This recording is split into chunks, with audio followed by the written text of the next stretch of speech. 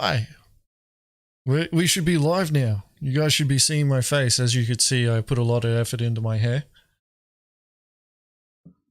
Yeah, he had to, like, he told me he had to spend quite a while to tame the beast of that thing that's on his head. You know, it's crazy. Like for instance, like you guys always see him with his headphones on, so his hair is nicely, like, neatly slicked back, so you don't see the volume. The volume. It's almost got a mind of its own. Kind of like Snake from The Simpsons, where the hair has its own fucking mind. That's the reason why Snake is evil. What a lovely day, isn't it, chat? How are we feeling today? Oh, let me tell you, I had a full night's sleep, like, you know, between what we're going to talk about today and now. Let me tell you, I feel no different. Like, you would think after, like, a full night's sleep, you would have calmed down, you would have, you know, been able to like, no, not me, brother. Not at all. What a lovely, lovely day it's been. Wow. It's just, been glorious.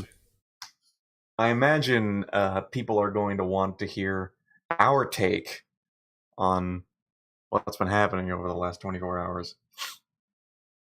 It hasn't even been 24 hours. Not like even that. Yeah, like, what, we're just over, I'd say, what, 14 hours? Something like that.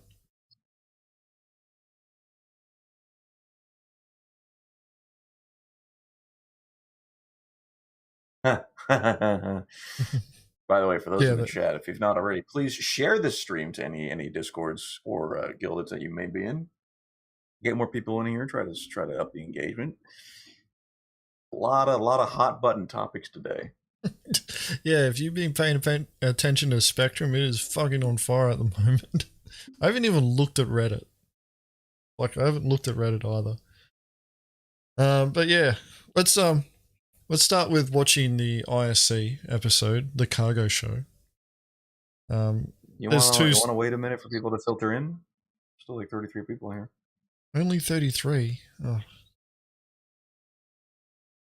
I want to get the ball rolling because everybody should have watched the episode. Everybody should have watched the episode. Fine. All right, whatever. Dobbs is just angry. He wants maximum exposure on this one. People are going to show up. I just want fucking. All right, whatever. Let's watch it. Trace, the reason why Reddit didn't have too many mads on it is probably because it's a bit more balanced in Spectrum, which is saying something. But also, like, a lot of the pro piracy posts, unless it's Care Bear, you know, orientated towards piracy, normally they just get downvoted into oblivion before they can gain traction.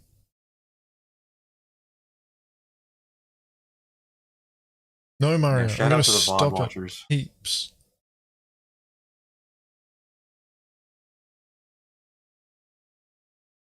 Agents, can I not do polls on this fucking shit? You should be able to. Why not? It's in on the live chat. Should be at the bottom. Engage with the audience. Do you not have that option? I don't see that. I guess I'm not privileged enough. I don't know. I'm still getting used to this YouTube streaming shit. What a damn tragedy. Alright, let's switch scenes. Let's get ready to watch this. Oh boy. Wow. Look at all those cargo boxes, chat. Oh, can you think about it? Just think about it for a second. We don't even need to watch it yet. I want you to just be nice and comfortable in your minds with just this picture. You can't see it because it's a black screen on your screen, but I can see it, and that's all that matters at the moment. Alright, we're going to start this. This is the Inside Star Citizen episode, The Cargo Show. So there's two topics in this. We're only going to watch the first half. The second half was, yeah, I had some cool stuff, but it's completely irrelevant to this emergency stream. Video is black. Have you tried opening your eyes? I don't know why it censored what you just said there, Trace, when you said video is black. The future is now, Guilo. Open your eyes. 318, the future is bright for cargo. We're moving away from the simplistic implementation that we had before into something that's more of a real simulation. With the new physicalized cargo, it opens doors for us to give some new gameplay. See, what I want to be doing is I want to be doing the reverse of that whilst the C2 is still moving. Just as it's starting to slow down, we just all like decouple, pull up the back, crack the back door open and just start ripping the cargo out before we even get across. Oh my god. Listen. For those that may be, confused by my reaction, I want to let you know something. For those that are seeing this and like maybe want to try piracy now that they see this, is maybe looking at this as like, oh wow, this is cool. But I want you to look at the perspective from those like us that have been doing piracy for years. How long, Agens? Pretty much since 3.0. Well, you've got back in the baby PU days where you just would get into people's ships and just fly off with them, steal their ships. But 3.0 was when 3.0 was when we started doing piracy because you could destroy ships with their boxes. Like what year? What year was that? Oh, that was 2018. Start of 2018, I think it was. We've been at it for think about that, Jim. Nearly 4 complete years now. Think about that. Listen to me. 4 years of doing piracy without this. So I'm sure you can understand my elation at this recent visual, this recent video. It's great, isn't it? Isn't it, chat? Think about it. Just look at it. Really, just fucking look at it. Ain't that something? Cargo today is pretty basic. You go to a kiosk, you use an interface, you load your ship, it automatically loads. Get in that ship, you drive that ship to a port, and then you sell what you bought. But there's not a lot of interesting choices there. With the current implementation, whenever we designed it, we did not have the tractor beams that we have now. What that meant is that you were not able to pick up and manipulate the larger 1 SU boxes. At the time, all that you could do was pick up the smaller 1/8 SU boxes. But this gave us a problem for piracy and looting in general, in that the really valuable things are sold and bought in these 1 SU boxes in higher volumes, but the only thing the player can actually pick up are the smaller ones. So what we had to do is a kind of hack in the cargo system such that when a vehicle explodes, instead of generating the larger 1 SU, like so Chad just glossed over this, but I want to put this into perspective for those that may be just like getting into piracy or are interested in piracy, what we've had to deal with for the past 4 years and beyond, right? So generally speaking, when a ship explodes now, it yields around 10% of the total tonnage, okay?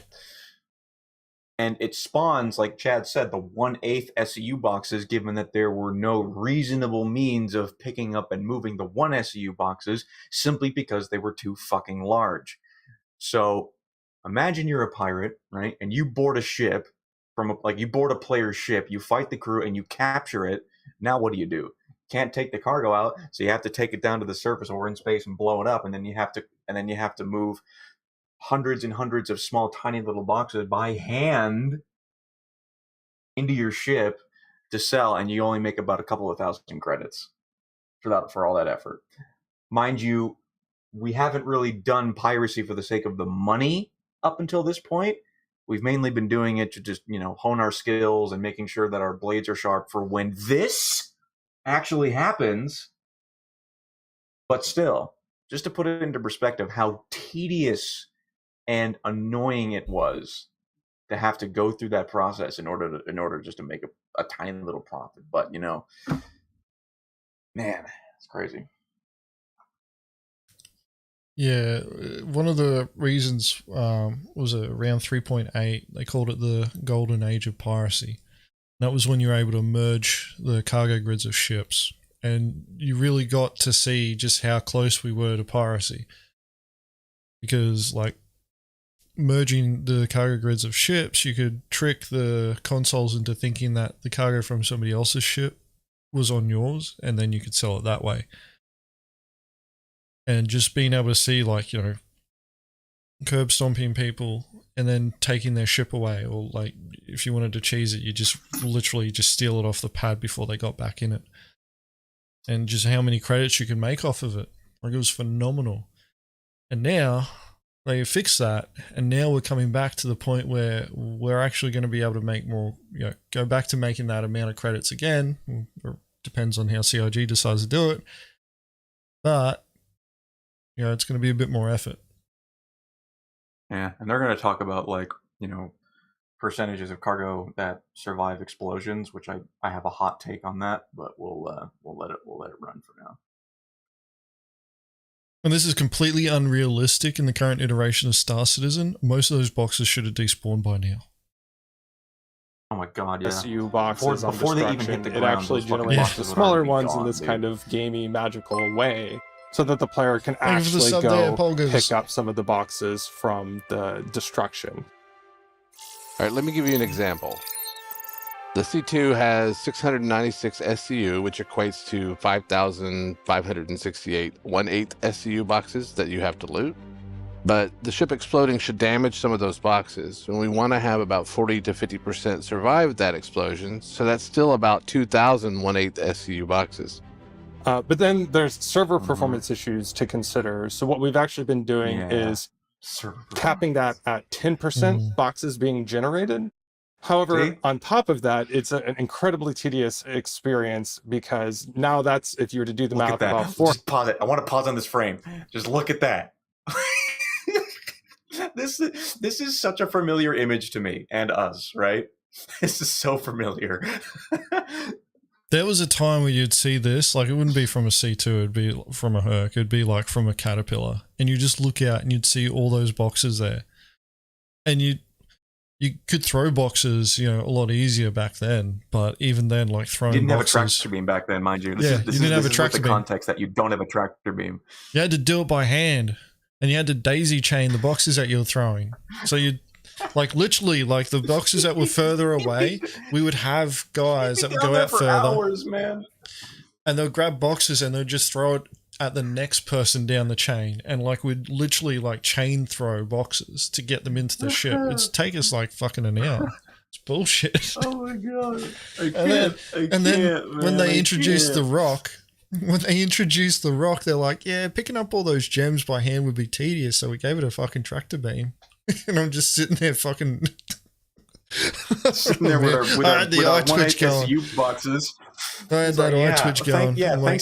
Thanks for solving the tedious issue with rock mining and not what little piracy we have at this point. Thanks, CIG. Yeah, you guys certainly cater to the PvP community.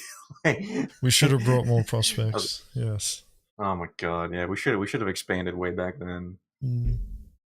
But yes, this is a very familiar sight, and it's just going to change. The box is going to be bigger. Really. Oh man, it's great. Look at that. Like, now, like, I'm almost feeling nostalgic by looking at this. Like, truly, genuinely. Looking at all that shit. It's not really that realistic in terms of, like, the layout. Like, nobody's over fucking Microtech with that sort of cargo. Normally it's like somewhere shitty like Ariel or Daymar. Oh my god. Fucking disgusting yellow and wasteland, your character's fucking almost dehydrated after 5 minutes. You guys really couldn't have picked a better spot for, like, the high-end cargo commodities to be. Like, it really had to be Ariel. Why can't it be somewhere scenic and nice, like fucking Deliria?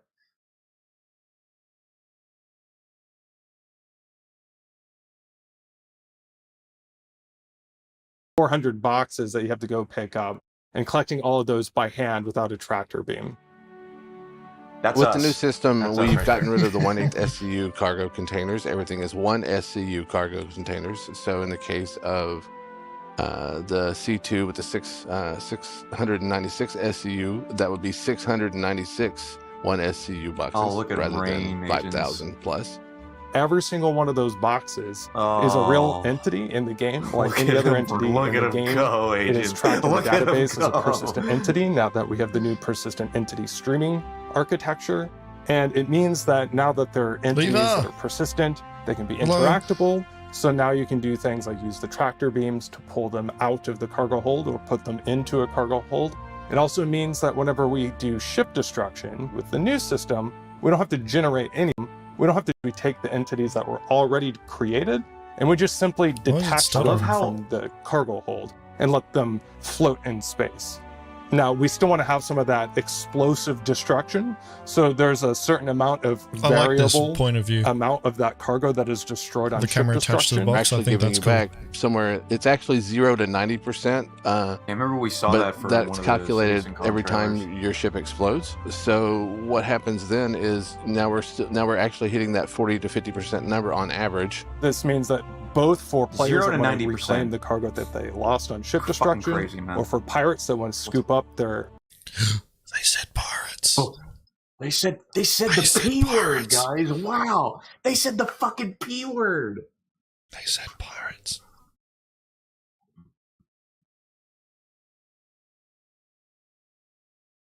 Ain't that something? I mean, just look at this picture. And by the way, I think it's funny, and I don't know if the rest of the chat has like caught up on this, but ain't it funny how most of the examples that they're showing here is stuff like this and ships just getting blown out the fucking sky? Like, they're making a point to just talk about this, and like they seriously could have showed Cargo Refactor in a more like Care Bearish industrialist way. So I want you to like take this and they're literally showing us their mindset on this based on the video examples that they're showing. Okay, so I just want that little notion to sink in for a second and just let it flourish. I'll make a comment on that once we get towards the end of the video, or the end of this segment anyway. Their ill-gotten gains, then they'll have an easier time to get at it, and there'll be more value there when they try to do so. There is also the new commodity kiosk flow, which is a step in the right direction for helping you understand what you're buying and what you're selling and what's available at the places where you buy and sell commodities. It's the new UI. It's the new building block UI, so it should be a lot easier to understand and gives you a graphical representation as you're buying and selling of how much space that you have on the ship that you're buying and selling into. 3.18 is not the end of the cargo refactor. There's lots of stuff that we're in the design process for right now, including manual loading and unloading, as well as automatic loading and unloading. We're also looking at some big box cargo missions that separate the cargo from the hauling professions. So that's something to look forward to. We have a lot more content coming that use these new features. We hope you enjoy it in 3.18. Thank you, Mr. Griffith. Look at this. And as a coda to all of that, Chris Roberts actually came by my desk the other day, and we talked a bit how it was unfortunate that we even have to allow players to lose 40 to 50% of the cargo.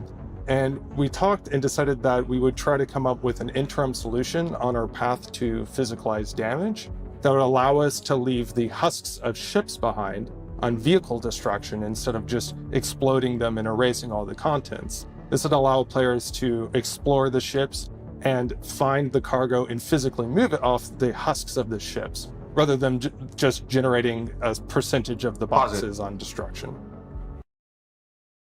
So let's talk about that for a second, okay? So I want to translate exactly what Chad McKinney said here, okay? Just to put it in like the simplest way possible, okay? Chris Roberts, okay? Our Chris Roberts walked over to Chad McKinney's desk and was like, dude, piracy? And he was like, yeah. And that was essentially the entire conversation, because I want to stress to you how important that final little tidbit was, okay? There is something happening, and Chris Roberts is so, like, that just goes to show how pro piracy and pro PvP Chris Roberts really is. And I wish that I could stress to you how exactly that is, but I can't say it. But Agens and I certainly know what it is, and I hope that you can tell by the inflection of my voice how excited I am for the immediate future.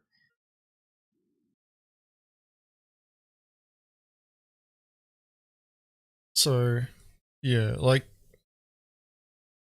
this is tier 0 cargo refactor. And a lot of complaints you'll eventually see. For the champagne fund. Okay. I have no idea what currency that is, DMC. But Stream Elements just convert it. Thank you for the super chat. Equates to $15. Thank you, DMC. Thank you. Lovely, lovely, lovely son of a bitch. Peruvian soul. Nice. Ain't that something? Peruvian soul. You learn something new every day, chat. Ain't that something? Crazy.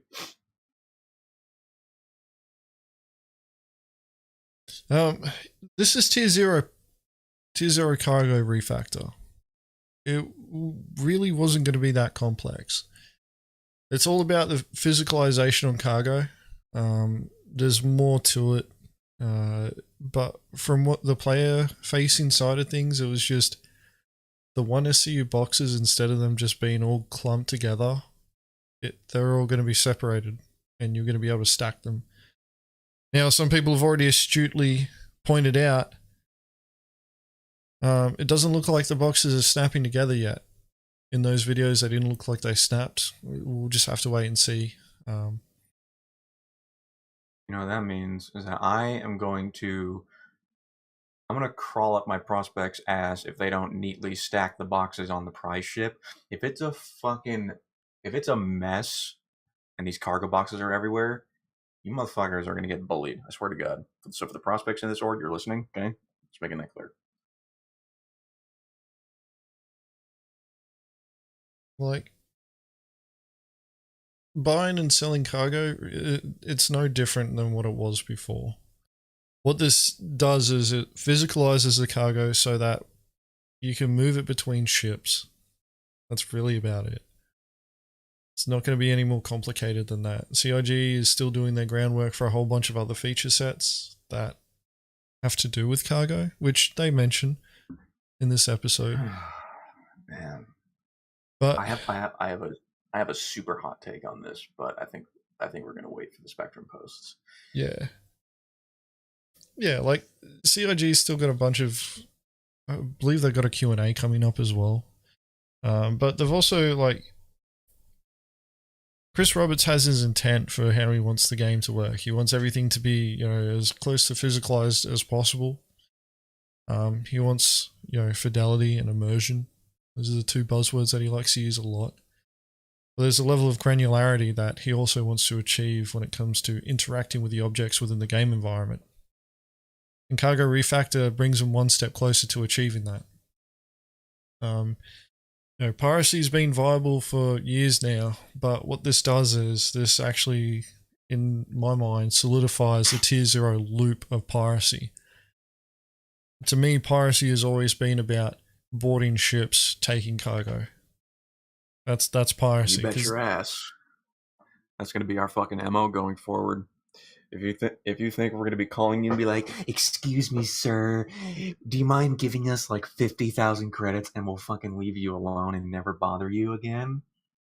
If you think that that's still the notion going forward and we're going to be doing that, you need to go take that notion and go bury it in the ground somewhere. I swear to God, if we fucking catch you, we're getting on board your ship, we're removing you and taking your cargo with no exceptions or conditions, okay? I'm just telling you right now so you can accept it and prepare yourself and fucking fight back, because that's what we're going to do. So you have no fucking excuse.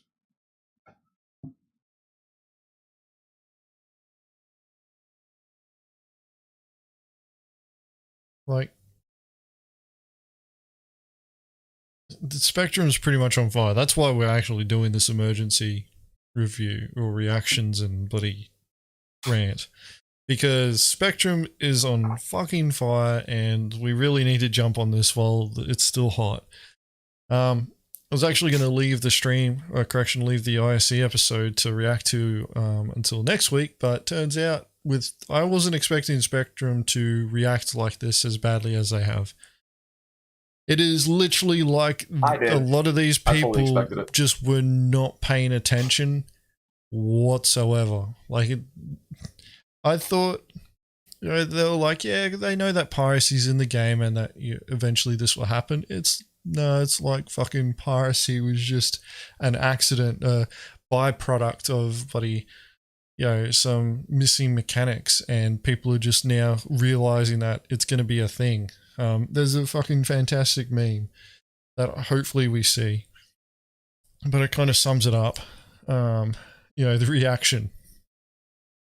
So what we're going to do, we've got 2 videos and a whole bunch of Spectrum posts.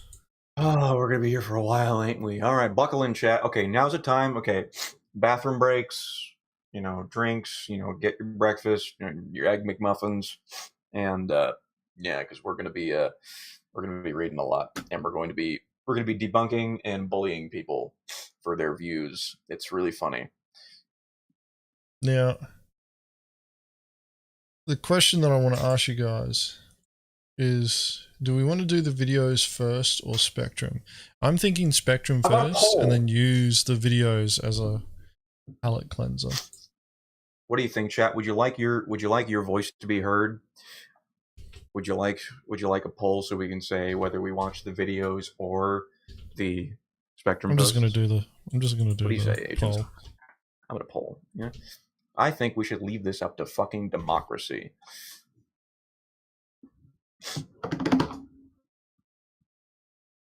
Okay, the poll's up. You should be able to see it now. Vote, vote, vote, vote.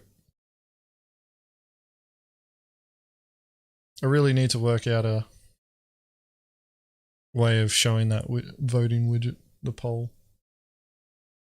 I could probably find that for you, but I'm not sure if it's compatible with YouTube, like where you can overlay it in OBS. Probably isn't. I might be able to work something out on my own. Being able to see what Twitch does with it. There's 60 concurrent viewers and we've only got 45 votes. Come on, guys. 15 more votes. 52 Agents. We're down 1 concurrent viewer. It's pretty close, but it looks like Spectrum is just edging out the videos. I think it's pretty safe to say now that the videos are gonna... The videos have lost. Yeah, 57 votes. Yeah, videos lost. Spectrum first. We're gonna be reacting to Spectrum first, guys. Give me the links, Agents. Links. I'm gonna decide on which one I want to react to first. Actually, that one should probably come last. They're all in the emergency channel, Dobbs. Yeah, but I don't want to scroll up, dude. Like, Jesus. This one. I know it's late. I know it's late for you, but it's early for me. Okay, do you understand? Yeah, but now I'm gonna spend time bloody posting shit. I'm sorry that you have to Control C, Control V. I know he's very, guys. You know, sometimes he makes me do the dirty work sometimes. Okay, so this is my receipt. All right, you heard it here first. Okay. All right, I liked Greedy's idea of doing 3 Spectrum posts in a video and then more Spectrum posts and then the other video. Although we'll probably end up doing both videos because they're a part 1 and 2. Let's do that one. I want to say the one Spectrum last. Just gonna give you the first 3, Dobbs. It's in the order. Okay. It's in all columns. Oh, I loved this post. This first one here. This man got so fucking bodied by the fucking ratio. Literal L+ ratio. It's so fucking funny. Like, this dude is the epitome of Care Bear Space Dax. I don't want to play the same game as you. and it's great. And if you know, you know. If you've read it, you read it, and you probably know exactly who I'm talking about here. But let's take a look, Agens. Switch the scenes, goddammit. Switch the scenes. All right, let's get started. Let's get straight into it. Here we go.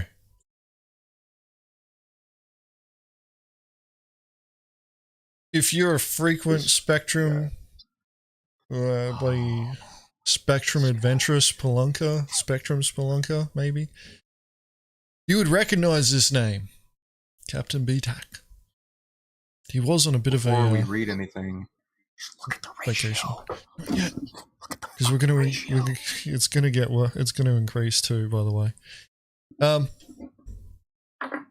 just gonna read it. So this is by Captain BTAC.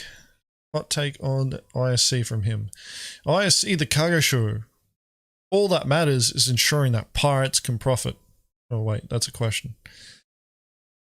CIG, excuse me?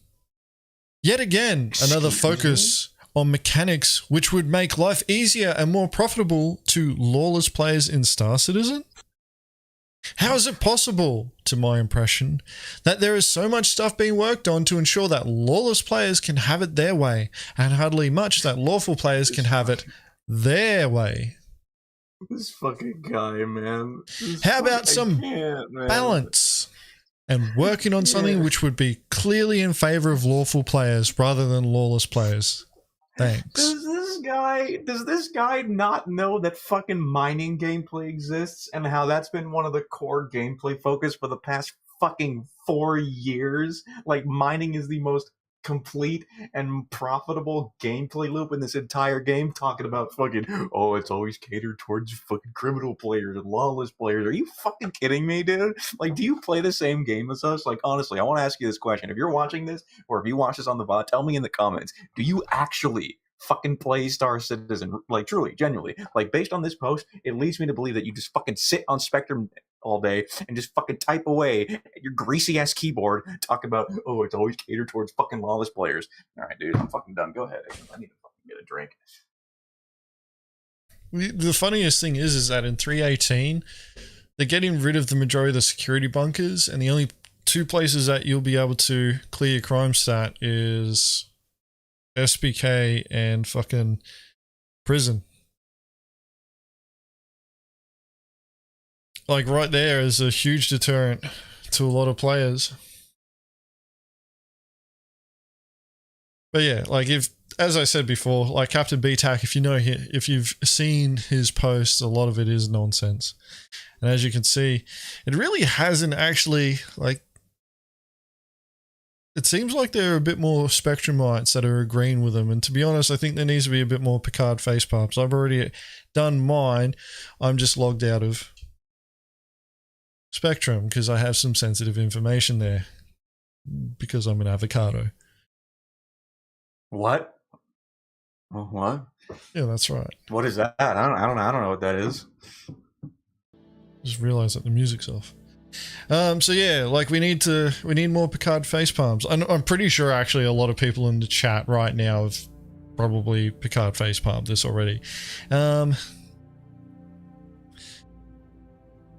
Your cargo, your responsibility.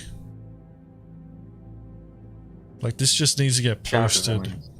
And yes, top comment, Valiant. Top comment, beating out the OP. We need more upvotes on that too. That needs to be, it should be equal with the Picard facepalms, really. And it's literally, yeah, there we go. Now we're seeing more. Because it was just beating the upvotes on the OP by 1. Yeah, like, we need more. Are we... Lever can't wait to spend more time in prison.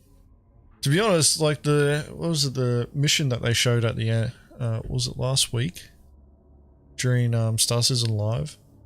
The prison escape mission that you can get from Rudo, where you get to clear your crime set. That actually looked interesting.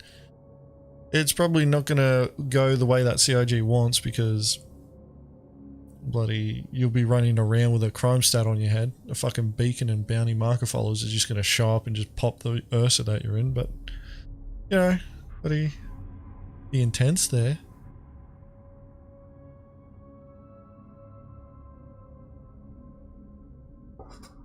To be honest, Apple, like, I don't think that we're going to see much in terms of increasing profit. What we're probably going to see is a shift in the players where they focus on wherever they can make profit still. Like, for us, I really should make a video on this, but I started doing the math behind the profitability of piracy in the current iteration of how trade currently works. And realistically, most pirate crews aren't going to go after cargo haulers if the current trade margin, like if the current, cost of commodities is what they remain. What they are now, if they remain later in the future, most of the time, like, we may go after Laranite haulers, but even then, like, we probably wouldn't touch anything lower than a bloody cat. And if you're hitting a cat, then you want to make sure that you know that they haven't got escorts and they've got no turret gunners, and it's going to be a nice and easy hit. You can hit the smaller ships like cutlasses hauling distilled spirits for you do it for the prospects, I guess. No, I wouldn't even do that. Like, the profit margin just isn't anywhere near what you need it to be.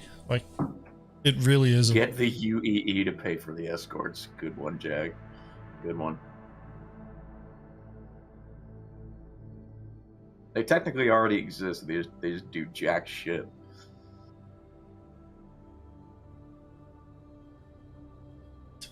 Oh god. So Valiant posts the image and here's the response. And where are the design mechanics and tools that would enable a cargo owner to take his/her ship to its destination safely? What do you mean? What the fuck are you talking about, dude? Like, he really expects, like, CIG to just sit there, put their fingers under his chin with a spoon that says, hey, here's your fucking tools, here's your content, here's your protection. Here comes the airplane. Like, dude, fuck off, yeah. Here comes the escort. Here comes security to help you. this guy, I swear to God, man. Like, you really, I'm pretty sure genuinely, like, sincerely. Like, where are the tools, the mechanics that would instead permit to lawless players to bring their cargo safely to its destination? There is one thing that CIG really does need to address when it comes to this particular point. It is way too easy to bait players into attacking you and being made hostile and then sending them to prison. Like, they do need to address the reputation system. That's literally the next thing that could help these people. But the tools do exist. Like, you just need to be prepared to wear the consequences. If you want to make sure that your cargo is safe in the current iteration of Star Citizen, you have to be prepared to shoot first. Also, I just saw for a quick second that we peaked at 90 viewers. Thank you all very much for showing up to the stream in this very impromptu emergency cargo refactor reaction stream. Yeah, it peaked up for a second, but again, nice. You guys are great. Thank you for showing up. You guys are awesome. Hope you're enjoying the show. I just saw a dramatic dip in the little graph thing, and then it just shot back up. Like, what's Warhead's response? Warhead basically said, "You are the gameplay. Your responsibility. You're the counter," and he's right. You are the counter. Be smarter about your QT jumps. Instead of going from trading post A to trading post B, take some detours and don't quantum travel in straight lines. Hire an escort, like, dude, or turret gunners. We need to get Jack Axon on the stream so he can fucking explain how absurdly easy it is to avoid pirates. Seriously. It is absurdly easy. Antagonism. Like at outposts, on trade lanes, at stations, at landing zones. Like, you can take, like, even if you're a solo cargo hauler, there are so many precautions that you can take, even with little to no preparation, to avoid pirate groups. Maybe not a group like us, but the run-of-the-mill, the regular I want to try piracy pirate org that comes up in 318, you'll be able to avoid them pretty easily. Also, we need to get some fucking upvotes on Warhead's comment there, because we got the next one. Congratulations, you just volunteered for 10 hours of turret duty in a cargo hauler, paying you extraordinary 10k per hour, because that's all a hauler can afford if calculating 2 escorts and 2 gunners. Oh, and you're required to be online when I want to play, no dropping out early, and to bring 3 friends, again 10k per hour each, so that we can get directly going. Doesn't sound good. Then just stop this bring escorts nonsense. It's just insulting to hear it constantly, although we haulers constantly explain why we can't. Do we want to talk about what the boarding team does on a piracy session? Well, we could. Let me actually put this into perspective for you. May I, Agents? Since I'm a frequent boarding team member. So let me just say this. During a piracy hunt, okay? It's a toss-up between getting or hitting a target back-to-back over several hours and not finding anything the whole night. It's just the nature of piracy. It is completely absent of whether or not you're good enough to find people. That's just completely out of your control and up in the air. So the EMPs, the QED, the boarding ship is flying around trying to find something, okay? But here's the thing. They're actually actively doing something. They're flying around, they're sniffing around, they're scouting, they're pinging, they're trying to find stuff. But the people in the boarding ship, let me tell you what we're doing. We are either running around, not trying to shoot each other. We're basically just, we're laying down on the floor, alt-tabbed in YouTube, doing fucking fuck all. We're playing liar's dice. We're shooting the shit. We're talking over everybody because of how fucking bored we are, up until we find a target, and then we get ready, all for that target to end up bedlogging and alt-4ing, so the boarding team doesn't get any fucking gameplay anyways. And you want to talk about getting paid hourly for sitting in a turret to protect your friends? Are you fucking kidding me? Yeah, boarding team don't get paid unless we get a target. Yeah, exactly. Just seriously, you really need to fucking consider how I'd like to get paid on the hour for waiting to board ships. That'd be great, but we don't have that luxury as pirates. I mean, we could put the boarding team on payroll, Agents, could we? Right? Yes, please. Well, with how 318's going to go, it's quite possible that we may make enough credits that the oil coffers actually start flowing with enough credits to pay people.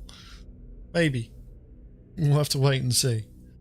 Agents, actually, you know what, Agents? What I'm going to do is at Orcomms, okay, I'm going to reply to React's post, where he posted a image from a comment that somebody actually provided a suggestion on providing a suggestion on what people can actually do for multi-crew cargo hauling with escorts, crew, and turret gunners that may perhaps be mutually engaging and profitable. So if Agents wants to put this up on stream, he created a little red box where the important information is. So let's take a look at this. Is this from I'm not exactly sure where it's from. I could probably find out in a couple of seconds if I know the user's handle. I mean, let me just. What's on screen? His name is Salt Lemming. I can find the post. You see the post, you can talk about it, whatever. And then. Well, I'm pretty sure it's in another one about escorts. So we'll probably end up finding it there. And really, if we do find it, we should upvote it. Yeah. So look. Go ahead. You can read it. We'll talk about the red box section. So this scene, I'm pretty sure this is one of the posts that we'll review later, but we'll talk about this in the red box. You and a few, on the topic of discussion. You and a few other people all decide to do a cargo run together. You pool your money evenly to raise the funds to buy the cargo. Now everyone has a stake in the venture. Some people board the cargo ship to fly and operate it. Some people bring fighters and scouts. Everyone is equally invested in the success of the run. The only uneven risk is the insurance cost, which should be minimal. Everyone sets off, the mission succeeds, maybe a few fighters are lost. The profits are used to pay for everyone's repair, refuel, rearm, or replace rearm bills. The remainder are split evenly. Everyone makes profit. Now, this is actually one of the most viable ways of doing multi-crew industrialist gameplay for cargo hauling, right? This is more feasible and engaging for the entire group than I've seen anywhere else. There are more people finding reasons to go against the idea than there are people that are trying to figure out for those that are in favor of it. So this is what it's funny that they've made a post like this, because we used to do this in Mongrel Squad when we wanted to make credits. We'd literally pull our credits together. One of us would grab a caterpillar out. The person who owned the cat, we give them the credits. They would buy the cargo. And everybody else that was there that put credits into the cargo flew Escort. And if they didn't want to fly a ship, they jumped in the turret on the cat. That's what we used to do. Like what this guy's talking about, we did that. And we were the most active pirate organization at the time. Boba just linked the post where the comment comes from. Did he? Or comes. Right. Yep. Is it one of the... It is a post, or the OP is Escorts Do Not Work by Leonin. It's actually a very long-winded one. Yeah, we're going to react to that one last. Don't worry, we will react to that one last. Because it's a long-winded one, and I want to demolish it. Yeah, okay. So, yeah, let's move on to the next post. Because this is going to keep going. This is going to go forever if we don't keep things moving.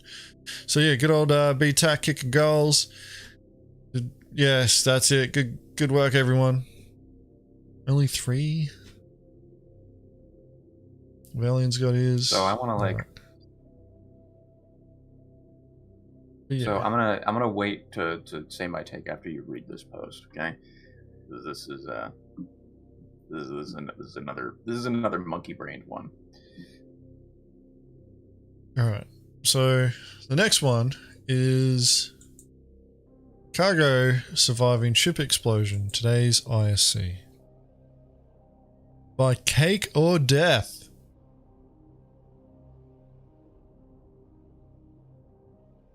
Cake or Death. Cargo surviving ship explosion. Today's ISC.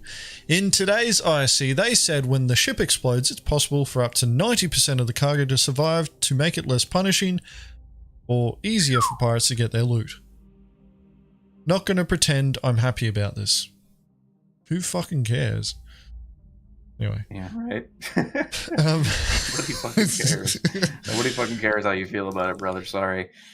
No, you can go, if you have a therapist, please go there. However, this presents an interesting situation.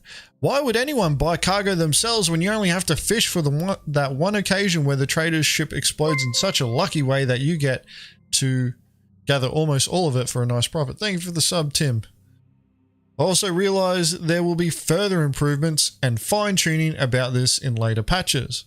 However, for the next 3 months, at least after the patch drops, this will be the reality we all have to accept. I think what I'm trying to say... You think what you're trying to say. Mm-hmm. Like you spent this much time writing this down, you should have fucking worked out what you were going to say.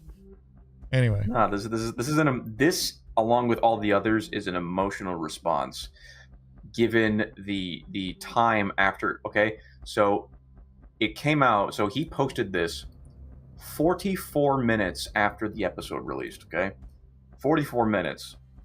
This was definitely an emotional response. 100%. He spent about 20 minutes in his Discord with his friends complaining about it, and then he spent maybe about 3 to 5 minutes thinking. Friends. mean, look, space dads like space dads don't play together, but they definitely They don't have friends. dream about the game and together. Hey, it's Cutlet, Space Cutlet. Hey, man. Welcome to Hey, the stream. Space Cutlet, my dude. Hey, man. I hope you watch the VOD. This is going to be a VOD. I hope you watch it because there were some hot takes from earlier. We're not done yet either. We got a ways to go. Good to see you, man. All right, let's finish this off. I think what I'm trying to say is Pirates won, and if you can't beat them, join them. When this goes live, I will be hopping into a combat ship and slaughtering traders without selection because whether CIG wants to intentionally bring the game in this direction, or they need all of us to get discouraged from trading before they use common sense once before introducing such a big change without connected systems like cargo ownership. Cargo ownership already exists, thank you very much. And crime system that already exists changed also accordingly. TLDR, GG CIG, you managed to convert an almost strictly PvE player into just another pirate. Hope you are happy. Now let the salt flow.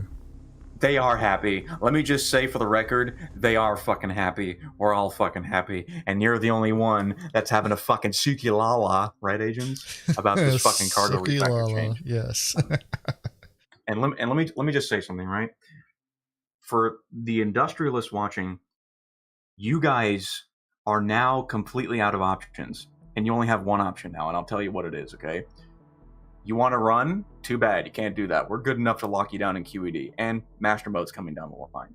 You want to fucking Alt F4? Too fucking bad. Ships are going to be persisting anyways. You want to fucking self-destruct? Too fucking bad. 0 to 90% cargo average, or averaging at 40 to 50%. You want to bring escorts? Too bad. You can't. You're not willing to do that anyways. So what fucking option do you have now? Or even if like we get 0% cargo. If we get 0% cargo upon the ship destruction, too bad. We can still fucking salvage it and make money anyways. So what the fuck is your option now? Group up, fight back, and deny us of our gameplay that way. That is literally the only fucking option that you have. Because I'm gonna tell you this, and I said this before, we are no longer going to be calling people, asking for, or we're no longer going to be extorting people. None of it. You will not be hearing a goddamn word from us. If we fucking catch you, we are stopping you, we're boarding you, we are removing you, and we're taking your cargo without any exception or condition. That's it. Your only option now is to fucking group together and fight back. Because that's what we're going to do. And that's it. Well, you have no fucking options now. We've been doing this for years. Like, we've been grouping up and boarding ships, taking people's cargo, taking people's gems, extorting them, ransoming them. And it's gotten to the point now where it's like, yo, there is, who was it? Billy Butts YouTube channel. Billy Butts, shout out to Billy Butts. He actually got footage of a streamer who was getting advice from some of the people that he was playing with, who were telling him how to Alt F4 in a way so that they could preserve the cargo and didn't have to deal with the piracy encounter. And that sickened me, because the streamer went, yeah, no, that sounds like a great idea, and instead of engaging in gameplay, they just went, fuck this. You know, fuck this guy. Billy Butts was doing his pirate thing, and he wasn't charging much. And old mate's just going, you know what, fuck you. And just cheesed his way out. Also, this guy here, this is going, like, this guy is an example of the majority of people that are going to try out piracy when 318 goes live, and then they're all going to fall off over the following 2 weeks when they realize how fucking hard it is. Because here's the thing.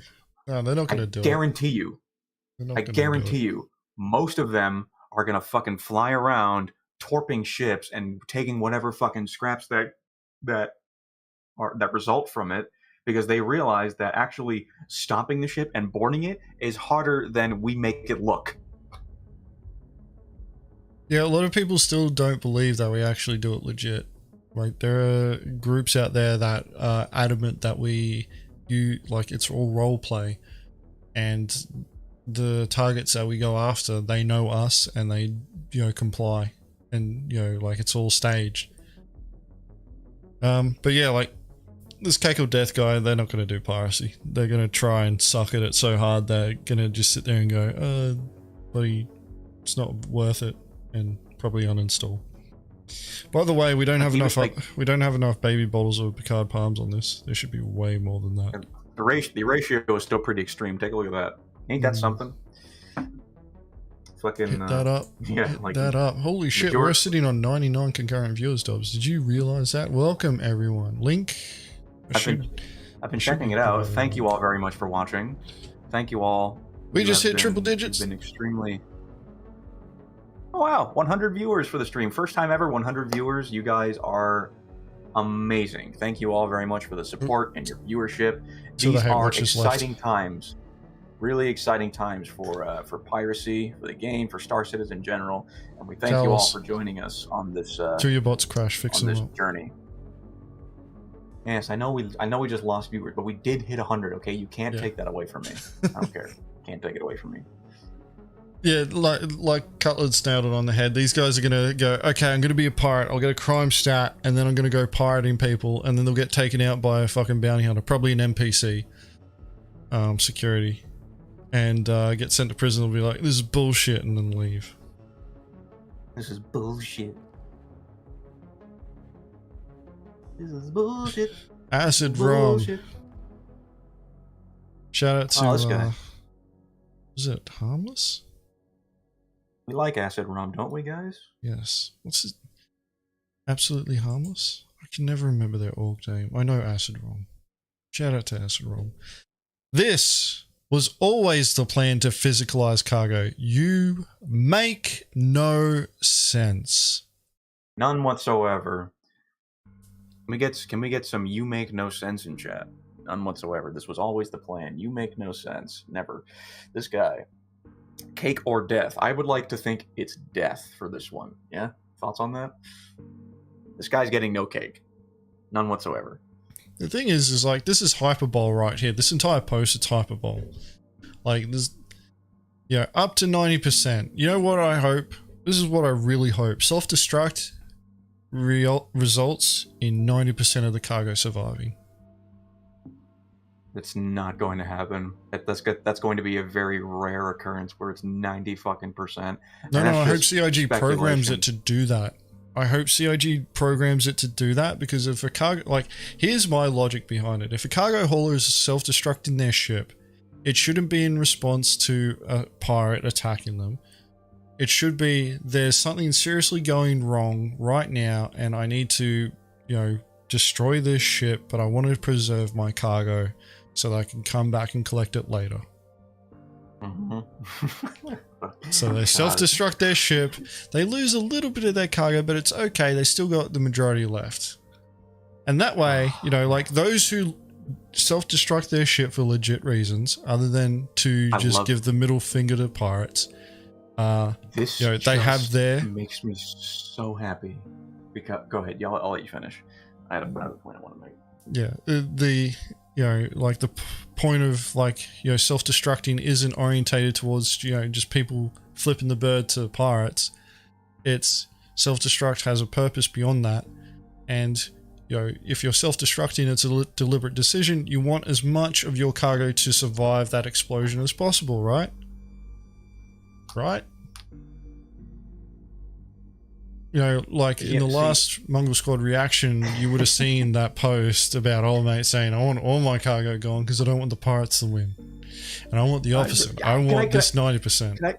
Go ahead, Dobbs. Can I just say something about that really quick? For the people, because I remember last week or over the past 2 weeks, we've been seeing some discussion about people like this new self-destruct meta for anti-piracy, where people will just be like, oh, if I see a pirate, if they're not going to negotiate with me, then I'm just going to fucking self-destruct. I'm going to lose all my cargo and they get nothing. Let me tell you this. Let me ask you this. After yesterday's ISC, genuinely, you still going to do it now? 0 to 90%, 40 to 50% average? You're still going to do it now? Tell me in the comments.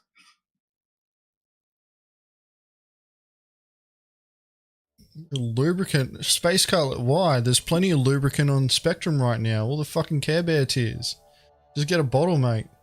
Just get a bottle and start fucking collecting. Won't be too hard. Won't be too hard to do. Just fucking just scoop it straight up. Start bottling it for later. Wow. Ain't that something?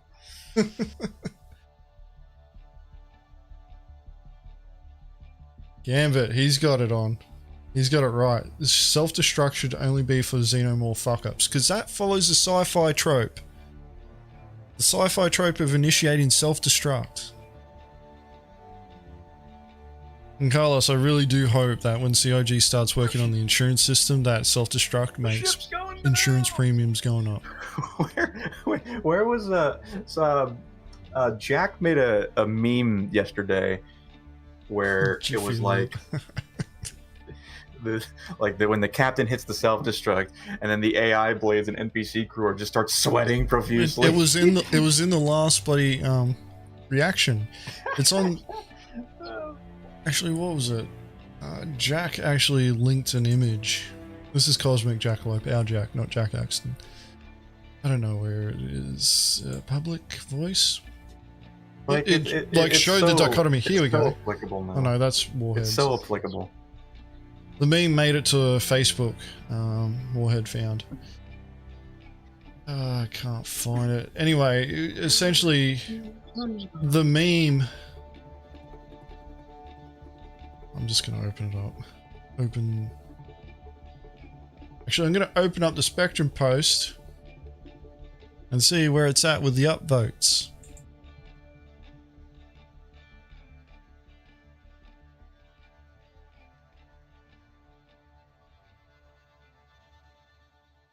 Alright, here it is.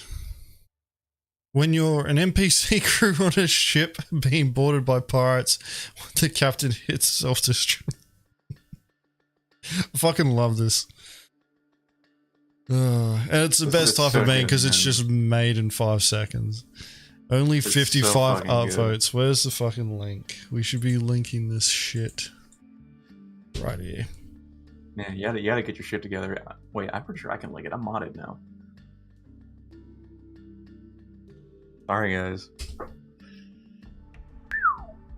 Yeah, I'm pretty sure. Guys, this is a very you got it, stream Dobbss. here. You got it. I thought we had missed it.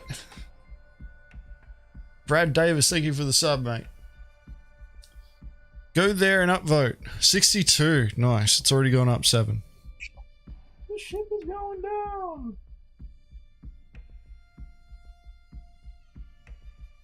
Jace 94. Hello? I'm not sure what you're talking about, Carlos. Where's this? You linked something in org chat. Org chat. Oh. No, I'm just not real. I've got like only 2 screens and 7 windows open. We got a lot of stuff to cover today, chat. Yeah. You know, I'm pretty sure some people have been waiting for our take on this, so we got a lot to cover. I don't think we're even halfway through at this point. So I'm pretty sure that is actually already there, Carlos, in the list. Let me check. For those, and also for those that have just joined in like the last 10-15 minutes, we have already reacted to this episode of Inside Star Citizen. It was the first thing that we reacted to, so if you'd like to see it, you know, wait till the stream is over and you can watch it as a VOD. It'll be there. Yep. But yeah, get some upvotes on that. I've already linked it in chat there, guys. It's a good meme. If you haven't upvoted it, in what's it called? Reddit as well. It's got like 1.4 thousand upvotes in Reddit. Which kind of shows the dichotomy between Spectrum and Reddit, really. All this bitching about cargo, but where's my damn space worm by Toe Cutter? Honestly, good question. Where is really, the space they worm? showed the space worm first, didn't they? So they really should have put that in. It's on layer 3. Layer? Is that how it's called? Layer? I don't know what that's called. What? But it is on that planet. It's not on Daymar, guys. Lear. Let's It's just pronounced dispel that Lear. nation. Lear. Lear. Yeah. Lear 3.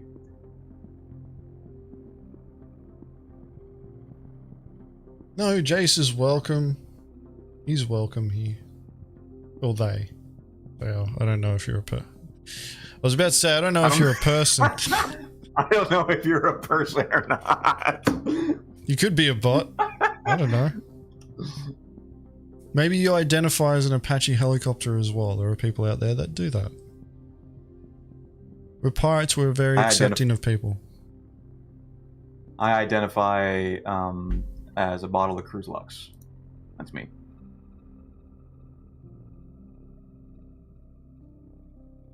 You're the best space dad ever, you filthy pirates. There we go. He's a space dad. Hey. That off-color language is not welcome here. My goodness. All right. Yeah, this was the last one that we're on.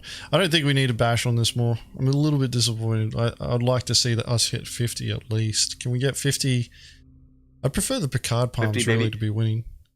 50 baby bottles. Baby bottles, like I said, needs to be held up by the chin, and here comes the airplane. Trace lines is space data slur. It's looking like that. it's moving that way. Space dad is, and quite the contrary. Mongrel is now in the Star Citizen committees. I mean, is Mongrel still a slur at this point? I'm not sure. Mongrel's never been a slur. Never been a slur. Is degenerate a slur? Care Bear a slur? According to CIG, it is. Me, perhaps so. Yeah, perhaps. I am, yeah, technically I am a space dad. I got kids, so, Being raised by a half-baked pirate father. Alright. Let's move on from this one. The next one. This one's actually going to be pretty good. Which one is this? The next one is Cargo Refactor equals Pirates say thank you. Thank you. Let's get some thank yous in chat. Thank you. Thank you. Thank you very much. Thank you. Thank you, hearts, smile.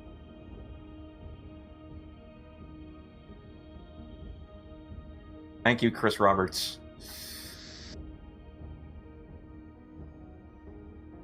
Creative Name says CIG posted 10% of cargo will drop if ship is destroyed due to server issues.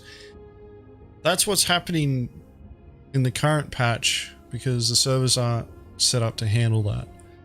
In the next patch, 3.18, we have persistent entity streaming, which is supposed to handle that issue. Neuron activation. This man says that he's very disappointed. Quite frankly, sir, Mr. Risk Hunter SC, I don't care. I really don't. And I think I may speak on behalf of others here that they also don't care. Jace is all for piracy as long as they give the PvP slider.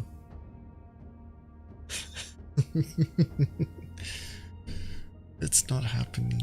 CIG's already said that they're not doing it. Sorry, mate. Yeah. They're just not doing it. Yeah. They might, you got PvE servers that'll come later when you can do private servers. And let me just talk about like PvE servers. Let's say you have a quote PvE server. All the guns are off. There aren't even any fighter ships. It's all industrial ships. No guns allowed, no ship weapons allowed, no missiles, nothing. People are still going to be able to grief you, even in the absence of weapons, fighters, missiles, or other means of traditionally harming people. They will still find a way. And moreover, you, as the victim, are a lot more at risk in those PvE servers because you have also stripped away your own ability to defend yourselves by removing weapons, missiles, fighter ships, guns, and other lethal means of protection. So Yeah. just because you are in a PvE server doesn't mean that can't occur. What people are really asking for is private servers where there is 0 player interaction. 0. And that is not Star Citizen. Go play Squadron 42. Like, don't get me wrong. Like, I'm okay with CIG releasing the whole private servers later on down the track, where you can do all that sort of stuff because it's your own server, you paid money for it, do whatever the fuck you want. Don't try and turn this into a fucking Elite Dangerous, alright? That game's dying. They removed it from fucking console, for fuck's sakes, because it was dying. Alright, all the fucking, you know, retarded fucking Care Bears, and that's what they are, ruined Elite Dangerous. They ruined it. And the developers listened to them. That was the worst part. The developers listened to them, and that's how they fucking ruined it. God. And now they've all come across the fucking Star Citizen, and they're trying to do the exact same fucking thing.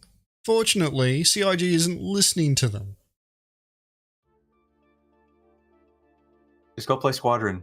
That's it. Problem solved. Go play Squadron. You'll get what you're looking for there. Oh wait, Squadron's not out yet. So stop complaining for now. Anyway, let's read this post out and let's keep the ball rolling. Cargo refactors equals pirates say thank you. After looking at the inside and the refactor post, I have been very disappointed. Who the fuck cares? Hold on, let me actually look. I have a drawer here. It has like some stuff in it. Let me see if I can actually find who cares in here. Do you have any fucks to give? Nope, couldn't find any. No. Continue on. Without a functional security system, without a decent AI that can help the transporters and so many other things, why are you favoring pirates and griefers who only want to ruin the game for others? Again, favoring these players who just want to fuck up the day of others. Why don't you balance the game a little bit, CIG? I had stopped mining because I got tired of them coming and blowing up my ship just because they wanted to. Now we'll have to stop transporting because they will bust you to get what you have in you, even if what you have in you has no importance or value. If this were the construction of a house, you would be starting with the roof. This is not right. I don't care if this thread doesn't go down well with the pirates or griefers. What the fuck? What is going on here, chat? We're on a crusade. This needs to happen. Uh-oh, here we go. Let the purge begin. L+ ratio. Get him, chat. Get him. I want to see that number rise. Go, go, go.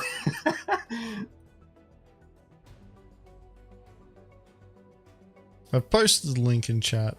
Really, there shouldn't be more fucking upvotes on this. Oh, there it goes. There it goes. There it goes. Come on. Oh my god. Oh my god. Oh my god. Oh, it's almost deleted by CIG guys. Synth Rider. You actually combined two names there, Synthwave and Knight Rider. And no, that's the point. We're at there you go. You did 43. It. Yes. Yes. Yes. Fucking L+ ratio. Get fucked, dude. Oh my goodness. You guys see chat. I love the community aspect of this channel. We are all I am so proud that we're all here under the same mind. It's great to see. You guys should, pats on the back. You probably can't hear it, but I'm patting myself on the back on your behalf. You guys should do it to yourselves. Sincerely, truly. I believe it. Good job. Good job, chat.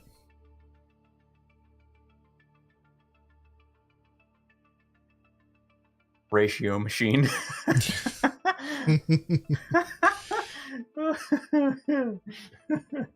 The thing about this post is this is another hyperbolic take on what's going on. I highly doubt this person has stopped mining because they kept getting blown up. I really doubt that.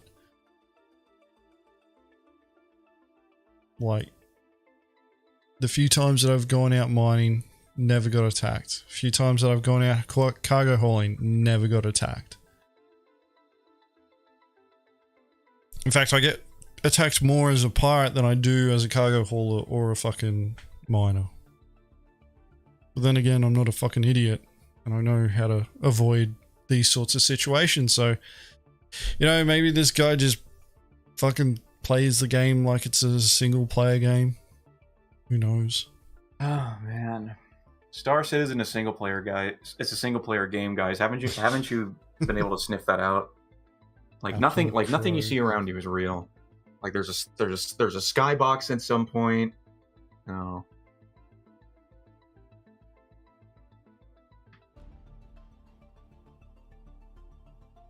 People are forgetting about the new flight model. Depending upon how fast the Mantis SCM is, you most likely will be able to avoid fights extremely easy. Yeah, Stevatron, I'm going to tell you something right now. Like, if you look at the current SCM speeds of cargo hauling ships, so Caterpillar, Hercules, Carrack, Starfarer, MSR, Freelancer, Cutlass,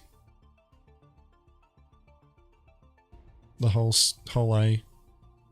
We all secretly pledged for Squadron 42 here, lol. I mean, the fact of the matter is that those ships' SCM is trash in comparison to the Mantis. The Mantis is supposed to be an interceptor. Well, no, an interdictor. Interdictor. So it's gonna, it's supposed to move fast. That's the fact. So it's gonna be able to keep up. Like, people like COG has been saying this for years, that they want this to be in the game. Yeah.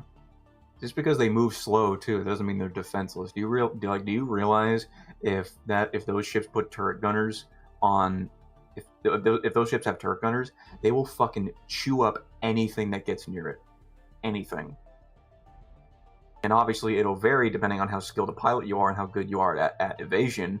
But you know, for most people, dude, like if you get close to that motherfucker and they're fucking going on guns blazing, you're getting fucking chewed up immediately. That's how fucking strong turrets are. Okay. Like, Robbie Hall's got a bit of a point, although I will say this, is that I'll say what Robbie says first. I don't think pirates understand that once the game is fully out, there is 10 NPCs to players. Pirates will have an even harder time to loot players. People need to relax. Not everywhere. The NPC to player ratio isn't evenly spread out. COG has said this. There are going to be the population centers where there are lots of NPCs, and then you got out on the frontiers where there's going to be less NPCs and probably more players. Like, NPCs are really going to be what you train on, and they probably will be a staple for a lot of pirate orgs. But I plan on engaging in corporate privateering with Mongrel Squad. Mongrel Squad will be doing corporate privateering, which means that organizations will contract us to go and pirate their competition, which means that we need to go find them and pirate them. So for us, pirating players is still going to be our main staple. And it's not bound by the constraints of who we run into, because we're specifically targeting an organization's worth of people. So we will be looking for them and hunting them and pirating them. An example of this would be like Industrial Org A is in a star system trying to extract resources from a planet. Industrial Org B comes in and tries to take advantage of that as well, and Industrial Org A just wipes out Industrial Org B. Industrial Org B contacts Mongrel Squad and says, hey, I will pay you X amount of credits to pirate Industrial Org A, so much to the degree that they'll just leave the system so we can have all those resources to ourselves. Mongrel Squad says yes, we do the thing, the job is done, and they get what they want. Everyone gets what they want. That is an example of what corporate privateering is going to be in the future and something that we plan on partaking in. Yes, Applecrow, we have done privateering to a certain extent. We're 2 off 50. Can we get 50? Can we hit 50? There's 104 people. There can't be that many hate watchers here. There can't be that Smart many. choices to pirate both easy. I mean, I guess we'll have to see. It depends on the org, I guess. There we go. We hit 50. GG, chat. G fucking G. G fucking J. Acid Rom's fighting the good fight. How is this favoring pirates? This is literally the cargo refactor, and why are you letting your day be ruined by a little pirate action in game? Or in a game. Play along, run away, or die and spawn again. This is a game, not real life. Don't let it ruin your day, man. I think that sentiment is far too optimistic, Mr. Acid Rom. I think they're still going to let it ruin their day. We can always try. Well, here's the thing. Can I give the father-son example? Go Did you ahead. hear about that, Agens? So Go ahead. Let me guys tell you a story. Let me guys tell you a story about a recent piracy example in Mongrel Squad, okay? This was the NA time zone in Mongrel Squad out doing some piracy, okay? When we happened upon a C2 and a Caterpillar at Bezdek, they were hauling Laranite and Titanium respectively, and we decided to prioritize the Caterpillar since it is the easier target. And the difference in SCU didn't really matter that much because, right now it doesn't really matter. And we just wanted the boarding action, right? So they both took off at the same time. We went after the Caterpillar, and the C2 just kind of took off, right? Burned it out, gone. And we actually disabled the Caterpillar, and as it was falling down toward the surface, okay, nice, smooth, slow fall, Caterpillar explodes randomly, and we quickly deduced that it was a self-destruct. Then we get a message in global chat from the C2 owner, pilot, that said that said something to the effect of, to the motherfuckers that just attacked my child, I had to tell him to self-destruct the ship, and you've ruined his night. Thank you very much. You realize that I imagine this parent told their young child, hey, just blow yourself up in favor of these pirates. And he didn't even bother protecting him, by the way. He just fucking went right out, got away, and just fed his child to us. How can a parent do that to their child? It's unbelievable.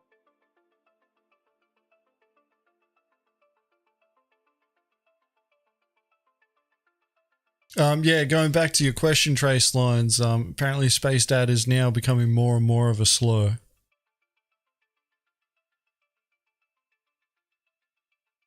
Oh yeah, Salamander just put the comment, Salamander linked the actual comment from the guy from that story. Is there? Where is that? Yeah, it's in org comms. God, there's fucking shit everywhere. This was, I think this was maybe like 3 weeks ago, something like that. This was during our regular ops, and we just happened on that group. We were like, oh my god, 2 ships there! Holy shit, it's crazy. Yeah, go ahead and show the screenshot, Agent. This is the show. It's on the screen right now. This is the show. Look at that. Just fucking look at that, man. It's like, I can't, man. I can't. It's so fucking.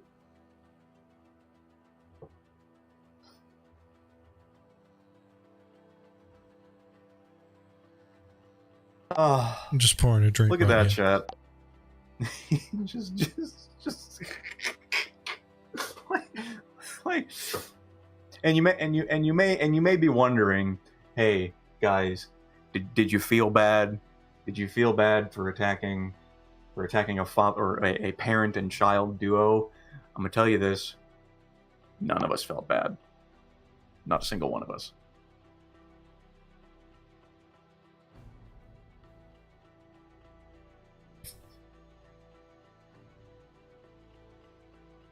Like, it's a Again, video game. How could a parent?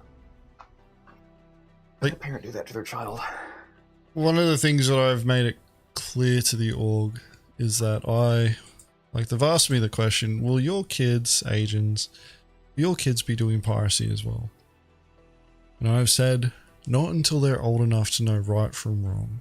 Because even though we're playing a video game, children still do not understand right from wrong, and they need to be taught properly, and I don't feel confident with the age that my kids are at, that getting them to learn how to do piracy is the best thing for their moral development. Telling your kid to self-destruct so that the pirates don't win. I don't know, that's not, to me, that's not something that I'd be telling my kids. I'd be like, go down swinging. Funny, man. Go down swinging. If you're funny. losing the fight, go down swinging. Fight it out. Don't fucking give up. Guns blazing. Fiery blaze of glory. That's then what again, I wouldn't have done. fucking left them behind either, but hey, that's just me. It's a fucking game. Like, I was there. He just fucking booked it, dude. He was gone.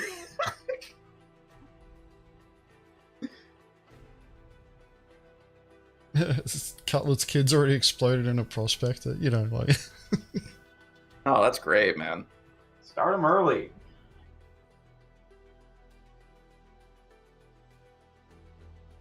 Catch you later, Pirate King. Alright. Jace is requesting if he can link an image. I don't think image linking is turned on. And I don't think we share any mediums for you guys to connect. I don't know. Is that a true Agens? I'm not sure. No, we don't. I don't recognize the name. Yeah. At least I'm not, like, I don't share any mediums. I'm only on the Guilded server.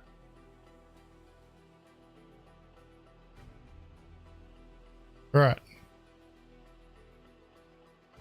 Anyway, we hit the 50 Picard palms. I'm happy with that. Yeah, Pirates say thank you. Yes, we do. We really do say thank you, Yes, we CIG, for the do. work that you've done on Cargo Refactor. Say thank you. I'm singing in the rain. I'm singing in the rain. That's how I'm feeling today. I said that we do 3 Spectrum posts and then we go onto a video. And these videos will link. You guys might recognize them if you're looking at them on the screen right now.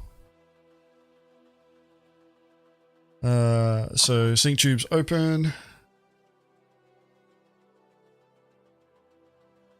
One second, I think I'm being summoned.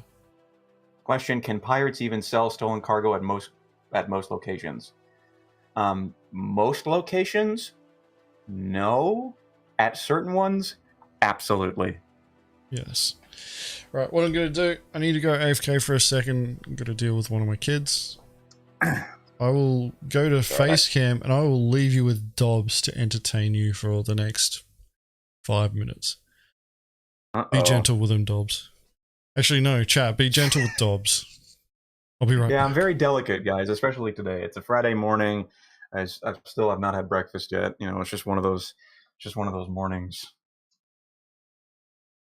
He left his son. Yeah. That's true. Dobbss, I'm not locked in here with you. You're locked in. Yeah. You've taken my line, okay? Quit jacking my lines. Listen, you guys, I'm not trapped in here with you guys. You guys are trapped in here with me. Where's my cam? Hey, you know what? I'll tell you this. My camera is somewhere in my room, and quite frankly, I'm just I'm too lazy to go over there and grab it. But you know what? If I receive enough peer pressure, perhaps I will. But even if I did, I'm not in charge of the stream. I'm just sitting here at my desk, and I have no control over Agens' OBS, unfortunately. But I'm sure you can imagine what I look like. I mean, you can imagine. At 10K, Dobbs face reveal. Hey, you know what? That is something that I am not opposed to. 10,000 subscribers to the Mongrel Squad YouTube channel, Dobbs face reveal. Although I'd imagine that is not a very enticing reward for anybody that may be outside of the organization. So I think we need to find something a little bit more tangible than that. You know, but hey, here we are. I have returned.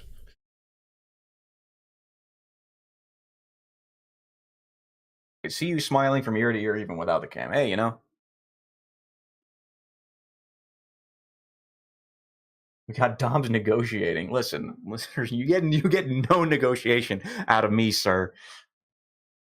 None whatsoever.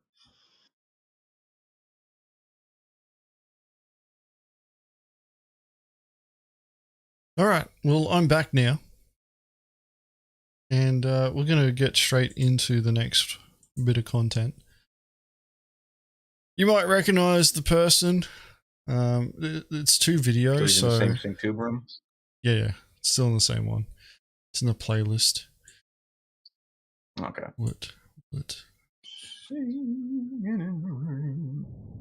Uh-oh. I know who this is. So I know who this is. It's 2 videos, part 1 and 2. We'll probably do one after the other, although they're 10 minutes each. So we'll see how we go. Ouch.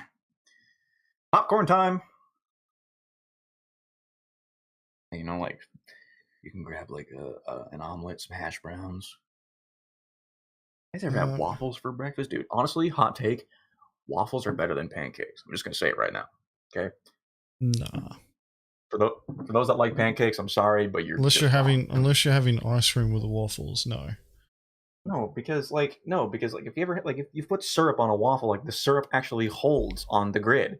On a pancake, it just fucking slides off and gets sucked up, and it doesn't really doesn't. It soaks into the pancake. What do you want about? It does.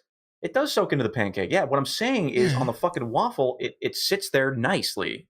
It just on top of it. It's beautiful. No. You want it to embed itself into the pancake. That way, when you bite into it, it also does you get that explosion of flavor. Depending on where you put the syrup, the waffle can also absorb the syrup. That's all I'm saying.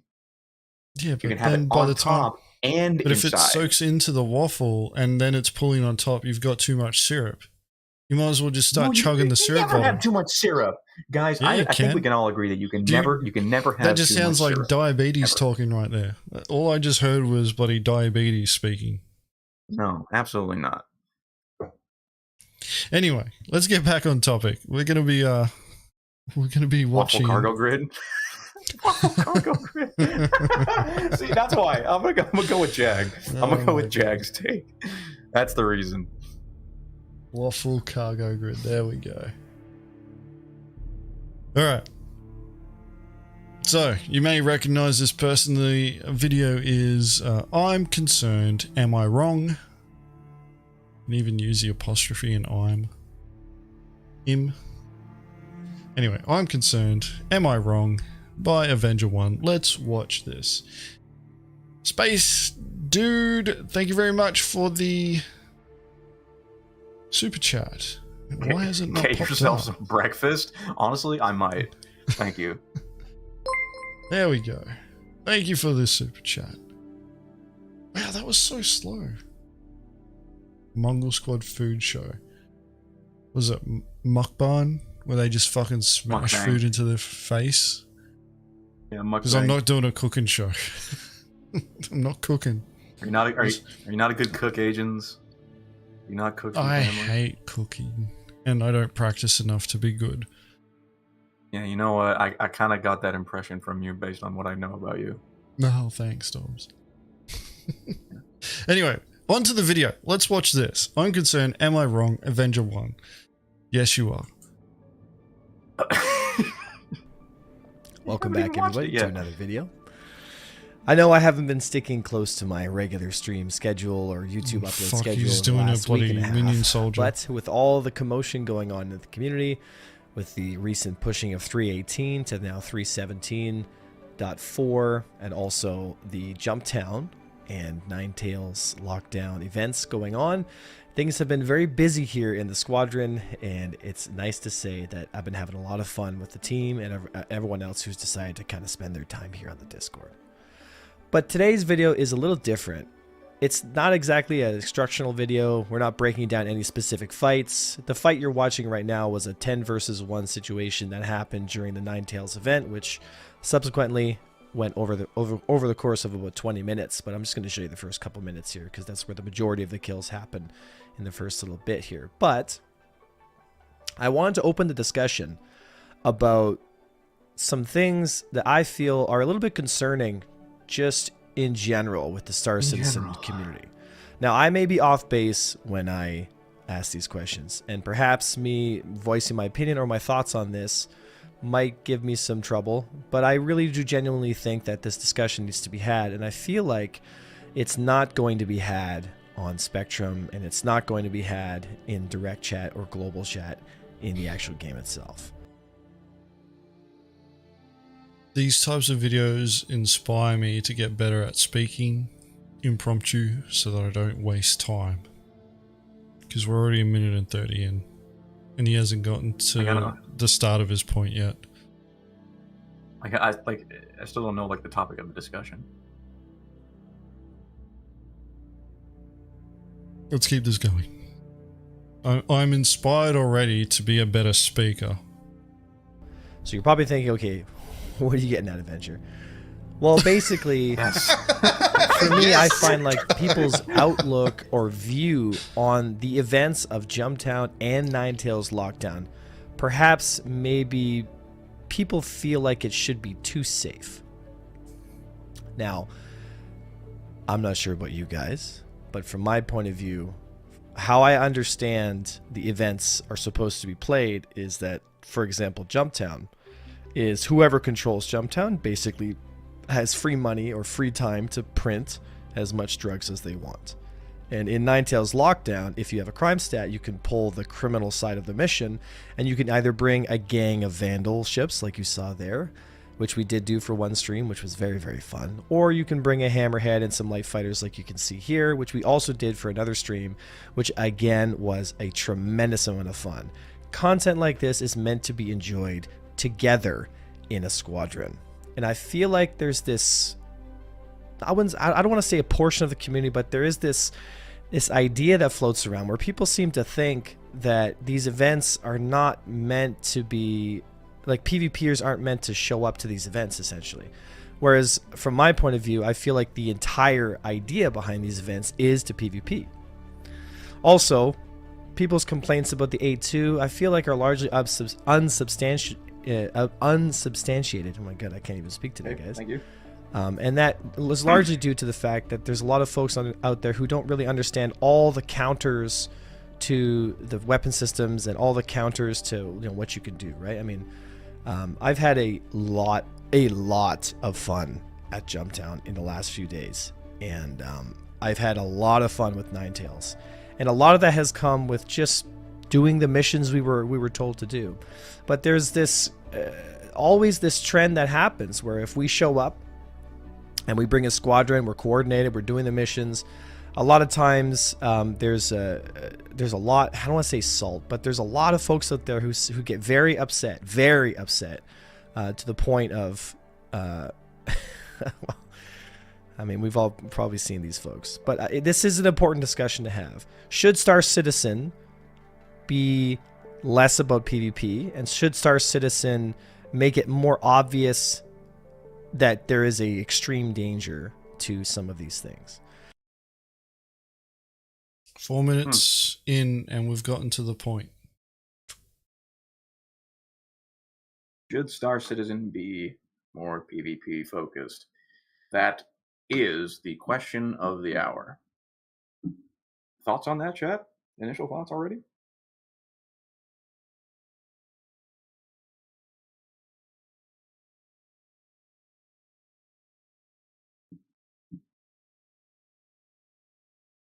I don't know if you can hear it in the background, Warhead, but there is running water, so you might have already been there.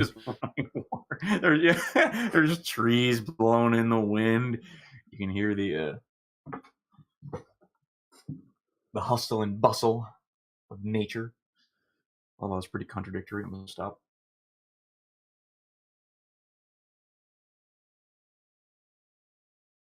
Kind of with Bucky on this one. I zoned out a little bit there. I'm not going to lie. I was struggling. I'm glad, Dobbs, actually, that you brought up those 2 points because I heard them and then they just kept going. Went through one ear and just kept going out the other. So I'm like, I knew there was a point to stopping then, but yeah.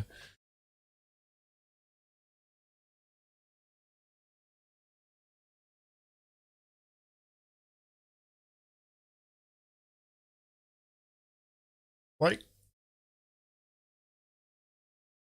I don't have a problem with Avenger 1, but I don't really watch his content. This is literally one of the first videos that I've watched where I've gotten this far into it.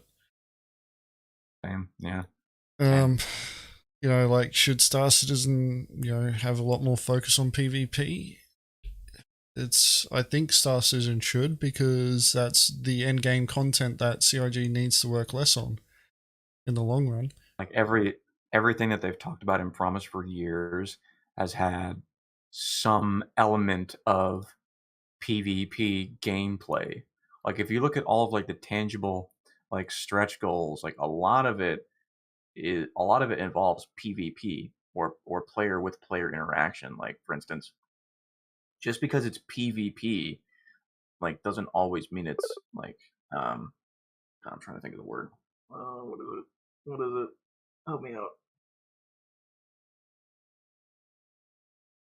I lost it. Yep, I lost it. All right, moving on. Yeah, I wasn't even really paying attention then. I was typing something out. Thanks, agents, for having my back. I appreciate it. You're a wonderful host. Hey, I was honest. You won't get that from anyone else, Dobbs. At least I was honest.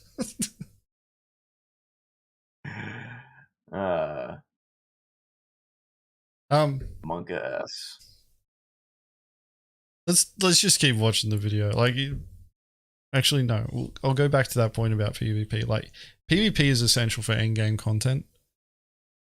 Because not everybody is one of those types of players who will continue grinding the PvE content.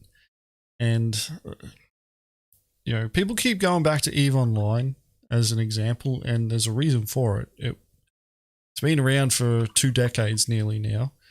And it fucking works. Like, they've had 20 years, close to 20 years of development time and on perfecting it. And, you know, like, there are players who only want to do PvE type content, and they do it out in nullsec, and they do it under the protection of PvP players. And that's really where the symbiosis of the relationship between PvE and PvP really happens. And, you know, it's one of those, I don't like the differentiation between PvE players and PvP players. As far as I'm concerned, you're just a player in the game. Regardless of the type of content that you like to engage with, Star Citizen is fluid in the terms of the way that, you know, like, things can happen. You can end up in a PvP encounter, and you don't get much of a say in the matter if you're not paying attention. Yeah. Yeah, like the edges of PvE and PvE, or PvP and PvE, are very like carefully bleeding together. Like a lot of it, like if you look at a lot of the content and gameplay, it's one is not extremely separated from the other. Like, you know, for like all of like the PvE content, there is it's open ended to where there is always a chance for PvP. Like Xenothreat, for example, they classified Xenothreat as a PvE mission, but there was opportunity there for PvP encounters, and CIG encouraged that because that is like the base fundamental concept of Star Citizen, where these two types of gameplay are bleeding together to create something unique.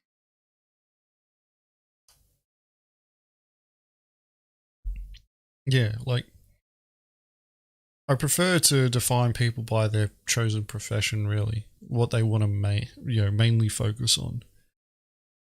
So I'm always, like referring to the majority of PvE players as industrialists, because the majority of players who aren't interested in combat and they call themselves PvE players, it really means that they're not interested in combat. And they're normally like cargo haulers, miners, people who want to be medics and shit like that. I'm cool with that.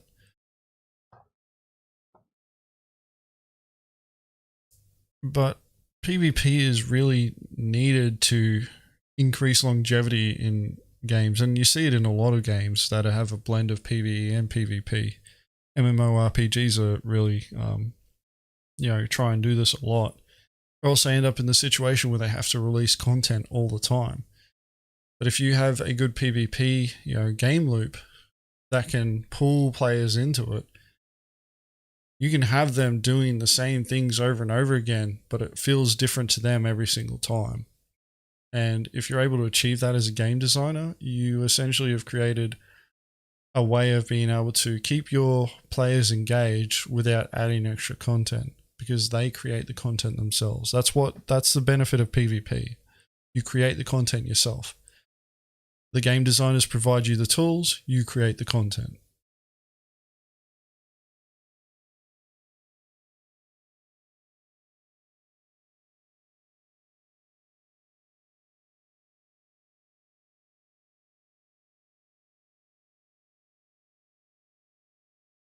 Right. What was the other question that he asked? We're using SyncTube, so I'm not confident in the scrubbing thing. Who cares? We're already 4 minutes in. Let's just keep going. Stands that people should be educated and they should be trained on the threats that are out there, and that if you don't prepare for those threats, that you will suffer the consequences of either getting killed or being shot down. In this instance here, this C2 was coming into Jumptown many times, and thus we scouted them out, found where they were reloading bombs and causing trouble for the guys that were at our Jumptown, and we subsequently hunted them down and took them out one by one, right? So I know that PvP isn't most people's forte, for some reason which still remains alien to me, considering I came from a game called EVE Online, where the majority of the game was based around player interactions, and is the reason why games like EVE Online exist, and to such popularity that they exist over 20, almost 25 years now. EVE Online. Like, what Star Citizen is doing now is what a lot of people wanted EVE Online to be, which is why it gets referenced so frequently. But the thing is that EVE Online is still a niche market. Like, it is not mainstream at all. It's still niche. But a lot of people who do get into EVE Online really fucking love it. I want to propose a poll in the chat. Can you make a poll? This is like a long-term question. Do you think when Star Citizen is released, do you think it will still be niche, or do you think it'll break into the mainstream? Will Star Citizen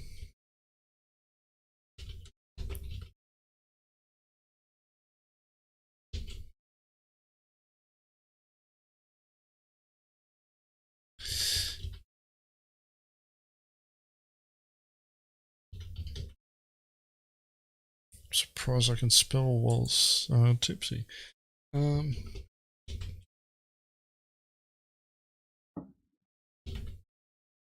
Alright, here we go. Poll is going up.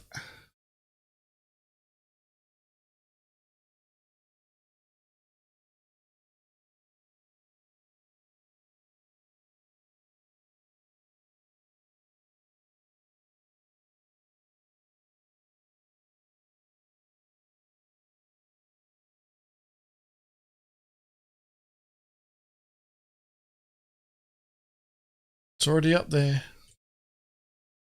Ooh, it's close. It is really close.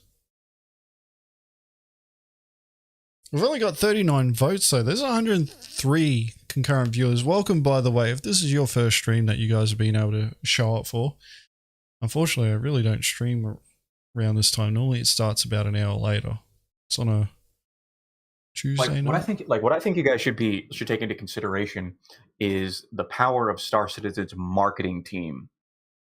Okay, right now the marketing team is essentially just for the community, but you've seen how the quality, and you've seen how good they are. I want you to imagine the marketing campaign, the massive marketing campaign that's going to show up when Squadron 42 is about to release and when Star Citizen is fully finished.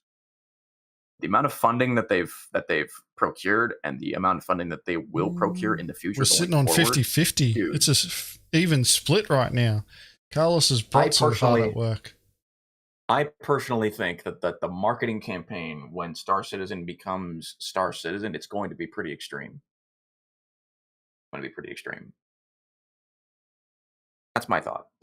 My thought on it is that Squadron 42 is the key. If Squadron 42 is able to go mainstream, because here's the thing, the Kickstarter campaign, Star Citizen being the biggest crowdfunded thing ever and continues to be. Nothing else has come close to it yet. And then, CIG, which is a, purely, startup, crowdfunded entity that turned into a fucking conglomerate, which it is, banging out 2 games. If you think about it, and if Squadron 42 does take off, Star Citizen will follow. If you also think about it, Star Citizen also has very minimally broken into the mainstream, at least in the gaming space, on YouTube. We saw it when Jack Axon started making videos. Jack Axon is a pretty prominent FPS YouTuber. He covers so many games. Jack Frags. So many. Jack Frags, not Jack Axon, please, excuse me. Yeah, I was about to say, we like Jack, but he's not that prominent. So you've seen it, you've seen it with Jack Frags, and you've also seen it with, Level Cap. Level Cap not being as, as popular or mainstream as Jack Frags, but for instance, back in the Battlefield days, Battlefield 3, Battlefield 4, Battlefield 1, Level Cap was one of the most prominent YouTubers on the platform, so there is an element, it's very, very small, but there is an element, and the potential is there for it to break into the mainstream. And so I guess that's my argument. Dr. Lupo streamed it not long ago. Interesting.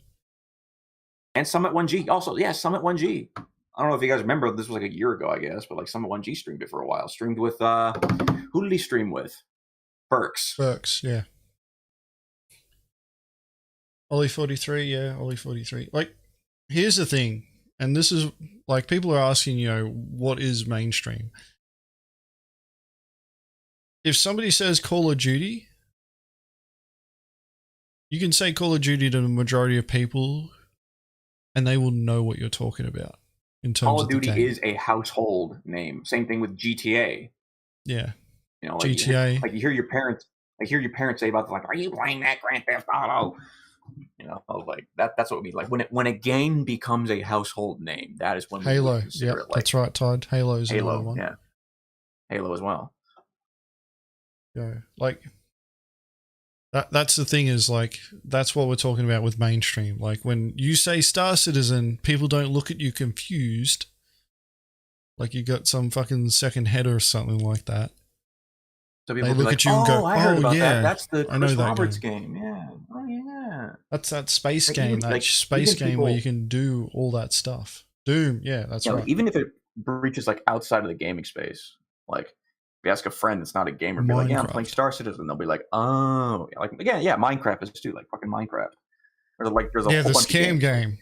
Yeah, if you, that's what most people will know Star Citizen as the scam game. Yeah, the scam game. That game where you're getting scammed. Yeah, unfortunately, that's its current mainstream reputation. Amongst most circles, it's I've heard of Star Citizen, but it was a dead game. And then 20 years later, we're back, baby, and our fucking walkers I told you so. Just jack me in. Upload me. All right, we need to keep this going. All right. Only 73. There's 108 people. Takes one button press. One button press to choose. You've only got 2 options. Close your eyes. The ratio was in favor of niche, and now it's more in favor of mainstream by a small margin, but it has shifted. Come on, can we get to 100? I'm just going to let it go until we get to 100. 100 votes. Oh, whatever. I'm just going to leave it there. Let's keep watching.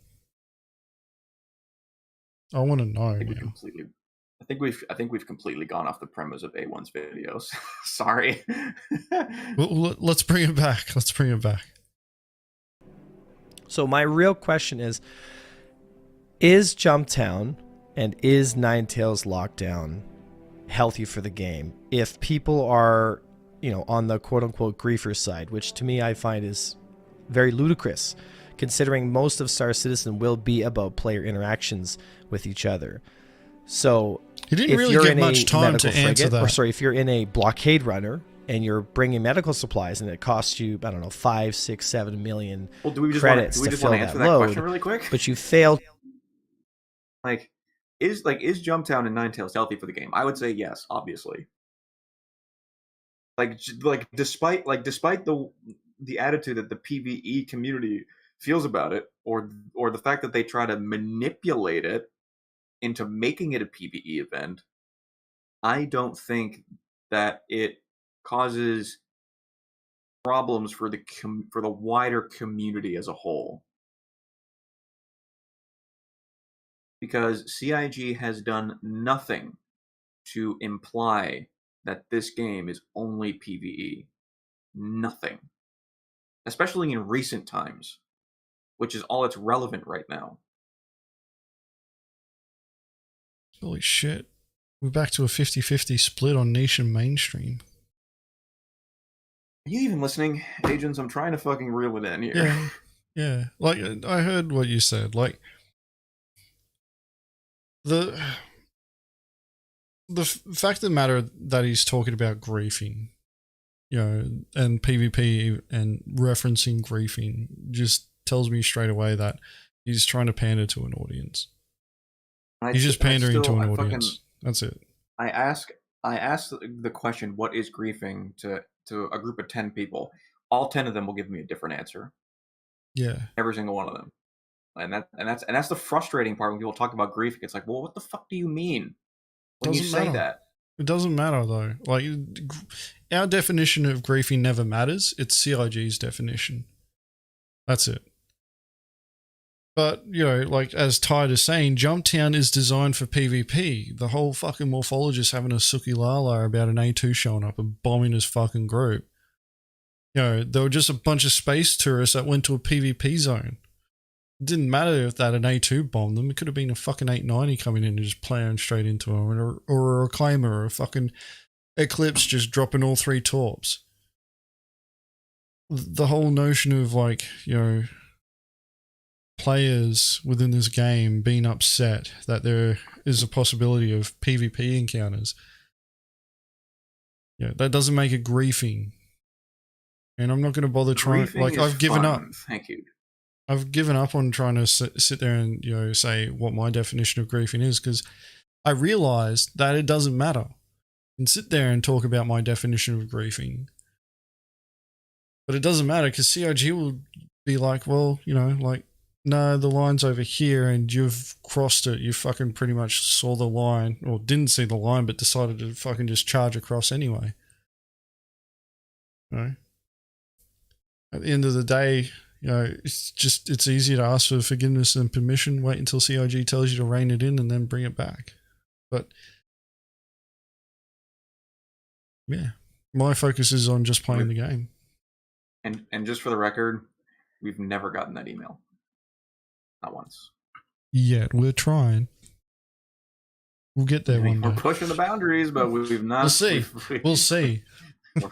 We've not gotten the email yet. I'm just saying, like. All right, let's keep this going. To use a scout, you fail to address the threats that are in the server. You fail to bring any escorts, and on top of that, you fail to land successfully, even under pressure. I don't feel like those people deserve to complain because, we were even given a mission as the criminal side to engage people that were blockade runners, and there seems to be quite a large voice in Star Citizen. Where agree. It's these people shouldn't be like the events shouldn't be like this. There should be no griefing like that. And to me, it's the whole risk / reward. Now, there's a lot of folks that get into a Ninetales server and they're able to buy a bunch of medical supplies. You know, they roll the dice and, oh, look at that. They didn't get Avenger Squadron. They didn't get another PvP crew. So they were able to make their millions or whatever, and off they go. They live their happy day, right? But every once in a while, you roll the dice and, oops, you got Avenger Squadron, and they're all... It doesn't matter. Like, right now, and this is one of those things, like, right now, these events are just test beds for the future. When we get server meshing, and we're all stuck in the same fucking fishbowl. Also a precursor for, it's also like what they're doing now. It's like these dynamic events. The intention is like it's a small slice of the broader picture of what these missions and player driven gameplay is going to be like. Like Jumptown, for example. In the future, their intention is that all of this, like what happens at Jumptown, happens on a much broader scale across multiple systems, and it's player-driven work. These massive amounts of fucking cargo are being generated and moved, and these fights that happen that are similar to Jumptown will be happening with completely player-driven content. So, I see Jumptown and Ninetales and Xenothreat and stuff like that as proofs of concept for the game's design going forward.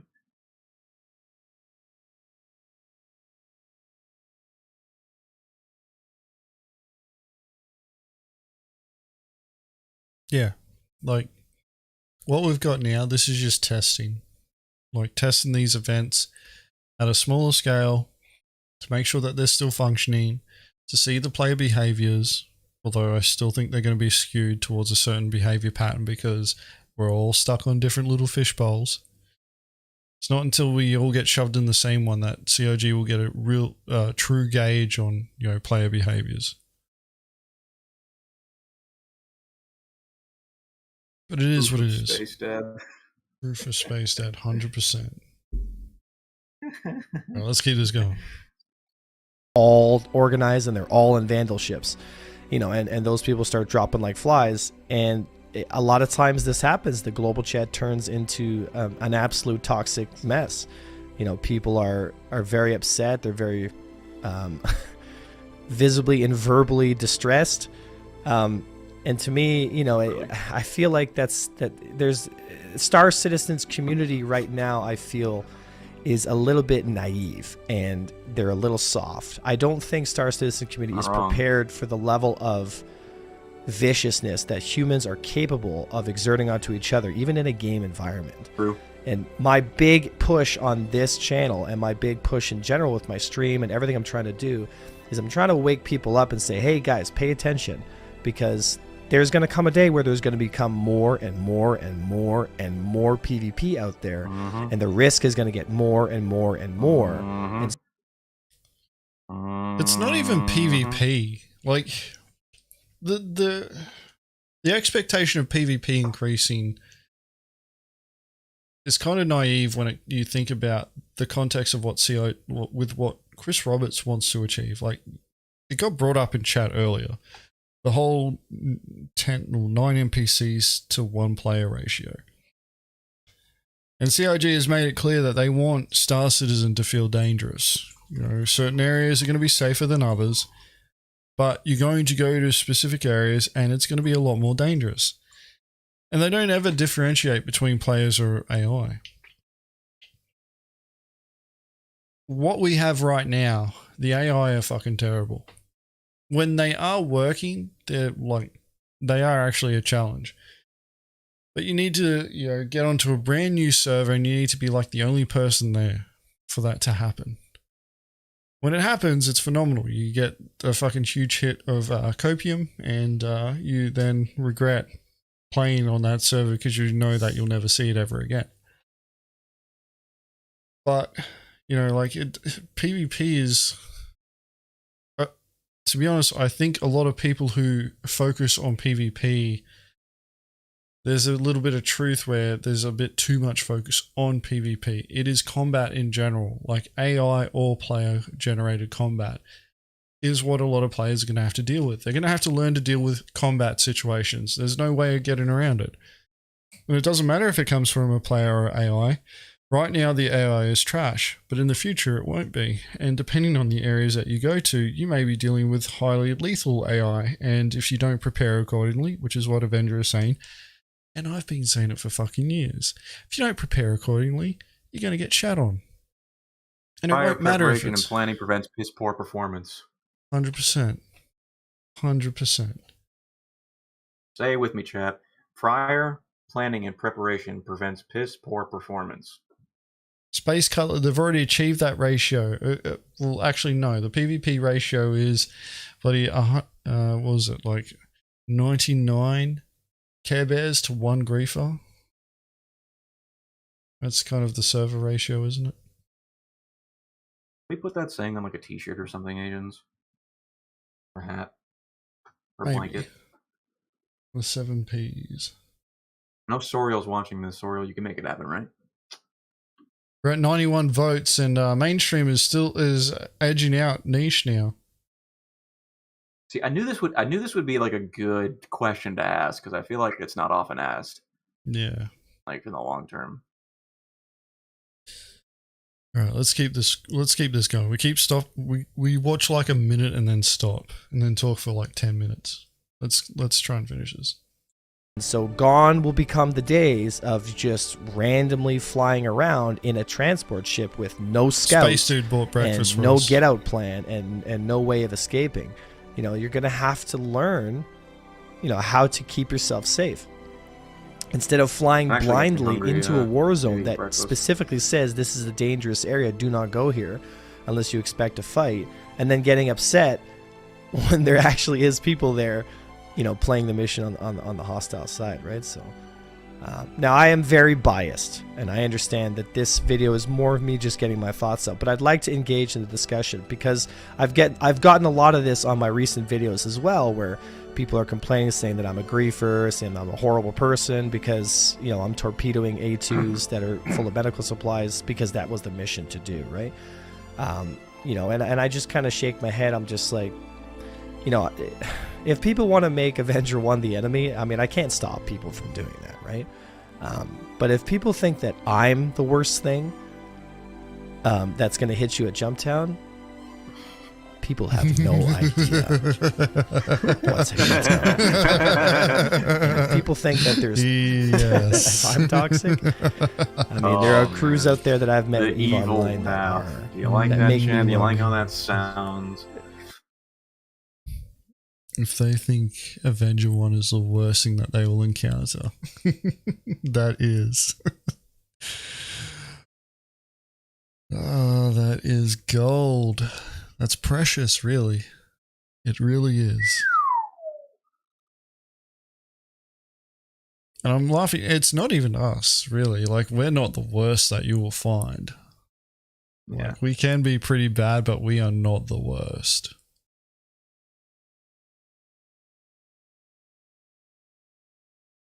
A mule self-destructing under your loader? Yeah, that's pretty bad. Though I would have been fucking laughing at the same time. What the fuck? What the fuck? Wait a minute.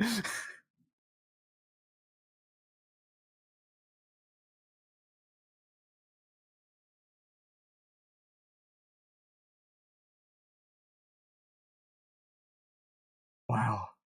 Wait, did they cancel SCL? This is bullshit if they did. It's alright, even if SEL was on, you wouldn't be there, you'd be right here, right, champ? No, I just 100%. canned the stream right now so that everybody had to go over there. Actually, no, I'd Agent, just I'm start try- streaming Twitch. Listen, Agent, shut I'd up. start I'm watching trying to- Twitch, and we'd start I'm watching trying Twitch here. To promote member retention or viewer retention. You can't do Yeah, that by I'm just doing saying, that. "Oh, we're just going to watch SCL." Are you fucking kidding me? Yeah, I'm going What to kind watch of streamer are you? SCL, and I'll comment on it too. The same Christ one, almighty, you know what? the reaction Whatever, dude. streamer. That's what we do. Ugh.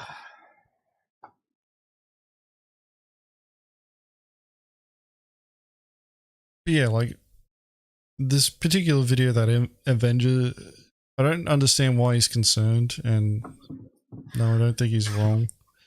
He's literally just saying you guys should prepare better. because combat's going to happen. His focus is on PvP combat. It should be less on that, and it should be more on, combat is going to happen. The AI is going to show up. The majority of the time, the AI is going to show up and just fuck you up.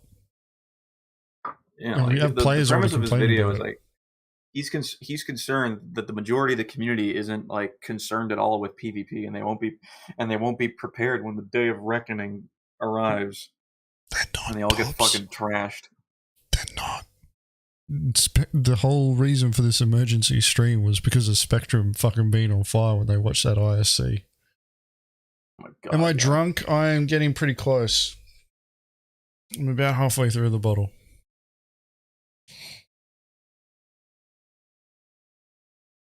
All right, I'm the sober one here. I can reel it in.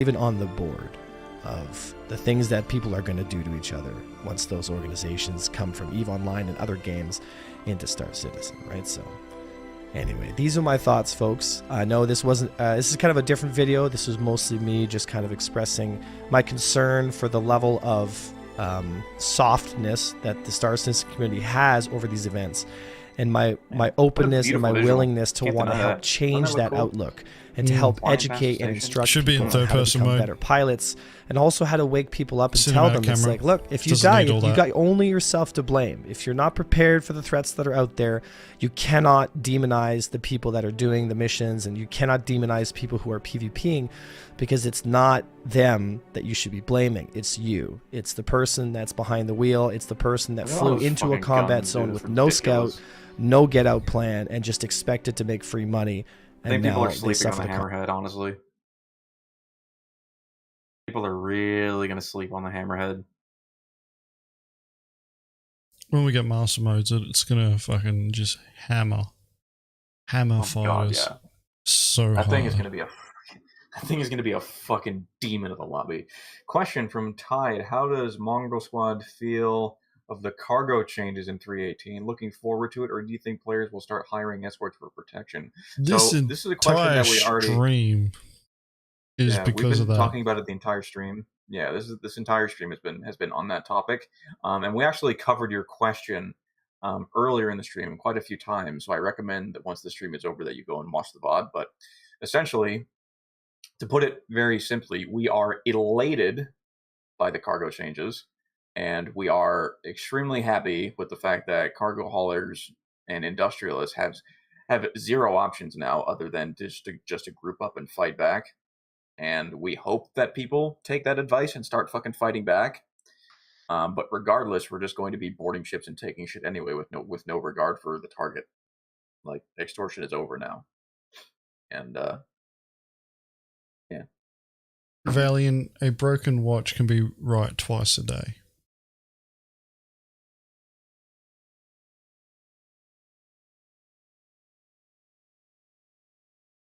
Yeah, maybe they'll start carrying a gun on their sperm suits.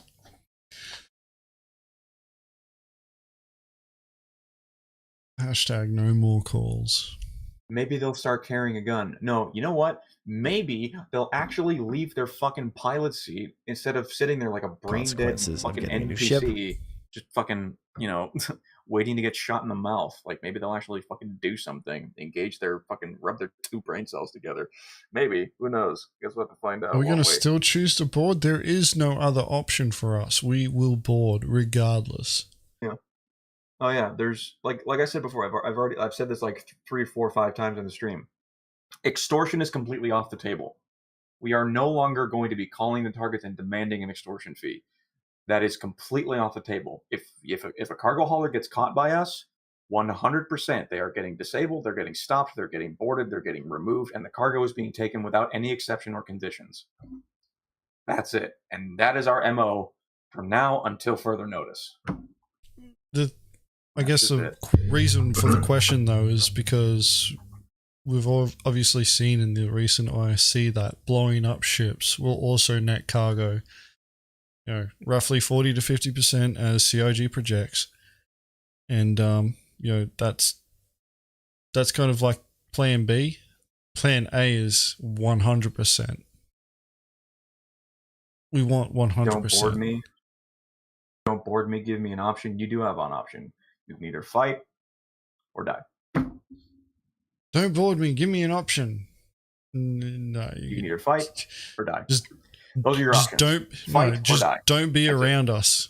If we find you, find a way to disappear without cheesing it. What chance? The chance that you get comes from the guns that you have. The best chance that industrialists have at denying us of our gameplay is to group together and fight back. That's it. You guys are out of options. Like, industrialists are completely out of options. There's no more self-destructing. There's no more fucking alt-F4ing. There's like no more fucking like running. All you can do is either avoid us or fight us if we get caught. That's it. That's it. That's it. Let's finish this off. Without all the money they spent. He's just doing clones. So, either way, guys, please feel free to comment. Please feel free to jump in the discussion. If you'd like to come and join us on Discord anytime, please follow the link on Twitch, which is linked in the description of the video. And also, as always, thank you to all the subscribers and everyone who's made this channel and everything I do here possible. Thank you so much for all your love and support. I could not do this without you. My name is Avenger One. Yes, you could. And I'll see you next time. Oh, yes, you could, A1. Yes, you could.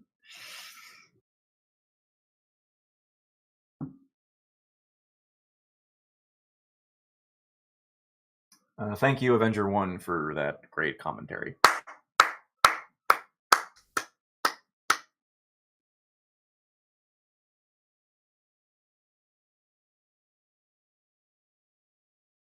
What about the C2, though? I feel confident I could hold off a group of boarders on my own without a single gun from the cockpit. You don't even need to be at the cockpit. Yeah. That's actually a good point. Like, because I'll tell you right now, C2s are extremely hard to board and capture. Extremely hard. Because you want to know the only way up? It's a fucking ladder. Holy shit, you're right. All you need to do Space Dude. is just sit there, sit at the top of the ladder with a GP-33 and fucking pop anyone that comes through that threshold. And that's it. That was so close. One of the easiest ships to defend in the game. And we know this, and we're training for it. But yeah, it's stupidly easy to defend. Bullet sponges will go first to absorb all the bullets, and when they're reloading, that's when the rest of the boarding team goes up. I mean, prospects. Like, get up there, boy! Let's go! Let's go! Get up there! The only like the best way to do it is just to overwhelm it with bodies.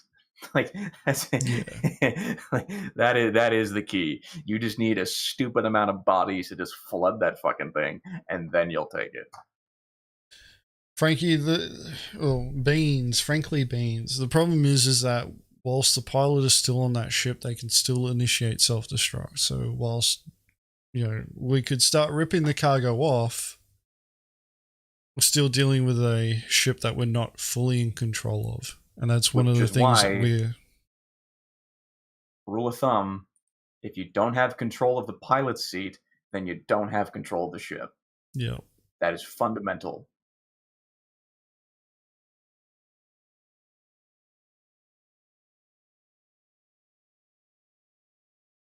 Baron's got it. The first prospect grabs the tractor beam, the second one grabs the ammo. When the first one drops the tractor beam, the second one picks it up and keeps going. True. All right. Do I even want the second video? Let's watch the second video.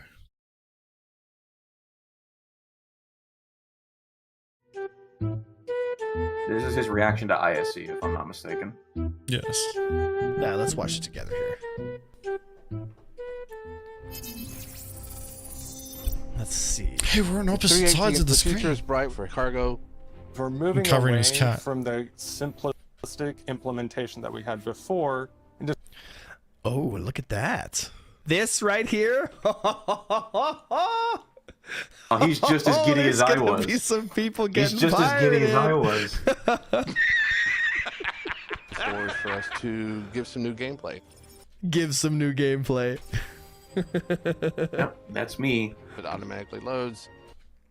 Would you look at that? Is he just skipping through Would this? you look at that, man? I want to see that again. Interface. He's You load he's your like ship, it he's automatically going through loads. like the bigger section. But what's cool to me he's is like, it's like very small skips. again, all these boxes are physicalized, right? Oh my god, the piracy! Oh my goodness! Yes, When A1, the vehicle piracy. explodes. Instead of generating the larger 1SU boxes on destruction, it actually generates the smaller ones in this kind of gamey, magical way. Oh my god! The servers are gonna fucking melt. Larger 1S Can someone say 30k? It's raining 30k. so that the player can actually You hear that, Agens? Well, this is dangerous, CIG, and listen He to me. keeps skipping through CIG parts needs of to it. listen to me for a second because I'm about to give you guys a little. Yeah, no. He keeps skipping through it and he's talking about like that this is gonna fucking, you know, cause 30Ks. Yes, that's right, this will cause 30Ks. COG talks about it later in the video, and if you didn't keep fucking skipping through it, you would see that they say that persistent entity streaming, the cargo's already there. It's loaded in the server's memory. You're not spawning new shit. Entities, It's already there. yeah. The entities get generated when the cargo is purchased, as opposed to when the ship blows up, as it is now. Like in 318, the entities are going to get generated when the cargo is purchased, and then all that happens when the ship blows up is that those entities just get detached from the cargo bay, and then they're the same exact entities that were generated on purchase, but now they're just out in space. They're in the environment container. Little bit of a lesson on players and what players are actually going to do versus what you want them to do. If you blow a ship up and it drops even 30% of its cargo, people are going to blow people's ships up because it's going to be a lot easier to just blow them up than it is to disable them, to board them, to steal the cargo. It's so much easier just to be like, ah, yeah, fuck you, boom, and blast them, and then just pick up the pieces. So, you know, SIG's got to be careful here because. What do you think about that, Agens? No, they don't. All right, so this is like, you know, CIG creating the situation where players need to make decisions for themselves, and if they know that their ships are vulnerable and they're going to be fucking treated like a loot pinata, that they prepare themselves accordingly. Now, contrary to what you see on Spectrum, even though the fucking dumpster fire is blazing hot and hard right now, White hot. blue hot. Fucking blue Pretty hot. sure white's hotter. I'm pretty sure white's hotter than blue, right? No. Blue hot. Mm. Mm. Anyway. The dumpster fire of Spectrum, like contrary to popular belief, Spectrum is like, you know, the Spectrum warriors that just sit there and fucking play Spectrum as opposed to Star Citizen. The majority of players are going to fucking pick up on what's going on, and they're going to be like, all right, I'm pretty much a loot pinata if pirates attack me, so I'm going to have to prepare accordingly.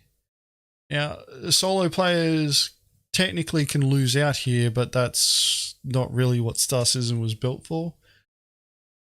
So, like, what was it? It's a MMO first-person universe. So, massive multiplayer online first-person universe. That's what COG was saying it was a couple of years back.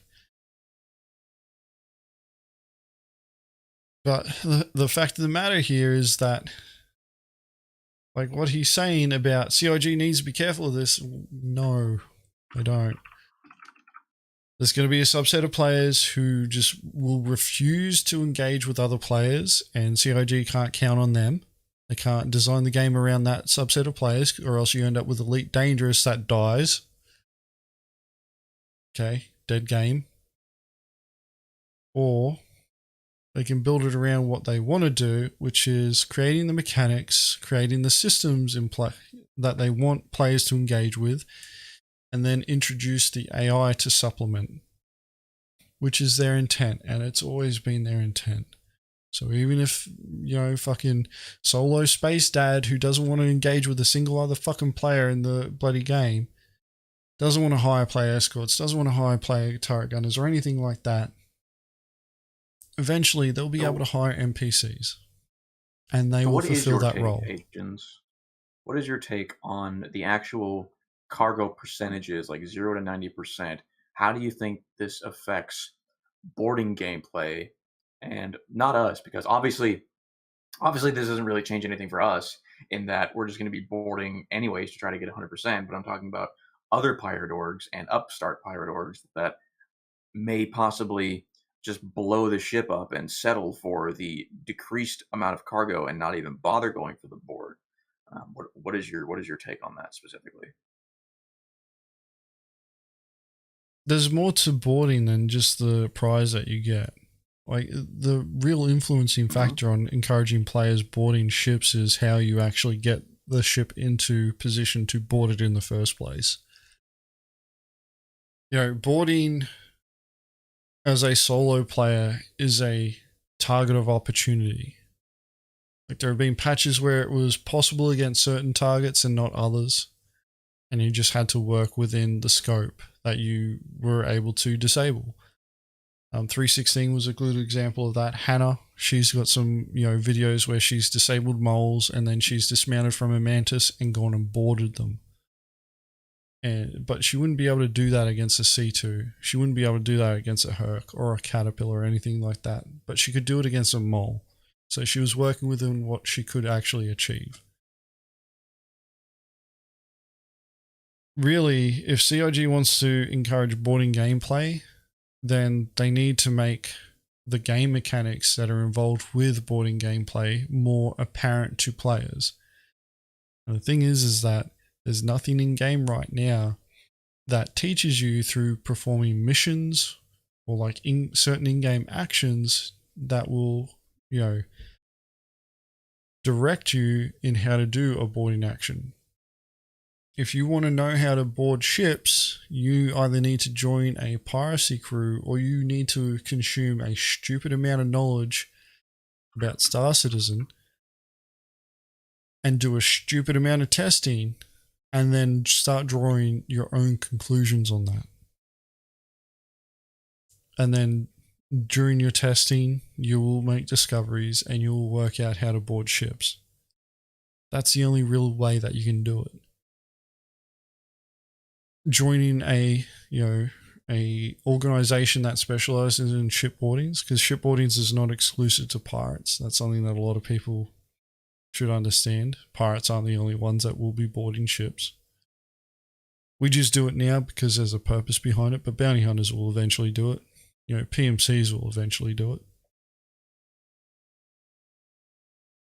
But when it comes to the shipboarding, CIG does need to facilitate the gameplay so that it directs players into doing it if they want to.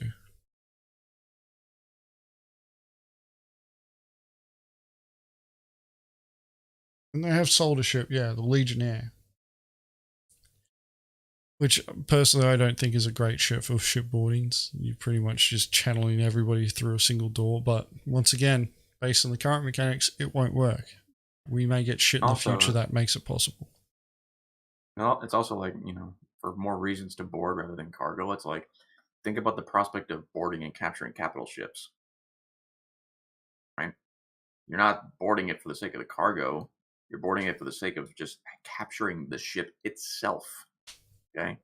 And like, we've already been doing this. We've been doing this for years, where it's like the value in, doing piracy now isn't in the actual cargo. It's the value in the training and the practice and the experience of boarding ships, capturing them, fighting on ships, doing things like that. Because here's the thing. There are a lot of pirate orgs that are going to start and a lot of players that are going to be joining already existing pirate orgs to do this because they look at this ISC and be like, okay, I want to do piracy now. But the thing of it is, they'll be stumbling over their feet and tripping to try to figure out how to board ships. Meanwhile, a group like us, who's been doing it for years, it's just another day at the office for us. Nothing has changed. The only thing that has changed is that this is that like the final slice of our gameplay is this, because we're able to scout, find, chase, disable, stop, board, capture. Selling is the only thing that's been missing up until this point, and now that we have it, this is the only thing that's changed.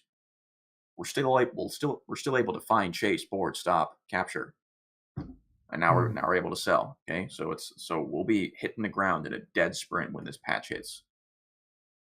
Don't get caught up in the MMO definition either. Like, Star Citizen is still alpha. We haven't really hit the point where people outside of this community would consider us an MMO in the sense of when you look at games like WoW or fucking Guild Wars or Final Fantasy Online and all those sorts of games. You haven't hit that sort of status yet. It's pushing towards that, but it's not there. But don't get caught up in that. It doesn't really matter. The intent is for MMO FPU.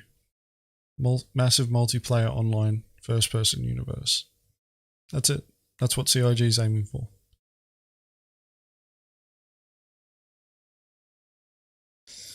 Anyway, let's keep this going. Is if you blow somebody up and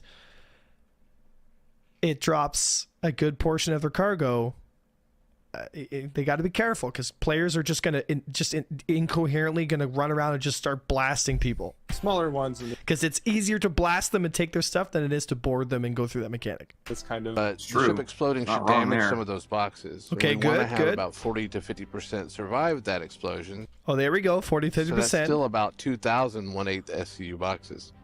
But then there's server performance issues to consider. So what we've actually been doing is capping that at 10% boxes being generated. However, on top of that, it's an incredibly tedious experience because now that's, if you were to do the math, about 400 boxes that you have to go pick up and collecting all of those by hand without a tractor beam. With the new system, we've gotten rid of. You're laughing, but you have no idea what it's like, A1. You have no fucking idea. SCU, that would be 696. Did you call them A2? SCU boxes rather than. Oh my god, What? the loot pinata is that. I mean, look at it. Thought It I heard literally you looks say like that. a giant loot pinata. All I see is money. Money. Because I can go and blast 3 or 4 A2s by the time it takes you to, like, rather than 5,000 plus. Or for pirates that want to scoop up their look at their ill-gotten. This is why I love Star Citizen, man. Because CIG, I love how they put little subtle fucking. Or for pirates that want to. They put little subtle jabs into, like, I literally released a video yesterday talking about that. People need to wake the fuck up and prepare because you need to defend yourself, right? Because guys with fucking goofy masks are gonna come and drag cutlasses and they're just gonna take it. And there ain't nothing you can do about it unless you prepare, train, assess your surroundings, have scouts, like, be smart. Be smart. Their ill-gotten gains, then they'll have an easier time to get at it, and there'll be more value there when they try to do.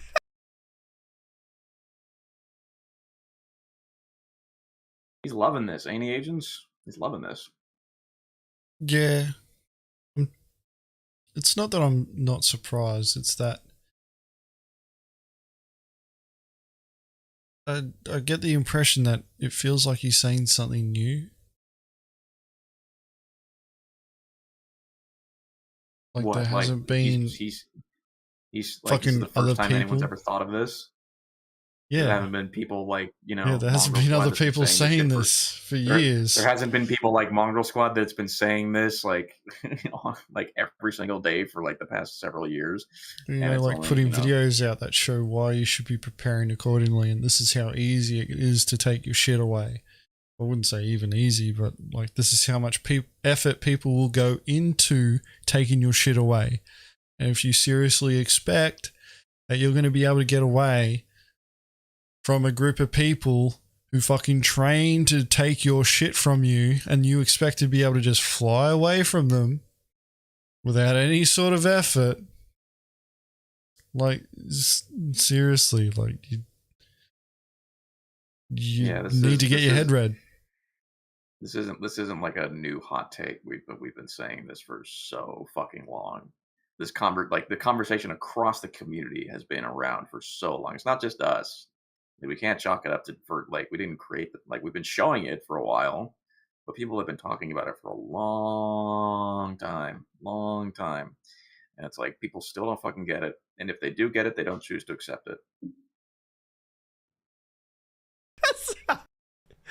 See, I fucking love Sig sometimes, man. So I don't care what they say about you, Sig. You're doing all right. generating a percentage of the boxes on See, destruction. Grogu's happy. There's a lot Like of every murder. other aspect of There's a lot of Star murder in Citizen's continuing 318. development that makes retrieval after disaster or collection after piracy easier and more rewarding. Collection after piracy. Say it, Jared. One more time. To disaster or collection after piracy easier and more rewarding than ever before. That it's the Can we talk a little bit about boxes for a moment?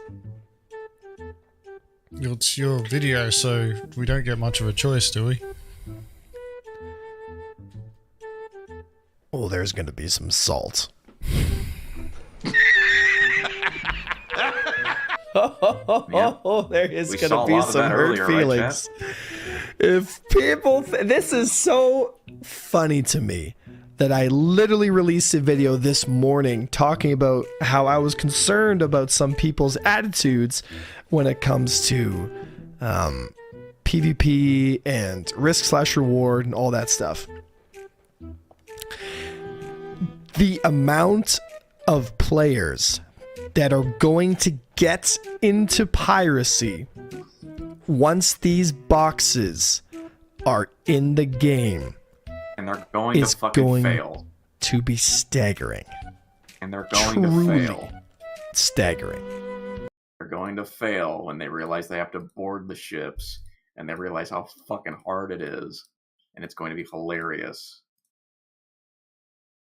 So, I'm going to bring up a point here. Yeah. Depending on the ship that you're hitting, depends on how much profit you make. Now, if blowing up a ship hits the 40 to 50% mark, and you're hitting a titanium hauler, for example, you're looking at roughly 400k. For a single player, that seems like a lot, right? But, this is a point that keeps getting missed, and Avenger 1 is a PvP player, and when I say PvP player, I'm talking about a pure PvP player. He's there for the combat only. Objective-based combat is more about fighting for him than, taking a prize. It's one thing to destroy the ship, but you still have to pick up that fucking cargo. And you can't do that in a dedicated fighter. You're going to have to take a ship that can carry cargo, which means that you need more than one person. So your profits are already getting diluted. Now you can sit there and go, yeah, but one ship destroys the target. Well, that ship ends up with a crime stat. You know what else the CIG is doing in 318? They're reducing the places that you can remove your crime stat at to 2 places. SPK and Klesher. Which means that when you destroy that ship, you're going to get a crime stat. You will end up with a bounty. Now, the way to get around that is you have one person just going around destroying all the ships and somebody coming behind them and just scooping up all the shit. Fine. You can do that. Right now in the current fishbowls that we've got, you can get away with that. But when we end up with server meshing, and once again, like a lot of this hinges on future gameplay implementation. So when people keep sitting there and saying, everyone's going to turn into pirates, everyone's going to turn into pirates until it gets hard. And then once it starts getting hard, you will find out who the real pirates are. Holy shit, this one managed to get pretty far. Dobbss. Alright, I got it. Just wide user on this channel.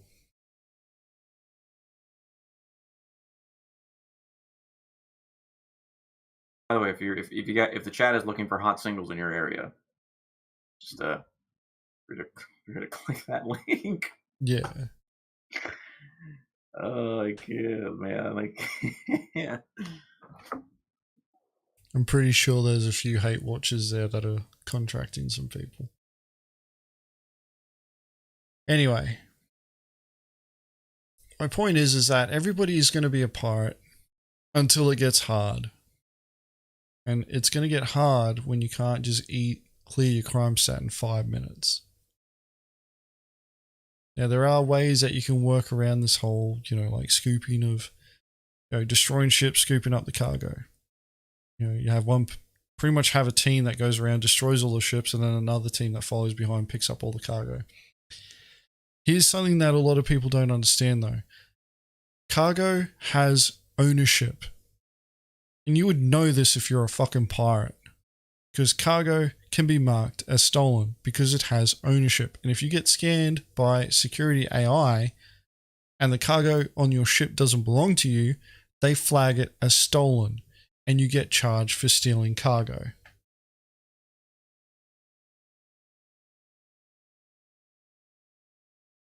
And the person carrying that cargo gets flagged as a criminal.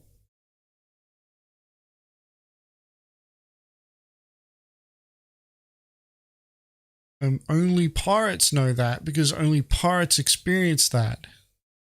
So when I hear a PvP player sitting there giggling that piracy is going to turn into this massive fucking thing, I just go, your narrow focus on this game has blinded you to the incorrect nature of what you're actually saying. Piracy is going to explode for about 5 fucking minutes until people start learning more about the game mechanics that they never dealt with before. And wait, I actually have to board the ship if I want 100%. Wait, I actually have to use an EMP. Wait, I actually have to use more than one EMP. Wait, I actually have to tie my EMPs with 3 different people. Wait, we actually have to use QED? No fucking way, right? It's like, yeah, it's like that was voice meter banana going to shit, by the way. Dobbs, you just ended up turning into a robot because of voice meter banana, but it's all right. What's the matter with you, agents? I'm trying to spit some knowledge here, and you're messing. Well, it's voice meter banana. Fucking clearly, a Care Bear runs voice meter banana, and they just shut on it. Voice meter banana. Well, maybe you should use something else, agents. You ever thought about that? It works. I can separate clearly not audio channels and play with the audio on them and set them to different volumes and do mastering on them. Clearly not if it ruins my voice, I wouldn't say it ruined it. It kind of just like put a dampen on your little rant there. Wouldn't say it ruined your voice. How I feel. That's how I feel, dude. That's how I feel.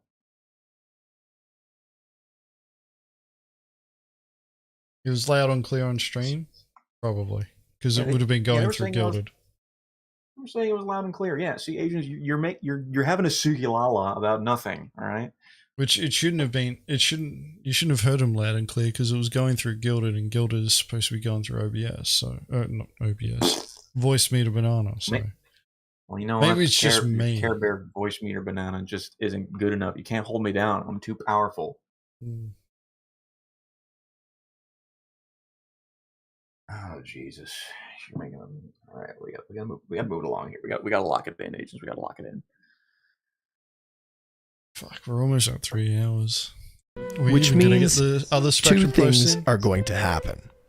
One, there will be a lot of people that are going to complain and say, "Why am I getting pirated? Why this, that, and the other? This game shouldn't be like that. Blah blah blah." Happening for years. I'm sorry, folks, but if you haven't accepted the fact that you are living in a sandbox with lots of other players and people, and that some of these players and people are going to steal your stuff, like if you haven't made peace with that, it's probably best that you reevaluate your idea of Star Citizen. Pause. Star Citizen is not elite dangerous. So literally, like, people are gonna Check come out down that and steal your face. stuff. Sorry. Yeah, exactly. No, I like can't fucking zoom in on the face. accepting stealing your stuff. Yeah, you want especially if you want to know what Mongrel Squad does, at least in the NA time zone, right? If we find a ship and they have a single bottle of Cruise Lux on board or on their person, you know what I say? I want that. And we stomp and board the ship as if they had millions worth of Quantanium on it. Because I want that Cruise Lux. Or they have a box of or they have a 1/8 SCU box of medical supplies that they got from a box mission. I want that. I'm taking it. Or they went to a fucking outpost and they got some fucking burritos, some Cruise Dark drinks, some whatever. I want that. It's the same value to me at the moment than as Quantanium or Laranite or Titanium. So it's like, we've boarded ships and slaughtered entire crews just for one bottle of Cruise Lux, and we all share it. It's a great time. But again, I reiterate, the value is the hit itself. It's great. Boarding, killing, death, murder, disabling. It's great.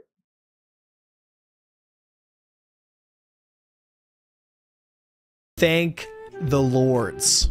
Thank the Lords that this game is not like Elite Dangerous, because if it was, we would all be fucked, right? And there's a reason why games like Elite Dangerous are falling off the planet when it comes to popularity, when it comes to enjoyability, and when it comes to just overall community. Now, after 10 fucking years, we are finally starting to see the fruits of the patience, right?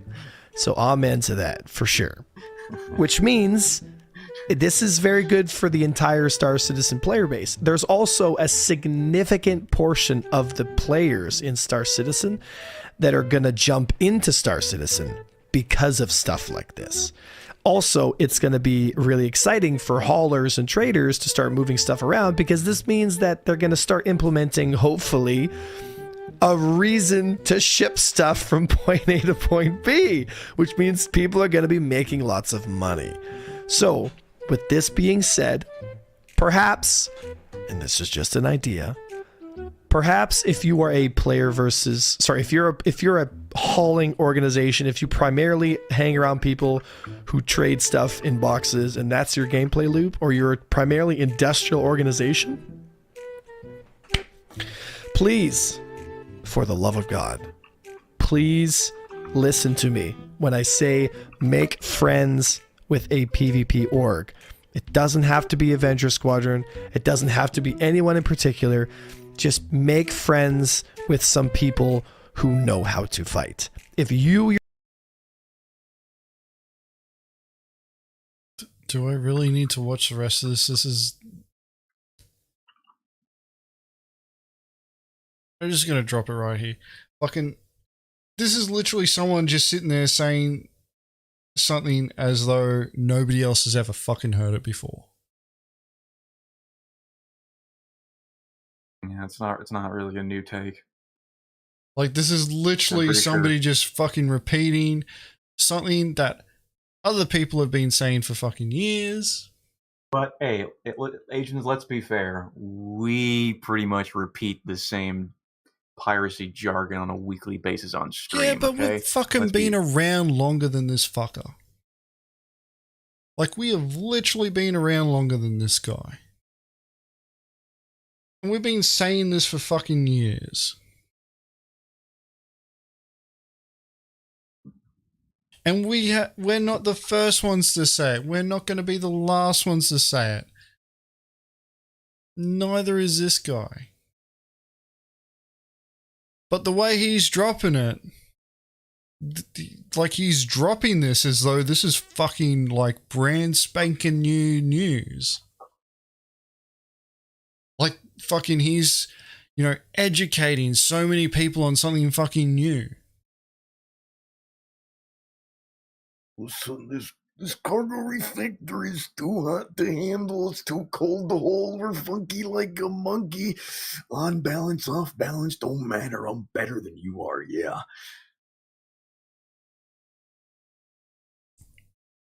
Care Bears aren't going to get this. And it's not because they don't, they can't comprehend it. They don't want to. They don't want to understand. They do not fucking care.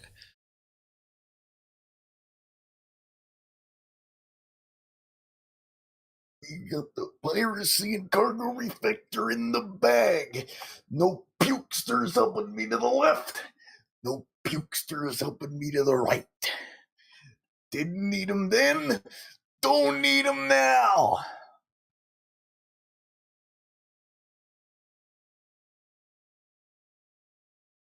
Fucking the comments are just turning into Macho Man fucking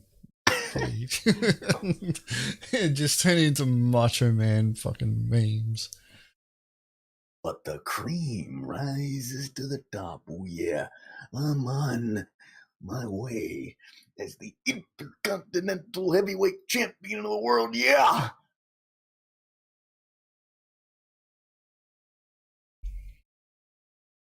Like, I don't mean to rag on A1 on this. Like, it's good that he's putting this message out again. It's just, this is something that I've been fucking saying for years. This is something that other people have been saying for fucking years. This is not new. And the way that he's putting it across just sounds like, oh yeah, this is new. You guys need to understand this. No, it's not. Yes, they do need to understand it, but it's not fucking new.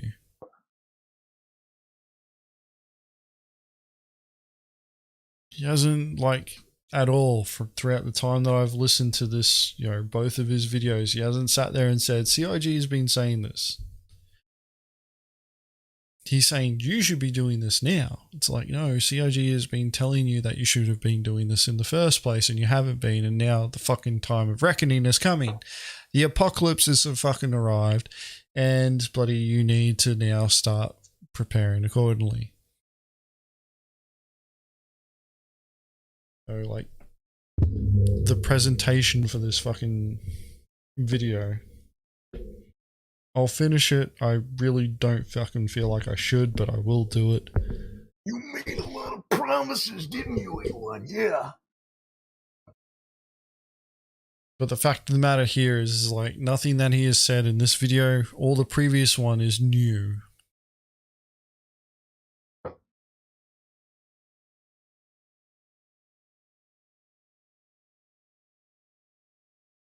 And will we see an increase in security? I don't think we will. Not until the fucking cargo haulers start getting smashed and the ones who decide to stop peter away and we get a new wave in and it becomes a new norm where piracy is prevalent.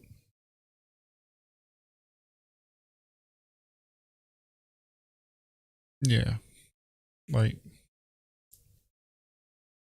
I'm just not seeing, or I'm not hearing anything new. Not hearing anything that really is relevant to the, cargo refactor, like the greatest piracy patch ever. It's just the start.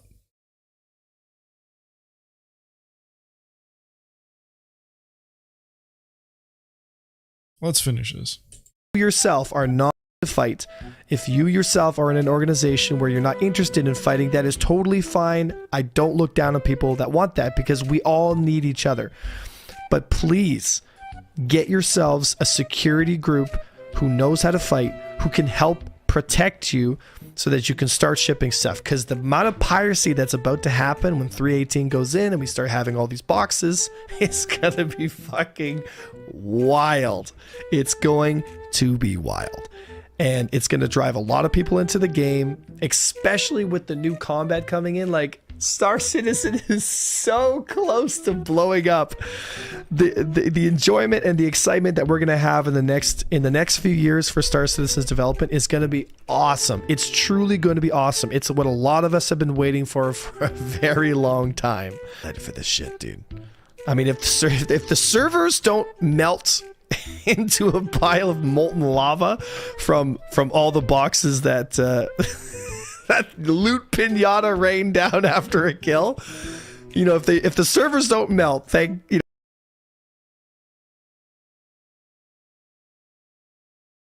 not paying attention to what CIG has been saying.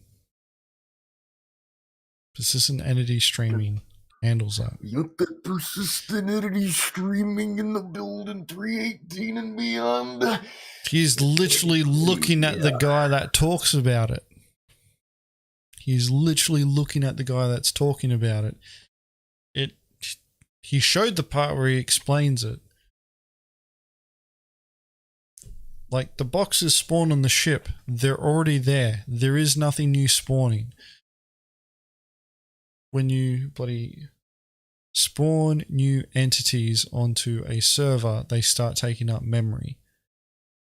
They can't take up memory or extra memory when they're already there.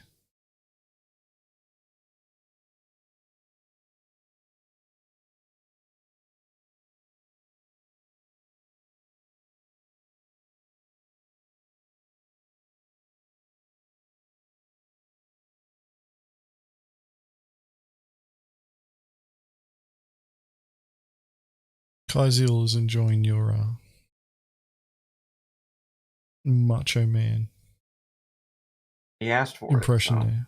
Yeah, He I asked do for recall it. seeing So it. Well, let's finish this video and then get into you the know, and there spectrum isn't posts. 30Ks every 10 seconds. Then, oh boy.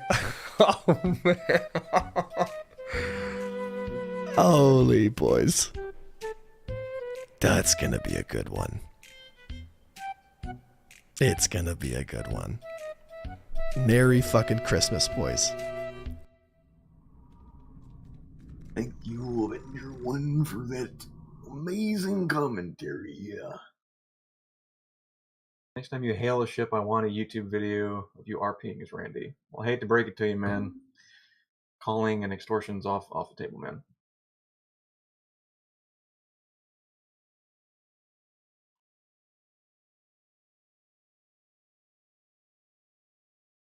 Didn't need him then, don't need him now. Who's gonna be the one to pick up the scraps? You, man.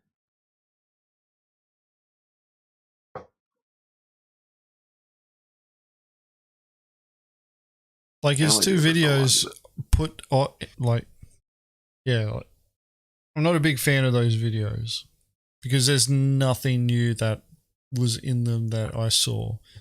Nothing that nobody else has ever said. In fact, COG has been saying this for fucking years, like pretty much since the start. And he literally is trying to say this stuff as though it's something new. Yeah, that may not have been his intent, but that's how it came across.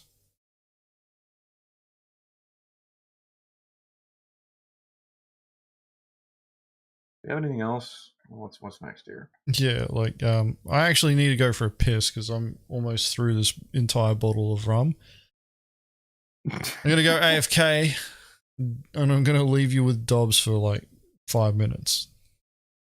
Dobbss, do we want to do a Macho poll? Man, Randy Savage. What? I got a poll. I got a poll for the chat. Whilst I go for a piss, should Dobbss continue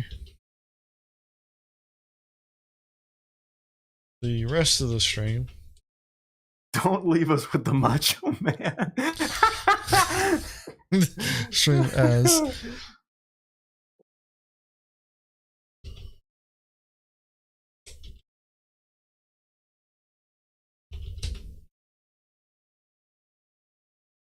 I don't want to. continue I speaking. don't want to be alone with dogs. Continue the rest of the stream speaking. That is not what I wanted.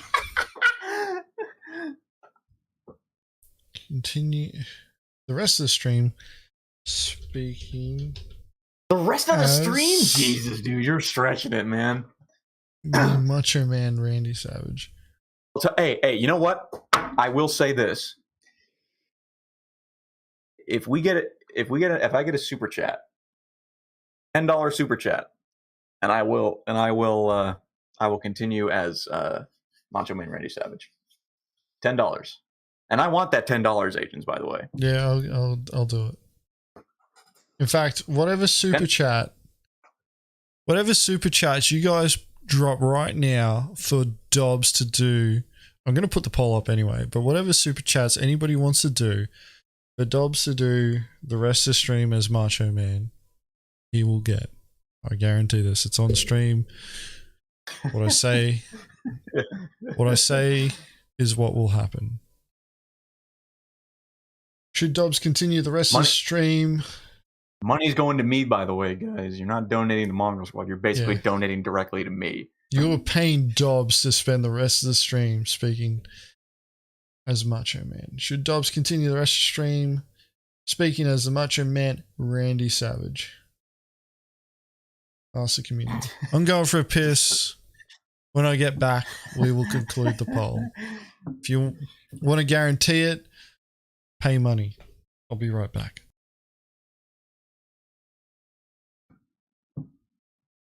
I want to see this ratio.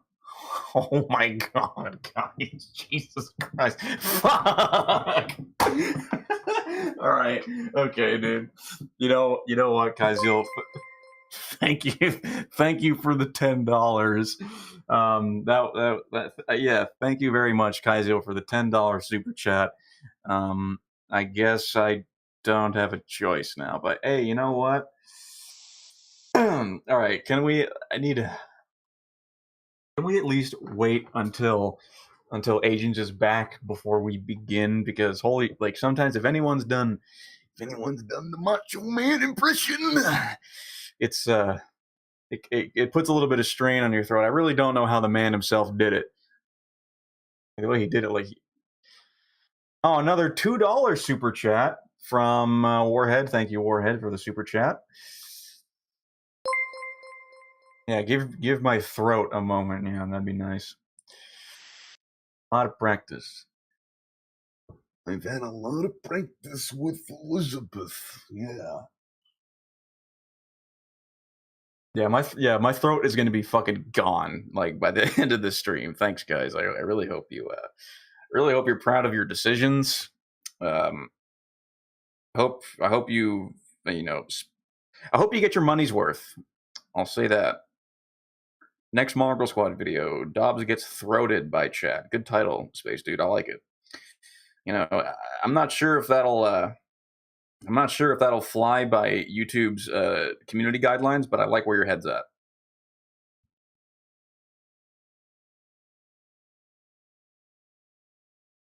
It's just so you made your bed and gave us the opportunity. You know what? Fine. $10, I'm cheap. And look, dude, we're a fucking small stream. Okay, I don't ask a lot from you guys. I can't,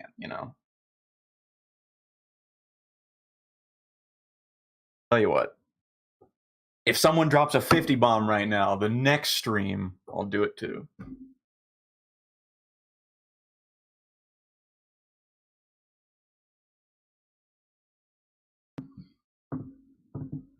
Throwing the gauntlet down. All right, here we go. Fuck. It happened. I can see it. At an 87 to 13% ratio, yeah. Yeah, but we're not even, we're just over the halfway mark for the amount of people watching. There's 46 votes. 75 concurrent viewers. Although balance don't matter. I'm better than you are, yeah. Although we do have a super chat for Dobbs paying $10. Kaizel has dropped $10. We got $12 10 super chats, yeah. With 10. no pukesters helping me to the left and no pukesters helping me to the right.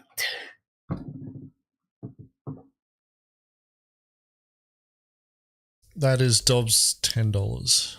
And he will now spend the rest of the stream speaking like Macho Man. That's $12, agents. We got that $12 super chat total. I better see that in the PayPal by the time you go to sleep. Yeah. Yeah. Only 46 votes though. I'm a bit disappointed, chat. There's 74 of yous watching. Surely 48. Alright, we're going up a bit. Surely we don't have like The 48 votes 36 are the ones that really give a damn. Yeah. 26. You made a lot of promises, didn't you, agents? Yeah. Hey, you were the one that offered the super chat. Don't fucking try and implicate me.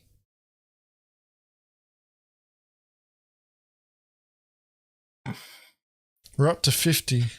I'm pretty sure it's safe to say that the majority of chat wants you to do it. I'm actually more surprised that there's 14% that said no. Oh, what can you say, agents? I got a natural charisma that people just want to be near.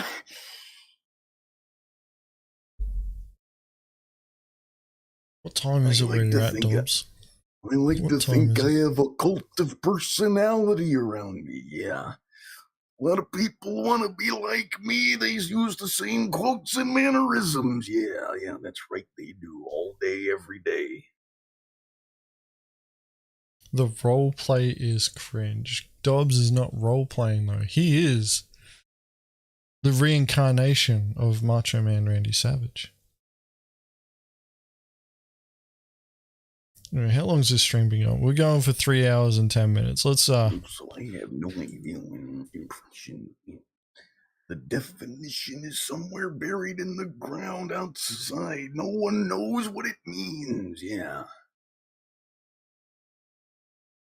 we're actually going to look at that one. It's the last Spectrum thread that we're going to look at. All right, I'm just going to end the poll. We're going to move straight into this. Gonna move straight into it, yeah. More Spectrum posts from the Space Dad Care Bears, yeah. All right, that's fucking no. All right, this is your fault, chat. I specifically blame Kaizel. Looking on for the Spectrum, boys. Here we are. All right, so this one. I know where the I'm gonna link it.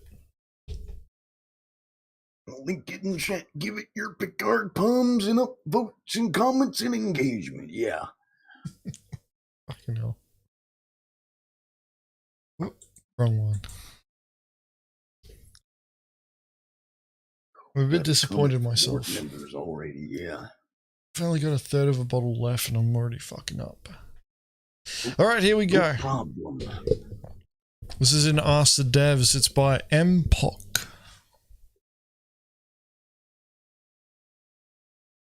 I wonder if that name, like, that's caught me. No, that's not. I'll tell you what, it's a weird name, and we never see it on the marquee at WrestleMania. Yeah, not against the Macho Man, Randy Savage. Oh, I'm speaking to. Fucking hell. Oh, I'm gonna struggle. All right. Self-destruction in times of cargo refactor and physicalized damage by MPOC. In Ask the Devs of all places. I'm surprised this even got found. As we have recently learned, the destruction of a ship will leave a considerable amount of its cargo behind, which will be relatively easy to pick up. With physicalized damage, ships are more likely to be incapacitated rather than blown up, leaving components and parts behind for salvage. Or they may even be repairable. Both points provide further gameplay. Oh fuck, this is a long one. Both points provide further gameplay and should therefore be the outcome of a regular battle, especially if there is some element of unpredictability. As mentioned with the cargo refactor, a random percentage of cargo survives the destruction of the ship. But when you willingly activate the self-destruct, mechanism of your ship, the situation is somewhat different. You want everything to blow up, leaving nothing of value behind to fall in the hands of your enemy.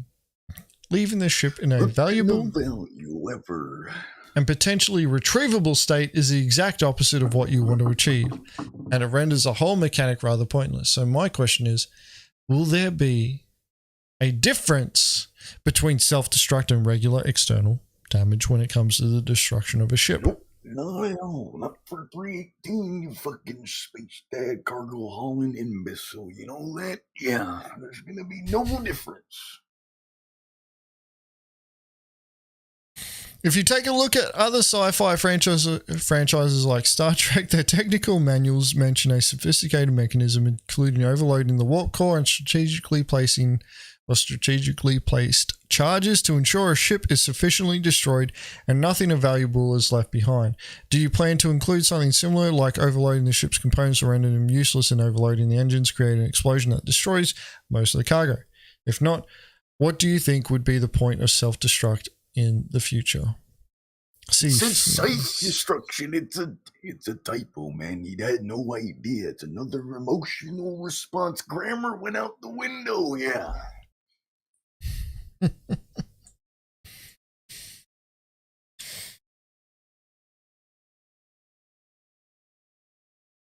Holy shit, Anta's the top post here.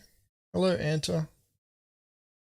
I don't know. Like, this is just literally another fucking Care Bear asking for self-destruct to wipe out most of their cargo so that they can do that as their first response so that they don't get pirated. This is literally a Care Bear asking for that.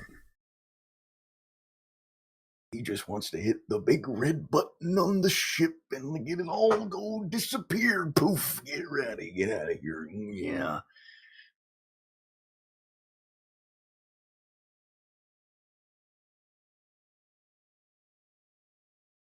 Frankly Beans, this is now my favorite stream thanks to Dobbs. Dobbs, you're the reason why the stream is now popular. Nobody cares about me anymore. It's alright. Yeah, that's right, yeah. It's all about the Macho Man, yeah. That's all the reason you tuned in this for your boy Dobbs. That's right, yeah.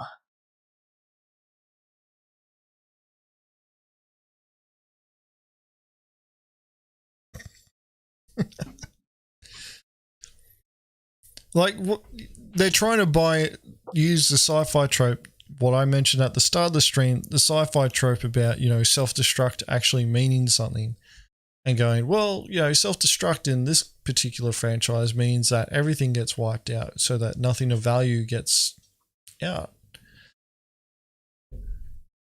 And this is where I'd say CIG needs to gamify self-destruct. Because I understand the principle. It does make sense in that sort of context. However, in the context of a video game, it can be abused. And it will be abused. Because I guarantee you that this guy is going to abuse it. Because they want their... Go ahead. It'll be abused like I abused Elizabeth. Oh, yeah. Wait.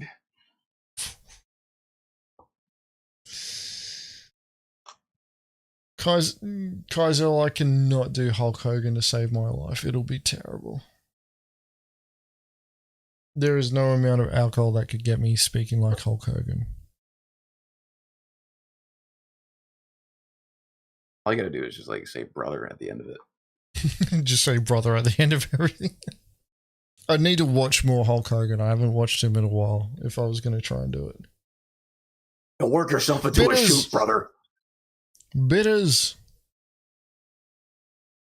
What are you doing, Dobbs? You got paid to speak like Macho Man. Yeah, that's right. Yeah, brother. Yeah. I remember when the mega powers were formed. Yeah.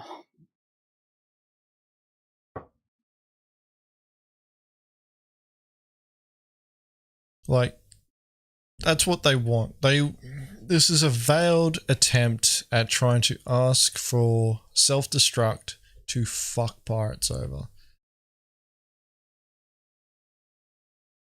The sci-fi trope of the reason why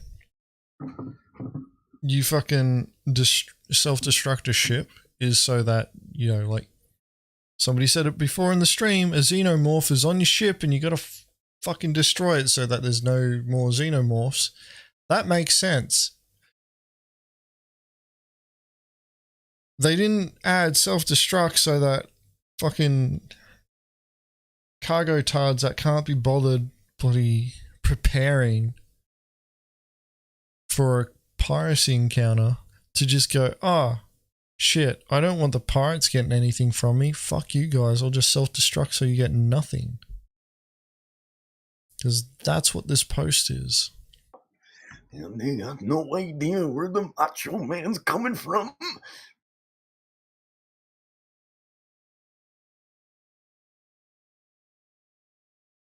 All right, let's see what Anta has to say.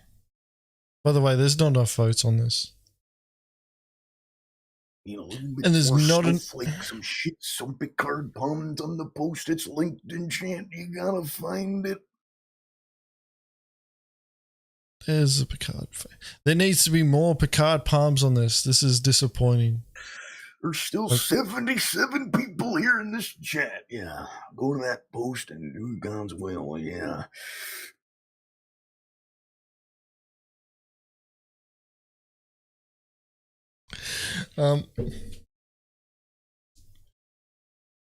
We're up to 7. Why is this?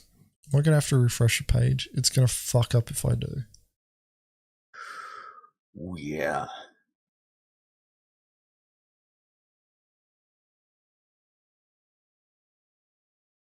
Come on. Let's get some more Picard palms on that. Drop some baby bottles on that too. What's the Macho Man got to say? Oh, yeah, we're at 10. It's the cream of the crop. Can we get some cream emotes on this one? Yeah. I want to see the cream be at the... I want to see it rise to the top. Oh, yeah. Top voted emote. Yeah. Can we do it? Yeah. I'm refreshing the page. Because apparently it's not catching up. 17. The cream rise to the top. Oh, yeah. 17.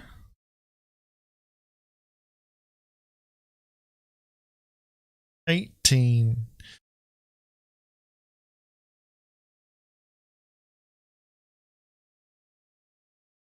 I guess the baby bottles could be considered the cream because there is some kind of cream in there. Wouldn't you say so, chat? Yeah.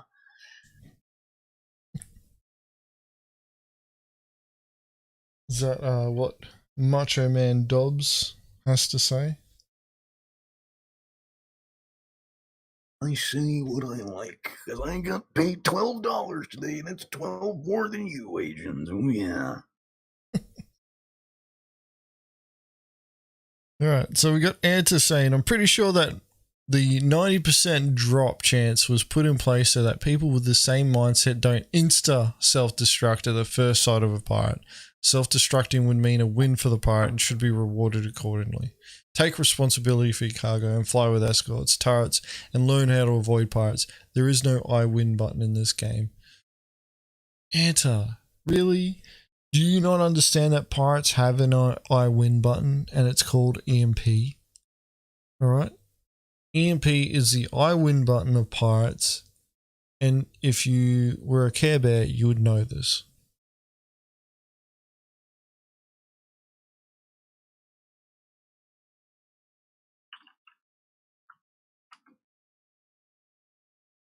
Got a bloody eyelash in my eye. Only 21 chat? What the hell?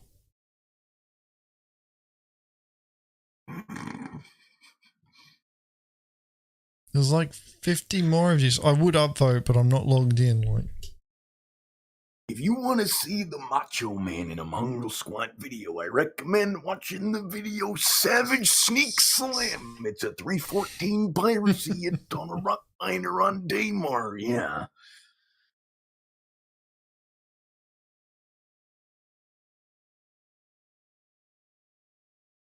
$22.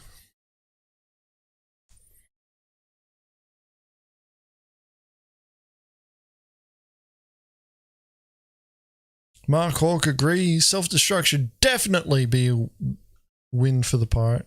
I'm pretty sure there's supposed to be are.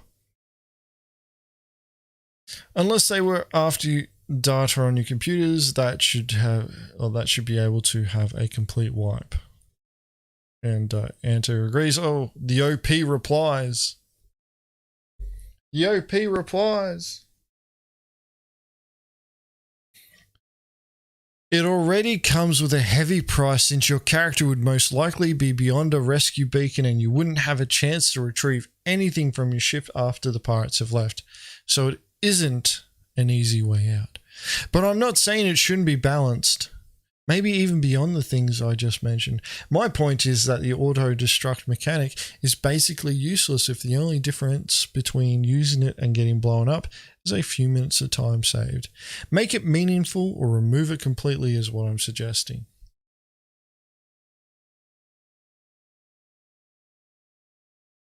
Does Mongrel have a Discord server? No, I tell you not. We don't have a Discord server. It's dead. It's empty. Nothing goes on in the Mongrel Discord server. But I'll tell you what. We have a Guilded server, yeah. You can find it on the Mongrel Squad RSI page, yeah. You click the link and it brings you a Guilded server. You can leave an application and we'll take it from there. And yeah, you go to the RSI page and you hit the Guilded link and we'll take care of you, yeah. Yes, we use Guilded.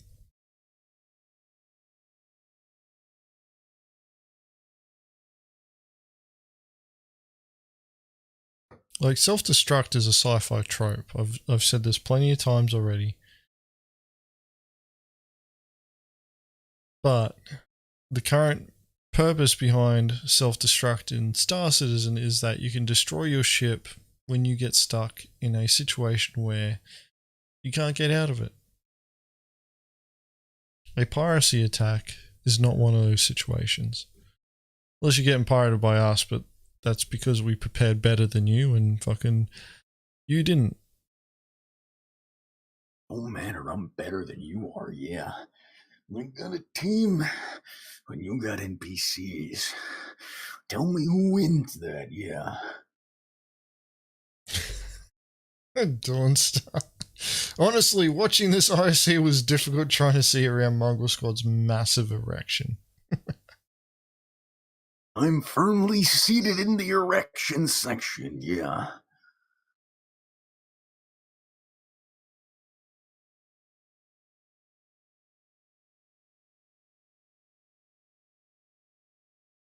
I paid for the whole seat and I'm using only the edge, brother, yeah.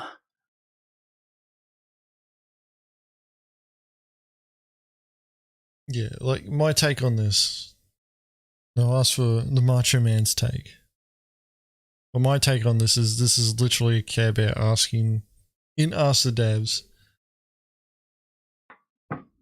for self-destruct to have more meaning from their perspective of destroying a ship and all its contents completely, using an example, which would make sense if it was real life.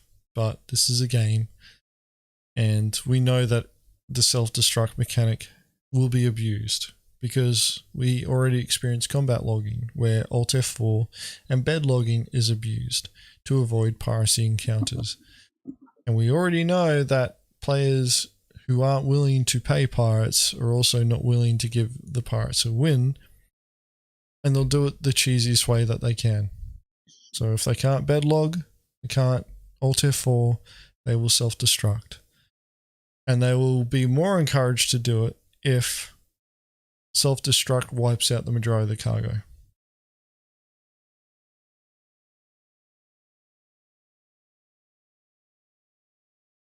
But what does the Macho Man have to say? Oh yeah, you know what I see right here, Agens? I see a poser here, a pukester, yeah, who just wants the game to be exactly what he wants to be, with no regard for the rest of the community, yeah. Doesn't care for what everyone else thinks, no. He only cares about what he wants to do, yeah. Only wants to have an I win button. Press the self self-destruct and everything disappears. Yeah. Well, let me tell you, that's not the way it's gonna be. No, sir. The cream is gonna rise to the top. Oh, yeah. And come 318, it don't matter what you do. No, sir. We're gonna get on board. We're gonna take all the cargo. And there's nothing you can do in that about it. Yeah. We're gonna be rich. And there's nothing you can do. Yeah. So you can complain to the devs all you want. But that doesn't change the fact that you are now legitimate salvage. Oh, yeah. Legitimate salvage. Jays, do you not know the Macho Man Randy Savage? That is how he speaks. It sounds like he's trying to push one out the entire time. And yes, Dobbs has, fucking worked his ass off on mastering the Macho Man's I've been impression. paid. Yeah, easiest $12 of my life. Yeah, they told me to say, hey, you know what? I will pay if you do the Macho Man Randy Savage impression for the rest of the stream. And oh yeah, I'm doing it. Oh yeah. You should hear his morphologist and board gamer impressions. They're actually pretty good. I can do those too. Let me tell you, if you slap down the gauntlet of the super chats, yeah, I will show you my other impressions. I got a wide vocal range, yeah. To be honest, though, like he's probably killing his voice box doing this. I'll tell you now, yeah. Both of those aren't nearly as physically touching as the Macho Man, Randy Savage, yeah. All right, we're going to jump straight into the next Spectrum post. And, yeah. Gargle some rum. He's not going to gargle rum. We're going to move on to the next one. This one's by Archangel Ultra. He is another, well, they, I don't know if they're male or female. They are another Spectrum dweller. A conversation between Macho Man and morphologist. Oh my god. Oh yeah. We were mentioned in this post. Oh yeah. And actually, I think this guy is actually pretty based. Yeah. He has a lot of what he said can be chalked up to ignorance, but some of it is pretty based, and you'll see as we read. Yeah.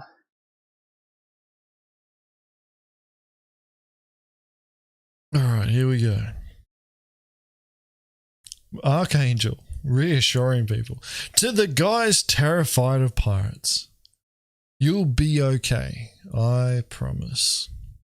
The first 2 weeks might be rough. That's when everyone wants to try out the cool new piracy capabilities. Prepare to see tons of amateurs with mantises trying to shake you down. But the novelty wears off. It always does. After a couple of weeks, the only pirates you'll run into are the occasional org trying out piracy because they're bored, rich, and have done everything else, or the guys like Mongrel Squad who make content off of being pirates. Oh, you don't say our name, yeah. We're like Lord Voldemort, we don't use the name. Real talk, being a pirate kind of sucks. Anyone who's tried it knows that it sucks. Even after cargo refactor, it's not profitable relative to bounty hunting or hauling. It takes several players, tons of time, a cooperative victim, luck to find something interesting. And at the end of the day, realistically, you'll probably end up with nothing at all. Because you suck, yeah. You thought piracy was gonna be easy in 318. No, it's not. Not at all.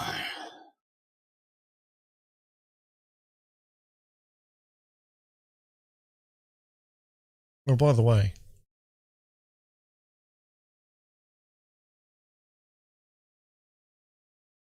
the link. I mean, drop that link in chat, yeah.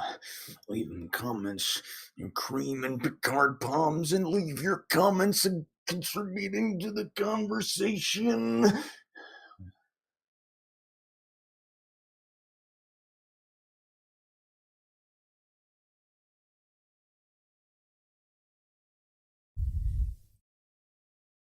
This guy hasn't been ratioed yet.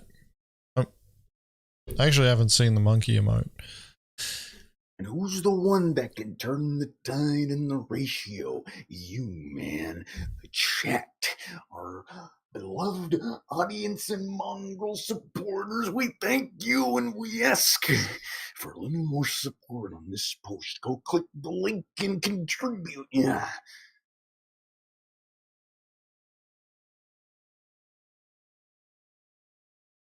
We're sitting on 30. There's 79, 78. Come on, let's get above the OP's upvotes. To a certain degree, old mate's kind of right. Actually, But kind of based. to a certain degree as well, 318 makes piracy better.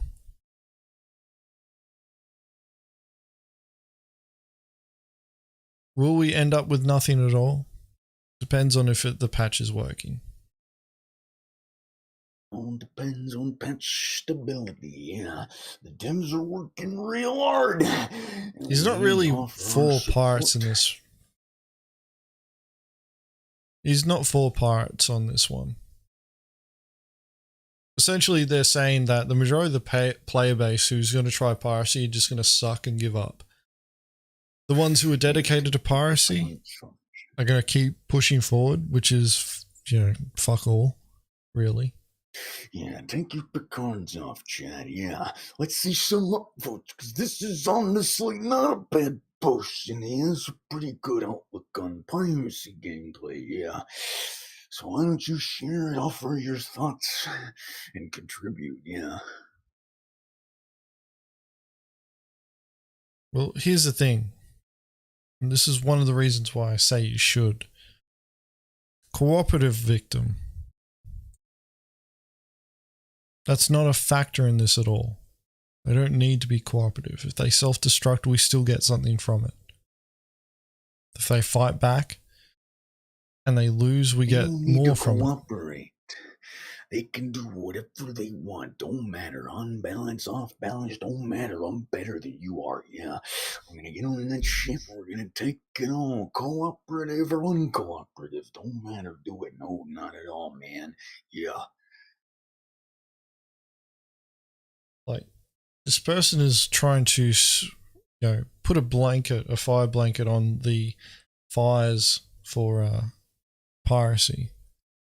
And say piracy is not that bad. It's not going to be that bad. The fact of the matter is that this guy, like, they are anti-pirate. If you go through his posting history, you'll see that he's anti-pirate. And what they're saying is that, oh yeah, the majority of the players, they see this, and you saw it in Adventure 1's video. He's sitting there going, yeah, well, these players are going to start doing piracy now. It's like, well, you know, they'll do it for about 5 minutes. And then they'll realize that there's more to it than just blowing up a ship, because then you got to pick up the cargo, and if you got the crime stat, somebody's just going to fucking swoop down and smash her. And then they'll end up in prison, or they'll end up with a crime stat, and they'll be like, oh shit, I gotta either fight my way through a fucking fortress full of security AI, or I get sent to prison. Thank you very much for the sub there, Thunder Cookies.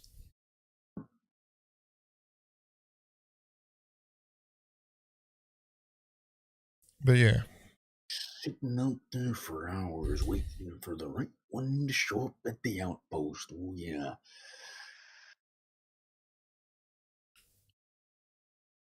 Piracy is going to be profitable for those who prepared and practiced. Oh yeah, prison with Refame, running around with the shank, killing anybody that moves. Yeah, I've been shanked by Refame.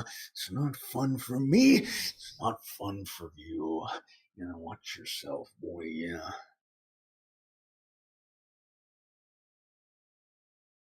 So feel free to drop those Picard palms on this. Like, they're trying to reassure Care Bears. There is an element of truth to it, but at the same time, they are like a cooperative victim is not necessary.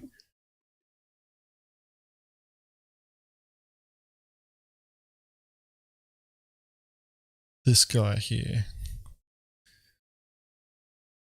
This name looks familiar. There's actually somebody who's blocked Mongrel Squad's Twitter channel or Twitter account. By the way, we have Twitter. If you're on Twitter, go find Mongrel Squad and follow us there. We just use it normally to notify people that we post a video. I think it's this guy. I'm not 100% sure. More than likely. But we've actually been blocked by somebody on Twitter, which I'm amazed by still. And they hate, like genuinely hate anyone that engages in any sort of piracy gameplay. Yes, Twitter is still working. Elon Musk has not fucking handed it over to Neuralink.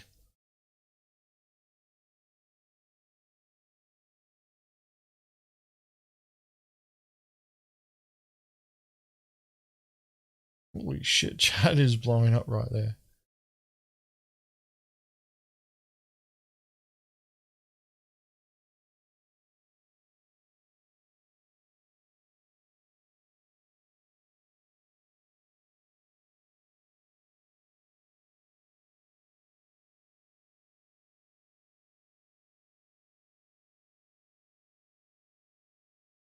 Yeah, the bird has been freed on Twitter, yeah. He came in with the sink and all. Here we go. Twidget's fucking hot take on piracy. It costs nothing to do. No great cache layout. No great cache layout? Fuck off. Just jump in a ship. Alright, jump in an Argo cargo and fucking tell me how good you go at being a pirate. And go bully people. It will be super easy to get into. Get out of and get back in. No consequences to speak of. No bills other than fuel and occasional rearms, which are almost no alpha UEC at all. So no, the suckage is minor at best. Say no more. I will go out and bully people. Oh, yeah. They will feel I'm on my way.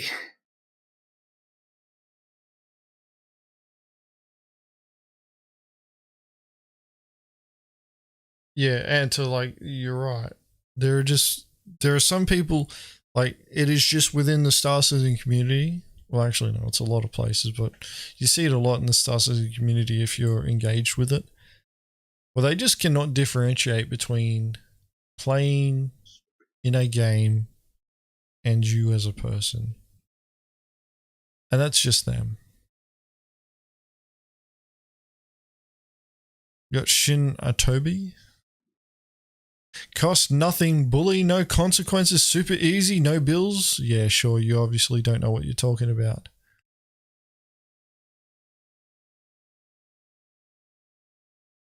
What's to know? There is no hidden stoic recipe for pirate success. You get in a ship, any of the viable fighters are only 2 to 3 million alpha UEC. You fly around, shoot at a station, shoot at anything that moves. Or Thirtar moves. When you get bored of fighting or outrunning. And hot dogging.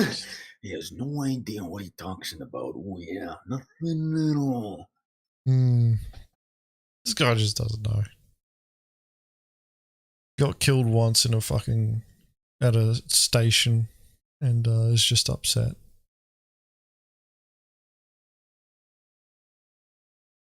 And then a lot of it's just this. The rest of the chat's just shitting on that guy. All right. Picard palms, we've gone above. You've done your duty, Chant. You should be proud. Get some pat on the backs and some high fives, and Chant. You're doing a good job. Oh, yeah. All right. Let's keep moving forward because I want to get to the good stuff.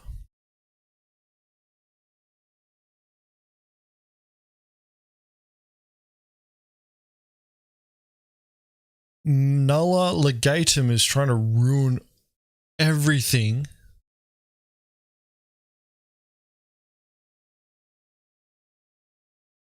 By telling cargo runners, please stop crying about Refactor. I mean to stop crying, yeah. They're already getting ratioed, so that's good. Ooh, Or maybe not. Oh, Maybe yeah. not. This guy could be on our side. Ratio. Look, I'm not going to make this a super long post. It's really quite simple. Simple, yeah. Why don't you educate me, Mr. Noah? Yeah, I want to know your take. All I've been reading today is dozens on dozens of you cargo haulers complaining about the refactor making piracy easier, but I ask you to stop and think for more than a few seconds. Let me itemize and simplify why you're wrong. 1. If I, a criminal, blow your ship up, you will probably be on it and die, right? Can we agree this will automatically give me at least a CS3 if it's just you, and more if you have passengers or gunners, okay? 2. With this newly acquired CS, I am now not only on the bounty boards for hunters to locate, but the UEE and advocacy are now looking for me as well. Can we also agree on that? Okay. 3. Your ship blows up. Let's say you have 400 units of cargo. That's fuck all. That's 4 SCU.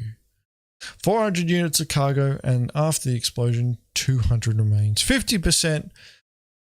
50% for you non-math types, really.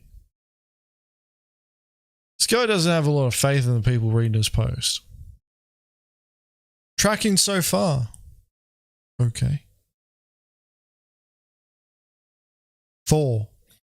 Since ship tractor beams are not in-game yet, I have to move your 200 plus boxes.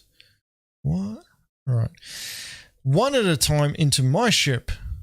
One at a time. Still with me?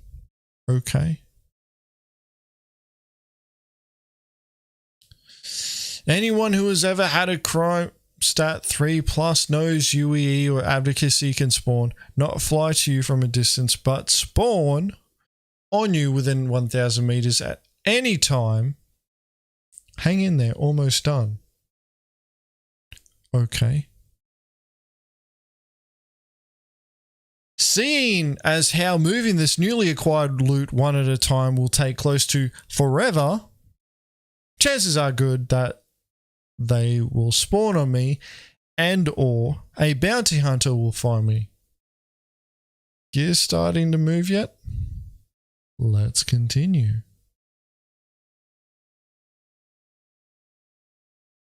Meanwhile, you have all of the time in the world, not only to grab your light fighter or multi-crew ship and some friends to get some retribution while I'm dragging your cargo to my ship. Okay. Chances are excellent that I won't complete the task before either getting killed or being forced to abandon the loot, making it easier for you to swoop in and retake it. Which I argue is way better than the present state where if you blow up you have no chance of recovery. What does this all mean? It means I'd rather much board and take your ship just as difficult as ever than blow it up. The last thing any smart criminal would want you to do is blow you up, so please get over it. Mic drop.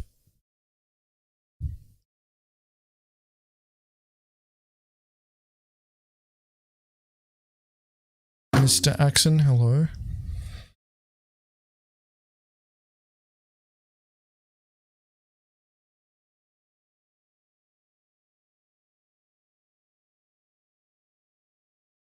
Oh yeah, we got a Jack Exton in chat. One of the toughest targets that we had to chase, yeah. Why don't you tell the chat, Mr. Jack Exton, how easy it is to escape pirates and avoid them in the PU, yeah. This was a hot button topic a long time ago in the stream. Why don't you, as an experienced cargo hauler, yeah, explain to the chat how easy it is, yeah.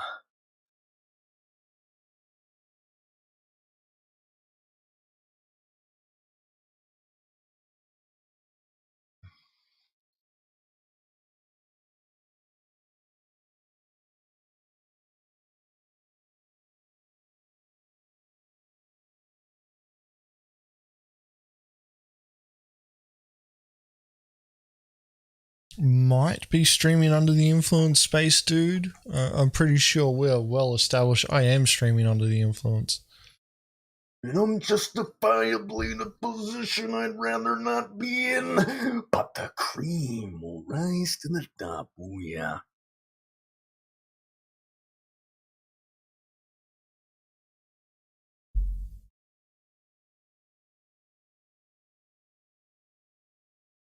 Alright, so what Old Mate is saying here is that blowing your ship up makes it harder for pirates to actually make profit. So they're going to want to board your ship.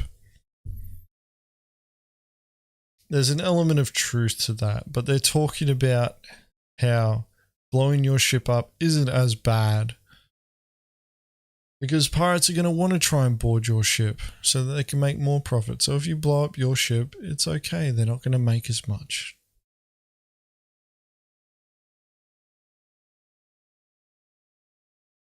What pirate doesn't stream and rum at the same time? There are heaps of people that claim to be pirates, Warhead, and they do not drink rum while they're streaming.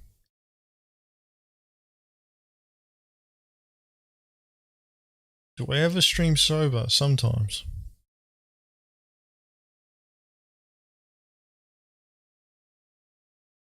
Nighthawk. Pirates, stop crying please when there are no haulers anymore. That's never gonna happen. There's always gonna be space stands around, yeah. Well, we're in Knight and Titanium over on Bezdek and Ariel, yeah. Even when trade's in a sorry state, it's been that way for a long time, yeah. You still find traders on a daily basis on Ariel Hall, we're in Knight and Titanium, yeah. It's not going away now. It's not going away anytime soon, yeah.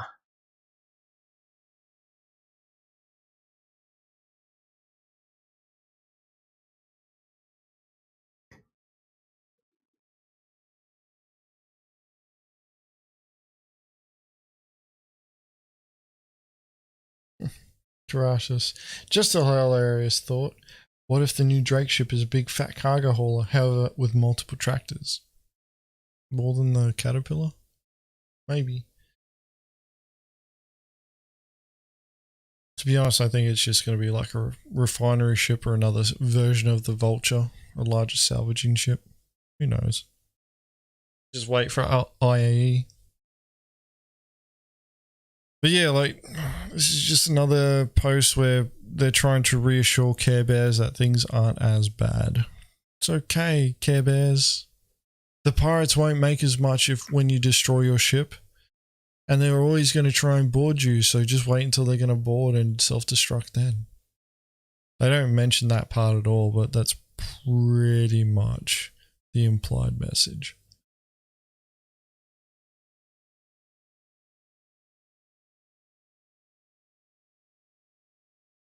Yeah, like, this notion that there's not going to be haulers anymore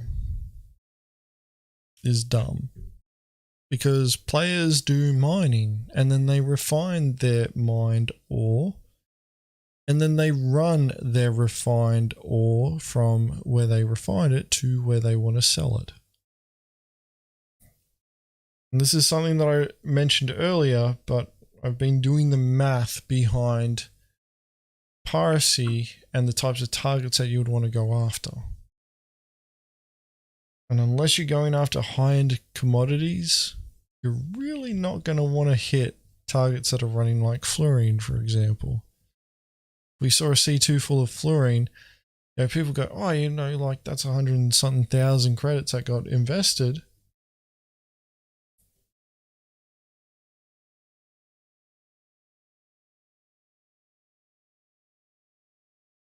But that's fuck all to the group of pirates that hits that ship, because they have to divide that loot amongst themselves, and it's just not worth the time and effort.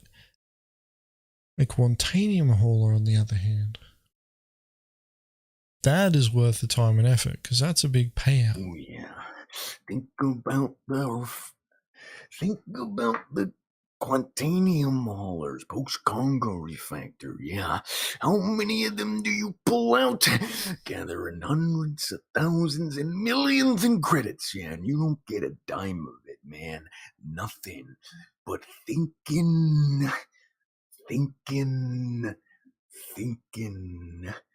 I think that's going to change in 318. We're gonna get all that quantum cargo, yeah.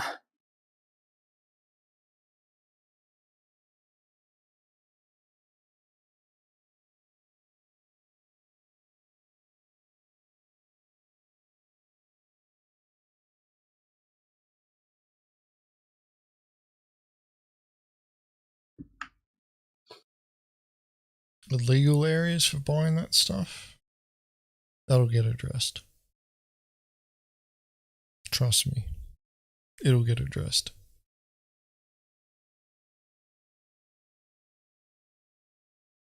So, what LJB is talking about there, when you destroy a hauler moving Quantanium, it doesn't drop boxes because because CIG made it so that Quantanium doesn't spawn boxes when you destroy the ship that was carrying it, because they were waiting for cargo refactor. Now, when we get cargo refactor, a ship moving Quantanium, it's already got all the boxes on it, so they will spawn, but those boxes belong to someone else. So if we as pirates want to sell those boxes, we need to take it to somewhere that, you know, there's only no questions asked terminal, where they don't care that you stole it. And there's no places that buy Quantanium at the moment.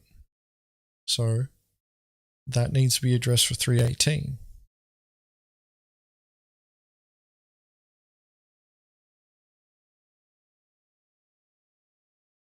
But we'll have to wait and see. But the fact of the matter is like, going after Quantanium haulers is technically more profitable for pirates.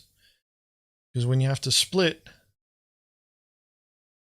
Thank you very much for the money there, Valor. The super chat. 07 to you too. I better see that too, Agens. Yeah. I want that in my PayPal by the time the stream ends. As I'm working overtime, yeah.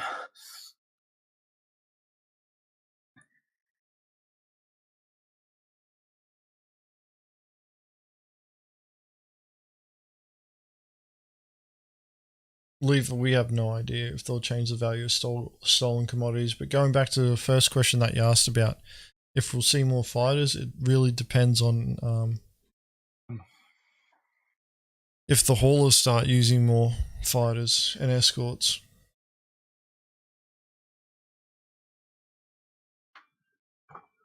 Yeah, Jack, do you hear that you're one of the best FPS YouTubers getting around?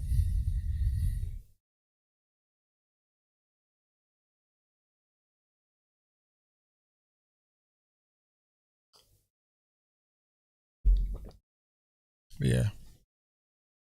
Cargo runners, please stop crying about Refactor, because you're going to be able to destroy your ship and the pirates don't win. And mic drop.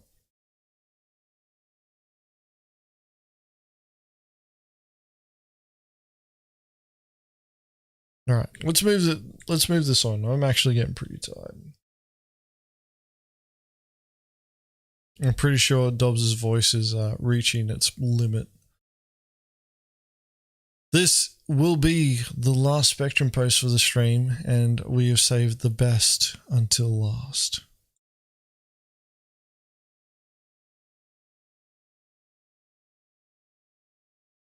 You better link it in chat right here, Agent. Give me the link. Give the chat the link, yeah. So they can do what they've been doing all day long. And provide their comments and reactions and contribute to the post, yeah. Leonin. I've dropped it. I did drop it in chat.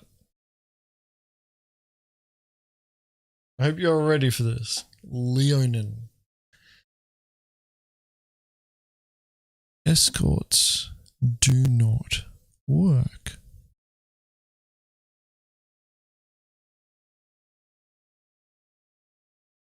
I'm tired of having to type this up in response to every troll that spews, just hire an escort, lols, in response to piracy concerns. Escorts do not work. They never have, they likely never will. It's simple math. Any player with a combat ship can make millions of credits per hour currently by grinding out simple, easy PvE bounty missions. Even running the lowest threat missions and ECN alerts, you can easily average 250k per hour, and this requires nothing more than a simple solo fighter.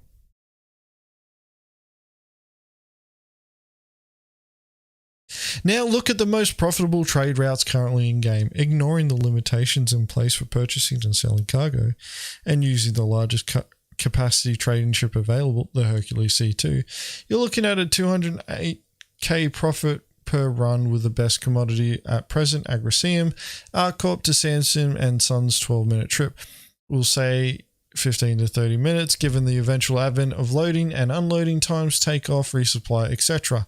We'll call that 500k per hour, rounding up and allowing for how Cargo Refactor will be changing things. Realistically, with sales limits, you won't be making nearly that much. Sale limits don't even matter. You can't pull that much cargo in one hit. Agricium,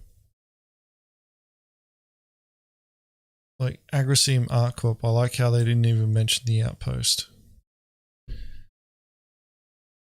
There's no outpost that gives you enough Agricium in one hit to be able to load up an entire C2. So already this argument is flawed with what they're trying to present. Like if they're just trying to theorize that you can make 208k profit if you could pull that much Agricium in one hit. Maybe 500k per hour. 500k per hour is still good. Now that C2 hires escorts and has to split the profits between them. With one escort, you're looking at two. Why? Maybe they answer this, so let's keep reading. With one escort, you're looking at 250k per hour each. So maybe this matches up to the profit a below average player could make running PvE missions on the easiest difficulty. Any more than one escort, and now you're making well below the minimum profit a single combat player can make running PvE missions. 166k. What? What the fuck is a /E supposed to represent?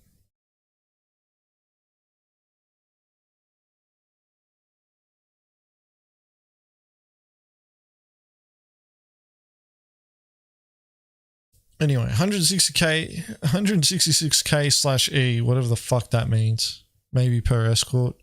With 2 escorts, 125k E. With 3 escorts, so on and so forth. This number gets drastically lower if the escorts are multi-person ships or if the C2 has crew members to pay as well. Like, Blake brings this up. Why would you split 50% with one of your escorts? Why the splits being even when they're not investing anything into the trip?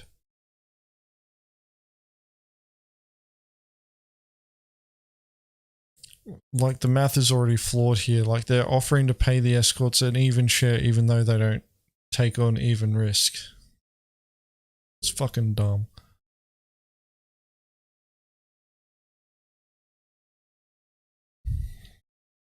Then we come to the next problem. On that trade route, the cargo ship owner is having to pay 1.7 million credits up front for the cargo. Most escort players also want to be paid up front. No, they don't. Most of them will take half up front and then half later. Because, hey, if they fail, who's going to pay them if you're dead?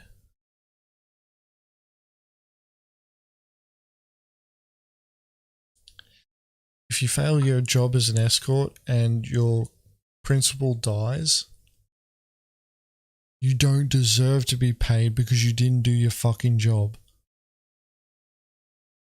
Your job was to defend that person and stop them from dying. You didn't do your job, you shouldn't be getting paid.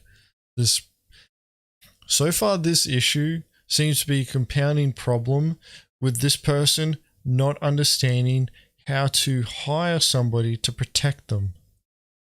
And they're just making assumptions that, hey, this person's just going to have equal stake in this particular scenario when they really shouldn't. Hey, thank you very much, Jaikin. Buy myself a better senior officer. Which one? I've got 2.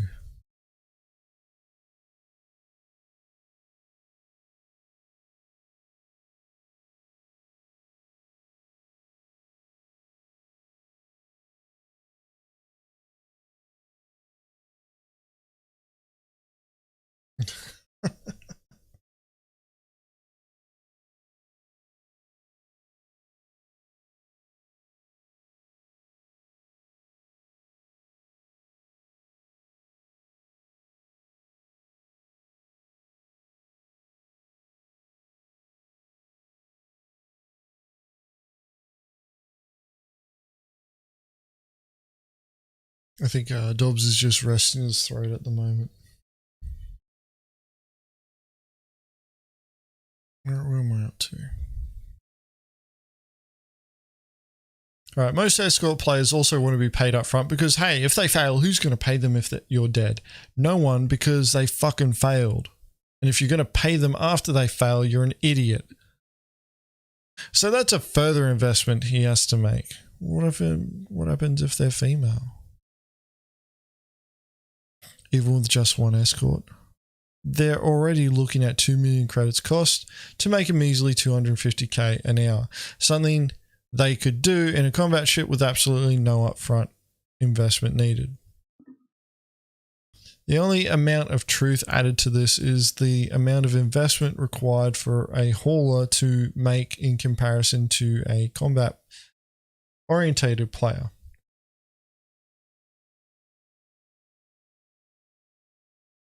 There's not going to be a face reveal, Mario.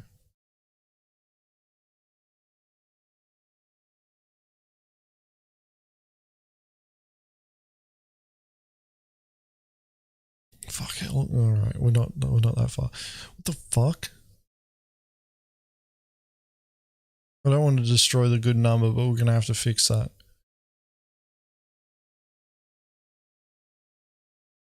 And on to the next problem. There are no guarantees. No shit. That's everything in this game. That's life. There are no guarantees.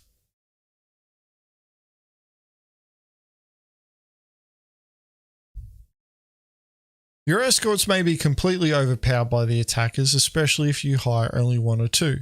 You never know what a pirate group is going to come at you with, so unless you overpay for more escorts, chances are you'll be outmatched. I'm going to keep reading through, but I got some words to say about that. There's also no guarantee that your escorts, even if evenly matched, will be able to stop your ship from being targeted and destroyed first. It's not a difficult thing to take out a large, slow cargo ship while simultaneously avoiding or tanking fire. If the attackers outnumber escorts, this becomes an even more likely reality. The pirates can simply ignore your escorts, blow your ship up, and come back later to claim the cargo, because despite all logic, CIG says that your cargo will survive catastrophic ship destruction now. So yay. Thanks for that experience, team. Really looking out for the interests of the little guy there. You have no assurances of your escort's ability to protect you, and at this point, it really becomes a better financial decision to just avoid hiring them altogether.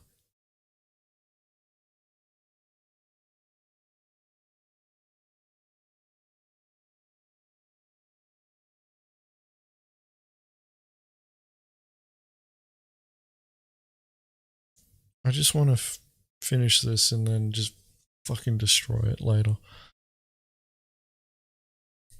But wait, there's more. The incentive to partake in piracy is higher than ever.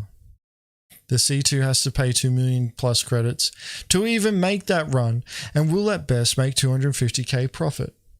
The pirates, though, they invest nothing up front, and if they collect all of your cargo after blowing you up, they stand to gain the full 1.9 million credit value. Yeah, apparently in this universe, crime does pay. Why take $2 million credit investment risk for less than an eighth of that in profit when you can just go blow up some other poor schmuck in a fraction of the time and make 2 million instead?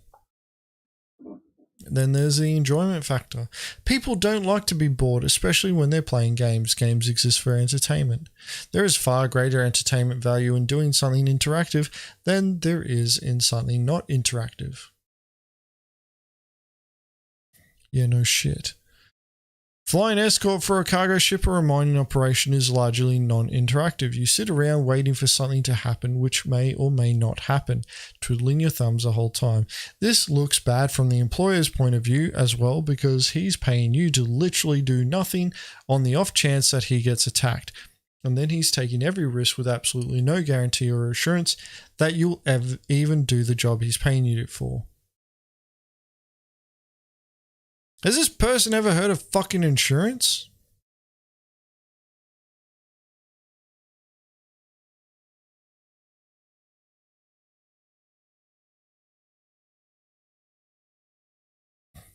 Meanwhile, you could be off doing action-packed bounty and merc missions and actually enjoying yourself while making drastically greater amounts of money. So really, you have no motivation to offer your services as an escort in the first place. Simple fact of the matter. And TLDR for those of you with the attention span of a squirrel.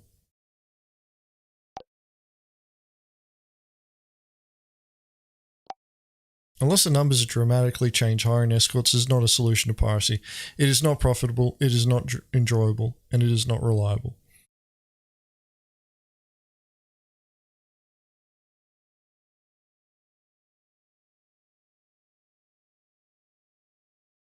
The ratio is fucking abysmal on this, to be honest, chat. I'm gonna relink this. If you're not fucking Picard palmed this, you should be doing this. You're in this chat, you've not Picard palmed this fucker. Do it. Do it. This guy don't know what he's talking about, yeah. Has no concept of reality, no concept of the game we play. So you can go over there and you put your big card palms, clown faces, and baby bottles, and you let them know, yeah. You let the whole community know, yeah.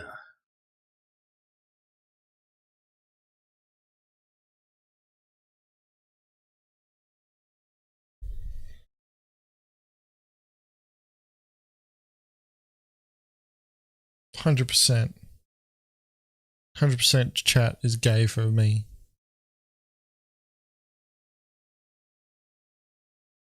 And that's okay. I don't judge people for that. Chanel. We've pirated this guy before. We've pirated this guy. Chanel. Minor setback. He's on the channel. Minor setback. Go look it up. Not now. Later. Minor setback. He was in a mole on Magda. I remember this. Because I shot him in the face. I boarded his mole and shot him in the face. It was brilliant. Good gameplay. He wasn't going to pay, but, you know, whatever.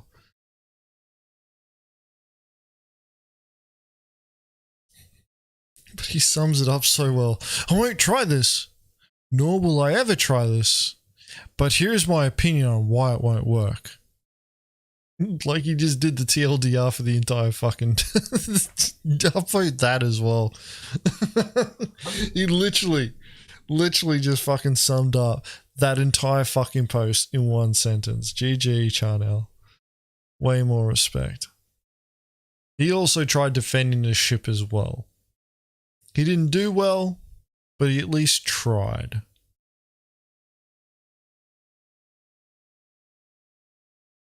Alright. Leonin responds, how is it that so many trolls live on Spectrum yet cannot read? I got a better question. Why is Spectrum full of nonsense, knee-jerk reactionaries? Plenty of people want to play Escort or Turret Gunner. You just have to actually interact with people, but I think you'd rather just make up theories of why something won't work, like most of the reactionaries to every announcement that happens with SC. It's always the end of the world.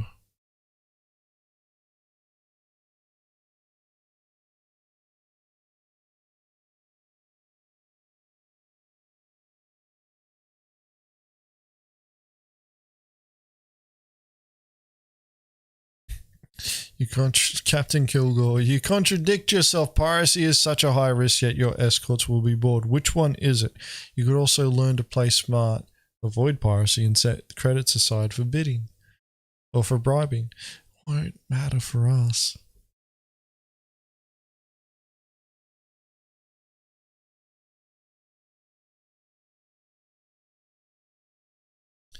Vit, when it comes to IAE, so on the day that the manufacturers are on, you can buy the ships then, and then at the end of the IAE event, there's like 4 days or so put aside where you can buy all the ships.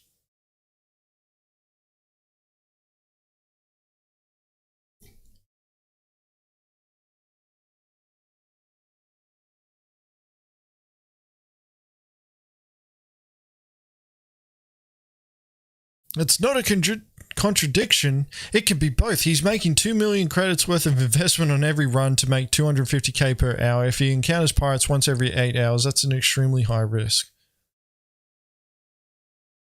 That's 3 times a day. If you get to play more than 8 hours in a single setting or single sitting, you're doing pretty well for yourself. So that's 1 piracy attack per play session. If that. Most people don't even get to play 8 hours. It's an extremely high risk, as he's just lost 8 hours worth of work by losing his 2 million.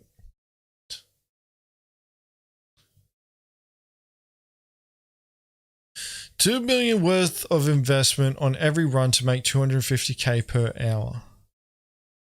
Encounters pirates once every 8 hours, so you're making 250k per hour.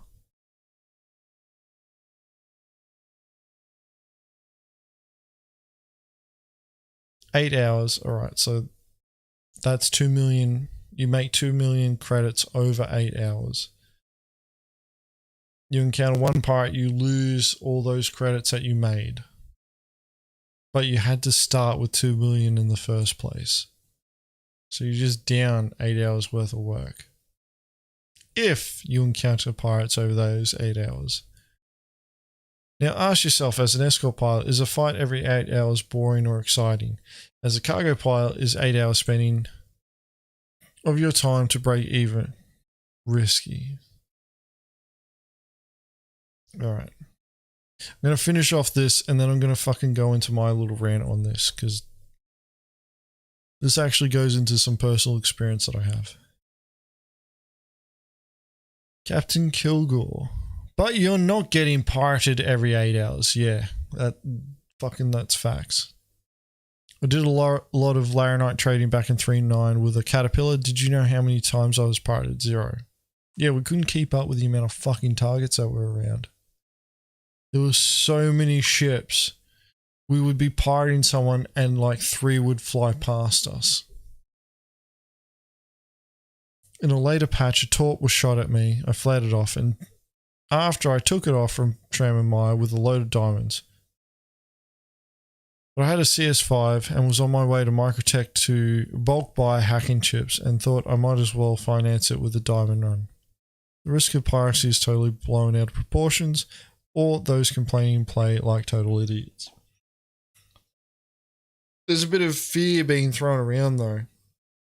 I think Captain Kilgore, like, it kind of doesn't get brought up in these posts, but there's this fear, irrational fear,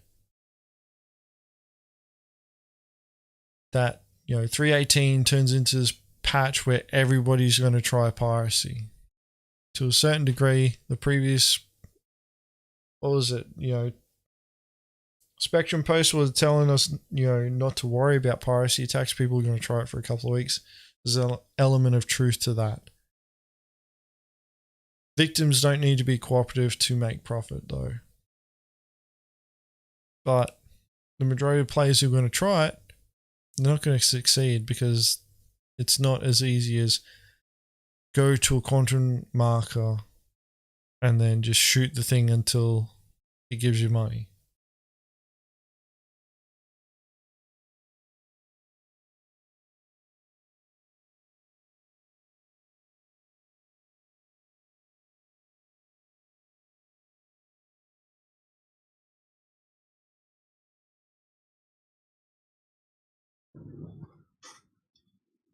Escorts do not work. This is what this guy is saying. Escorts do not work. They do. They really do. I've said this in the past and I'll continue saying this because this comes from personal experience and I know this to be true. If you are doing security work and you're doing your job right, it is supposed to be boring. It is money for jam. Because you create something that's known as a hard target. A hard target is something that people look at, and the best example that I can give is a porcupine. A porcupine, to most predators, is considered a hard target because all of the little spikes that are poking out. In the context of a cargo hauler, the escorts and turret gunners are your fucking spikes. And anybody that tries to attack you is going to encounter a world of hurt. Now, in the grand scheme of things, a predator will look at a porcupine and then they'll look at a rabbit. The rabbit may be a little bit more difficult to catch, but it's not going to hurt as much when they do. Whereas a porcupine may be a little bit easier to catch, but it's going to hurt a lot. So what's a predator going to look at? They're going to go at the rabbit and they're going to go, I'm going to have to put a little bit more effort in, but I get the prize that I want. They look at the porcupine and they go, too much work. Escorts, when they do their job, the job is boring. But here's the thing, you're getting paid to be there to provide a deterrent. That is your job. You are the deterrent. If you actually have to engage anyone, then you're probably over your head. Because whoever's attacking you is determined that they can take you on.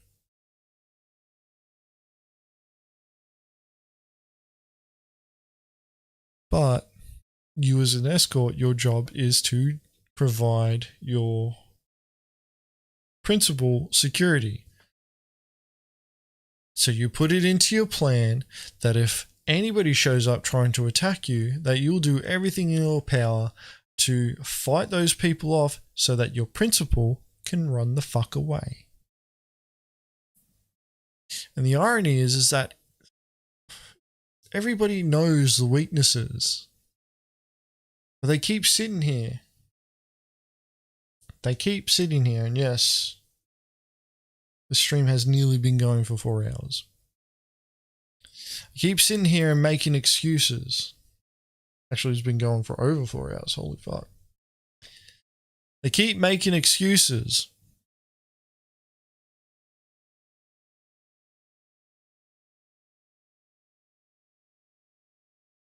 As to why escorts don't work without actually running them.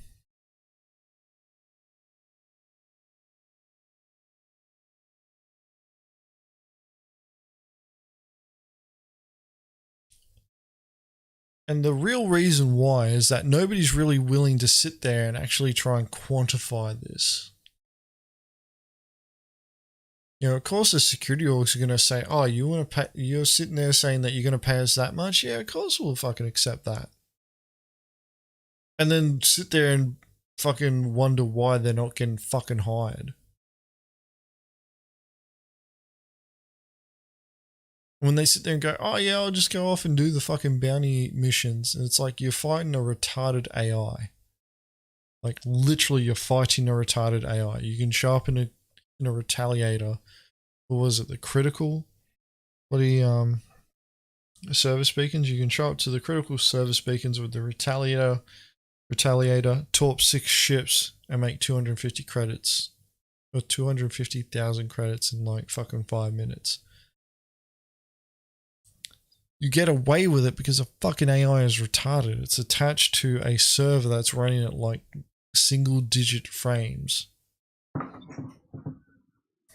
When servers start finally running at the 30 frames a second, you're going to show up in a retaliator and you're going to try and taunt the first ship and they're just going to fucking shit on you. And then you're going to realize that 250k trying to do that mission ain't so easy and you're going to need some friends. And then you're going to realize, oh shit, I'm going to have to split those credits. And then guess what? That escort job that is fucking money for jam, where you're not doing much, but you're not getting paid a lot either, starts looking real fucking good. And this goes back to this issue where a lot of people keep fucking blowing up this problem over what we currently have, as opposed to projecting forward to what we're going to get.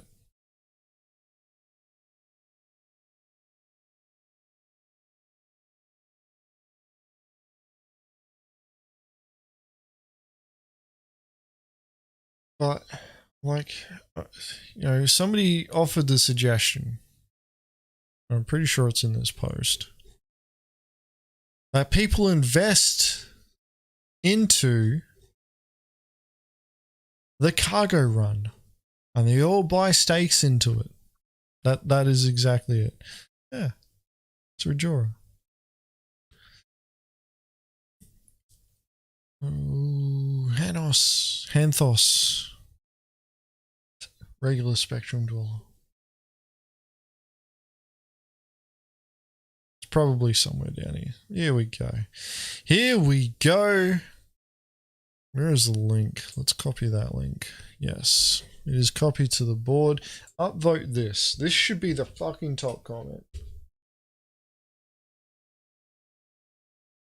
That should be the top comment. Because he offers a solution. Assault Lemming is offering a solution to the problem. Should be top comment. 100%. If you're fucking here and you haven't upvoted that, upvote.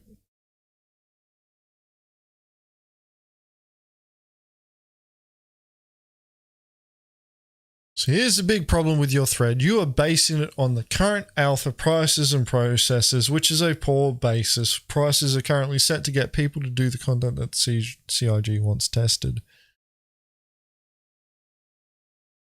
Also, you aren't thinking about this correctly at all. Although I agree hiring escorts is not the thing to do, you're wrong on that, but having escorts is sensible.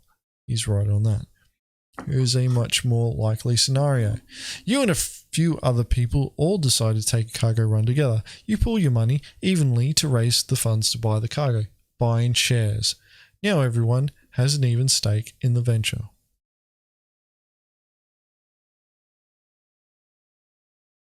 Some people board the cargo ship to fly and operate it. Some people bring fighters and scouts. Everyone is equally invested in the success of the run. The only uneven risk is the insurance costs, which should be minimal. Everyone sets off, the mission succeeds, maybe a few fighters are lost. The profits are used to pay for everyone's fuel, repair, replace, rearm bills. The remainder are split evenly. Everyone makes a profit. We do that for our cargo runs. We used to do that all the time when we wanted to make credits when cargo running was profitable.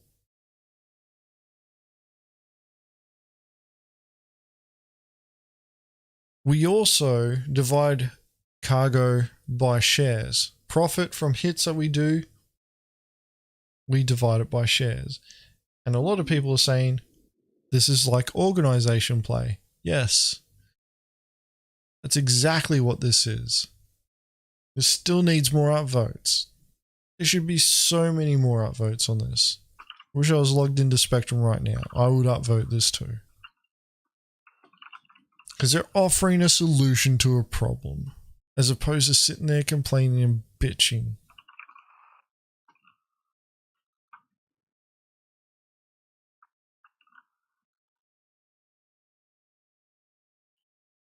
And then we got old mate backtracking saying, oh, well, you know, this is all we got. This is all we got right now, so this is all we can really, you know, suggest on.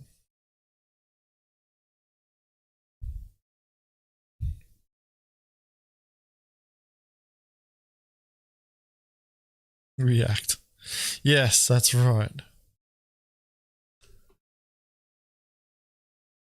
Right, Warhead, where is your fucking post? Here we go. Blake, thank you very much. Dobbs has been silent for his voice. I would like to donate this so that he imitates a morphologist or whoever he wants. Can even do an imitation of himself. Dobbs, are you still there? Have you had enough? Yeah, I'm still there. Are you still alive? Applying to... Yeah. I'm because looking chat's at the worried. I don't really have a Dobbs. stake in this conversation. Chat is worried though, Dobbs. Yeah, the Macho Man is still here. Yeah, still doing the things and up and down. Too hot to handle, too cold to hold. I'm funky like a monkey. And on balance, off balance, don't matter. I'm better than you are, yeah. Chat was getting worried, man. If you want Alright, to see Warhead. more impressions from Dobbs, you need to fork up the cash. Yeah, keep putting Blake, more money in plain my pocket. if you're paying attention, Blake literally just dropped $10 for you. What does he want now? Worried Dobbs has been silent for his voice, so I'd like to donate this to make it so he imitates morphologists or whoever he wants can even do an imitation of himself. He just wants to hear your voice. I can do a morph impression too. It's pretty easy. It's like, what's up, guys? My name is Morphologist, and here today we're talking about some piracy in the 318 Cargo Refactor. And I just hope that there is an A2. I hope an A2 never shows up here because, quite frankly, I'm going to get triggered, and I just don't want to deal with it.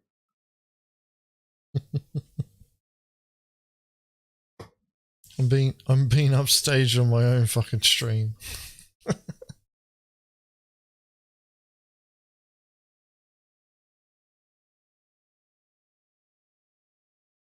Talking about There we piracy, go. I have no idea how piracy works, and I don't have a stake in the conversation, so I shouldn't even say anything.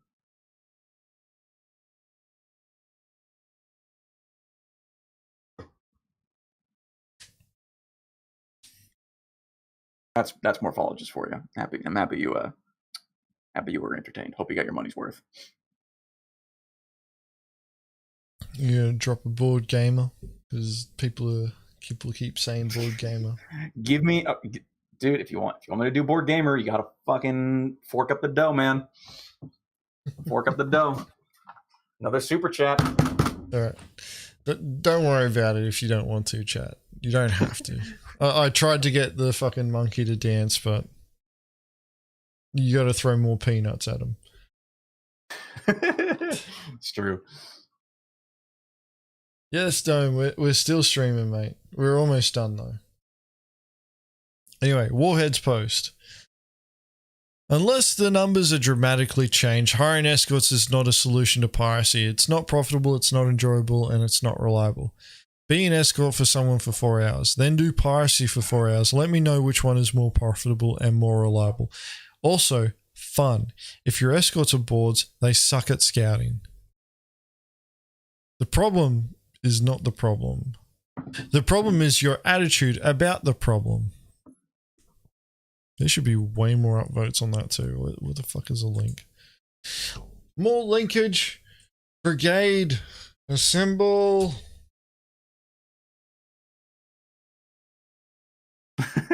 Fuck, dude. Literally just brigading posts now. Just upvote. Upvote Warhead. Get it up there.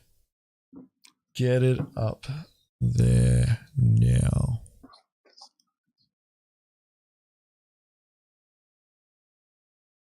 Although it shouldn't be beating assault. I mean, sorry, Warhead. Holy shit. Dance Monkey Trouble 2's dropped $10. Dance Monkey. That means. All right, what was the What's last this? one? You're up to like $40 now, Dobbs. $40 for you. Yeah, it's true. So we're at $40 now. What was the last one you wanted? It was Board Gamer. Board I think. Gamer. Yeah. It was Board Gamer. Right. Hello and welcome to some more Star Citizen. Today we are talking about the 318, the patch notes for the Cargo Refactor. This is a major feature coming to the game, and it should mean quite a lot for piracy. I, for one, may indulge myself into some piracy gameplay. I may suck at it for the first couple of weeks and then go back to my regular news cycle, saying hello everyone and welcome to some more Star Citizen. Going back to my usual beluga whale type of AMAs, we're going to talk about an AMA. You can ask whatever questions you want, and I will answer them to the best of my ability. And yeah, that is Board Gamer. Thank you all for watching some Star Citizen, and please make sure to subscribe to Mongrel Squad. They are the best goddamn pirate org in the verse, and I watch them on the daily.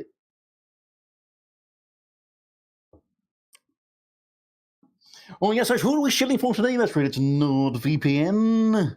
No, we're not sponsored by NordVPN. They're not getting fucking any extra advertising.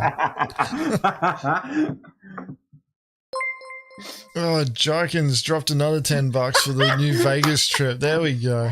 Dobbs, he's going to Vegas. He's going to meet up with Spike. Yes, I'm going to Vegas, baby. Let's go.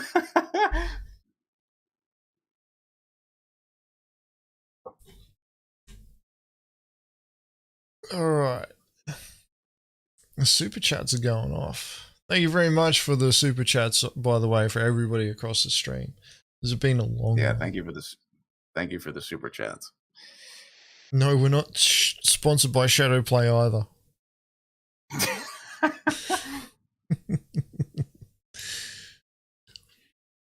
All right, Dobbs. What's your hot take on this? Whatever voice impression you want to do, feel free to do it, but I want to know. I don't. Escorts do not work. Escorts do not work. What's your take on this, Dobbs? To be honest, I was like tabbed into Gilded. I was doing some things, so I don't really know exactly what was like said or spoken about because I was just kind of tuned out for it. Dude, you can already see my voice. You can hear my voice cracking, dude. Holy shit.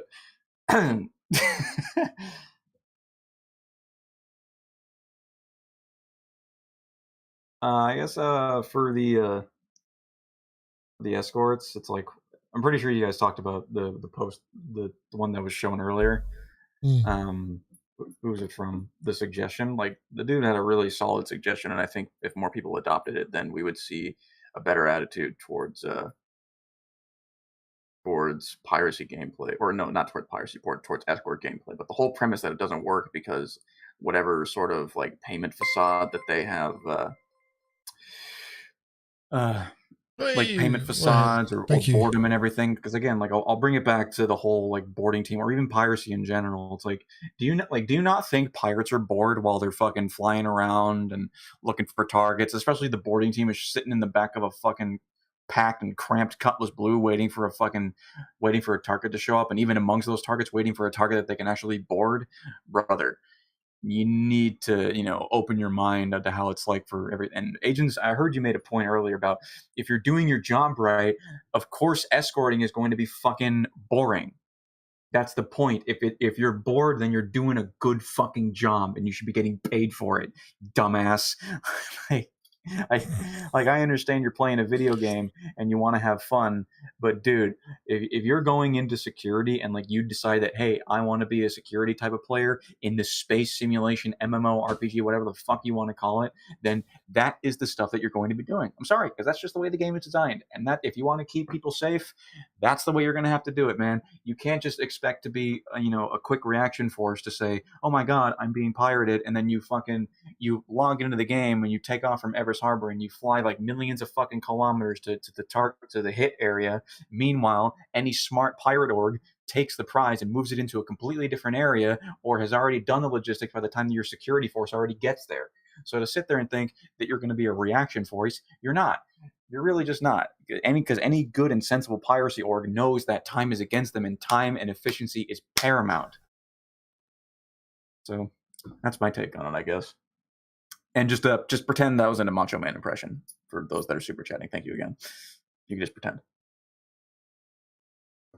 Thanks for the super chat as well, there, Warhead.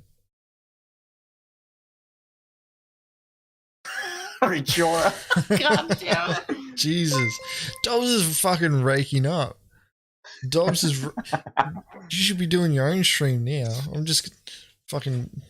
If this keeps up, I'm just going to make Dobbs fucking reveal his face and he can just do the stream. He can take over my spot. And I'll just be the faceless minion in the background just doing the occasional commentary. Yeah, because I am from New England, right? And Jorah has heard my Boston accent because like my accent isn't natural. It's like buried underneath, but I can bring it up and I can make myself sound like I'm from the fucking upstate. I'm from fucking Boston. How are you, kid? Went down the corner at the packing. They got a pack of Schlitz liquor. Go on top of the fucking monster for the Red Sox game. What's a fucking Boston girl like for fucking having sex? Oh, God, yeah. Harder. Yeah, that's what it sounds like.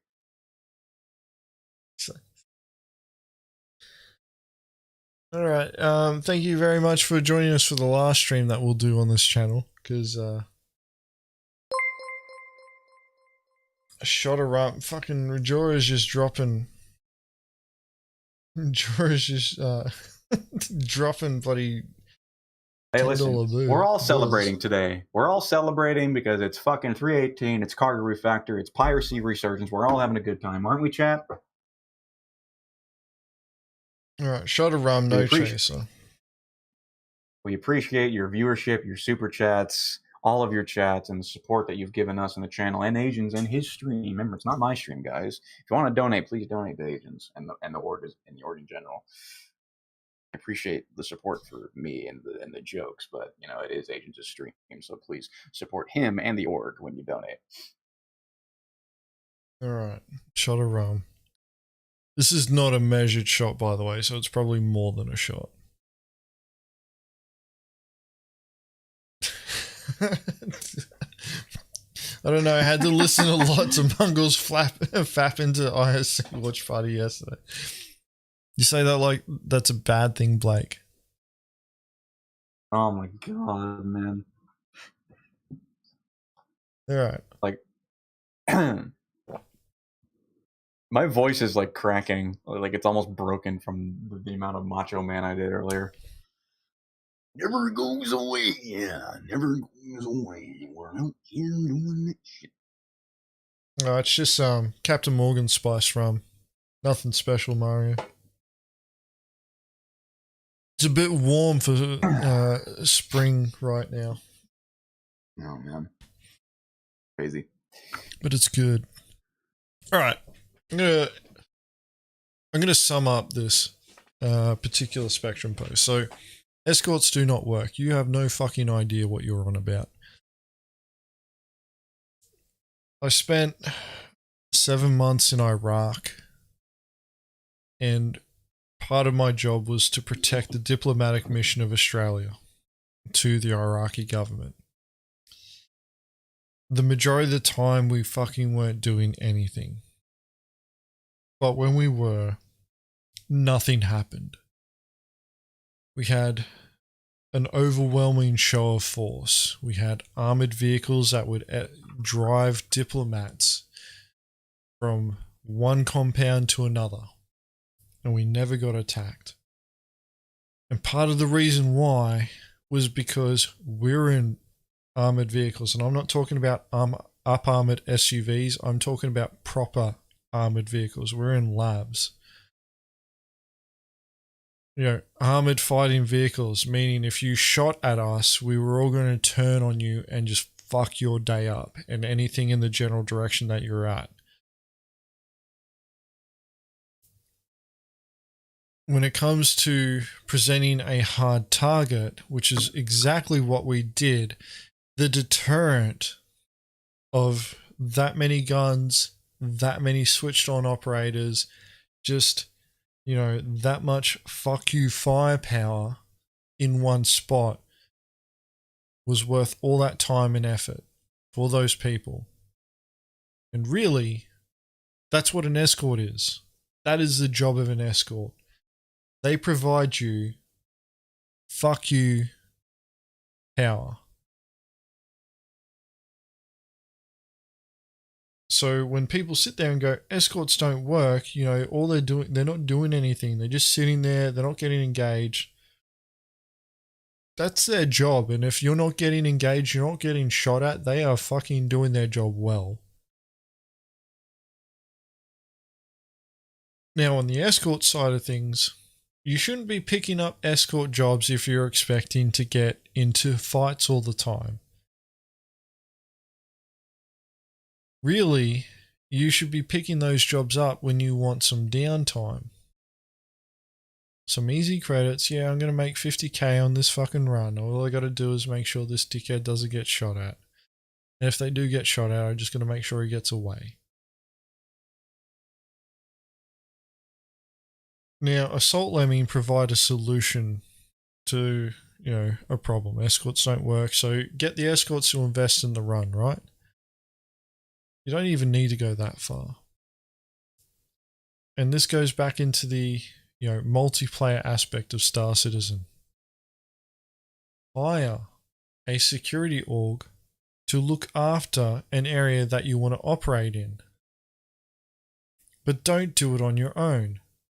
Get a group of your fucking cargo hauler friends together and pull your credits and go, hey, security org, we're going to pay you to be our police for these hours. Your job during this time is to provide security to us. So we expect you to hang around the outpost that we're going to be cargo hauling from. We expect you to be patrolling the route that we're going to be moving along. And we expect you to respond to any threats that any of us encounter.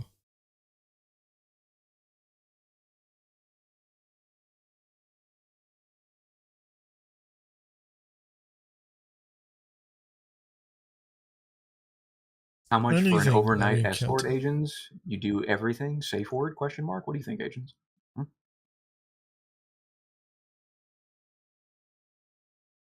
If you got the credits, we've got the time. Though you may not like the results. Or you might. Not You cheap. might like them way more than what we realize. But hey, you know, we don't judge.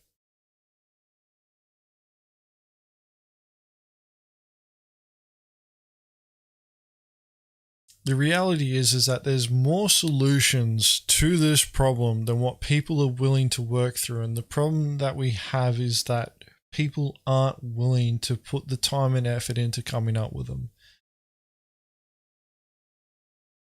And the only entity, and I say entity, the only entity that can really address this is CIG. The fact of the matter is that there's, you know, the majority of the player base requires their content to be spoon-fed to them. They expect it. It's what they want.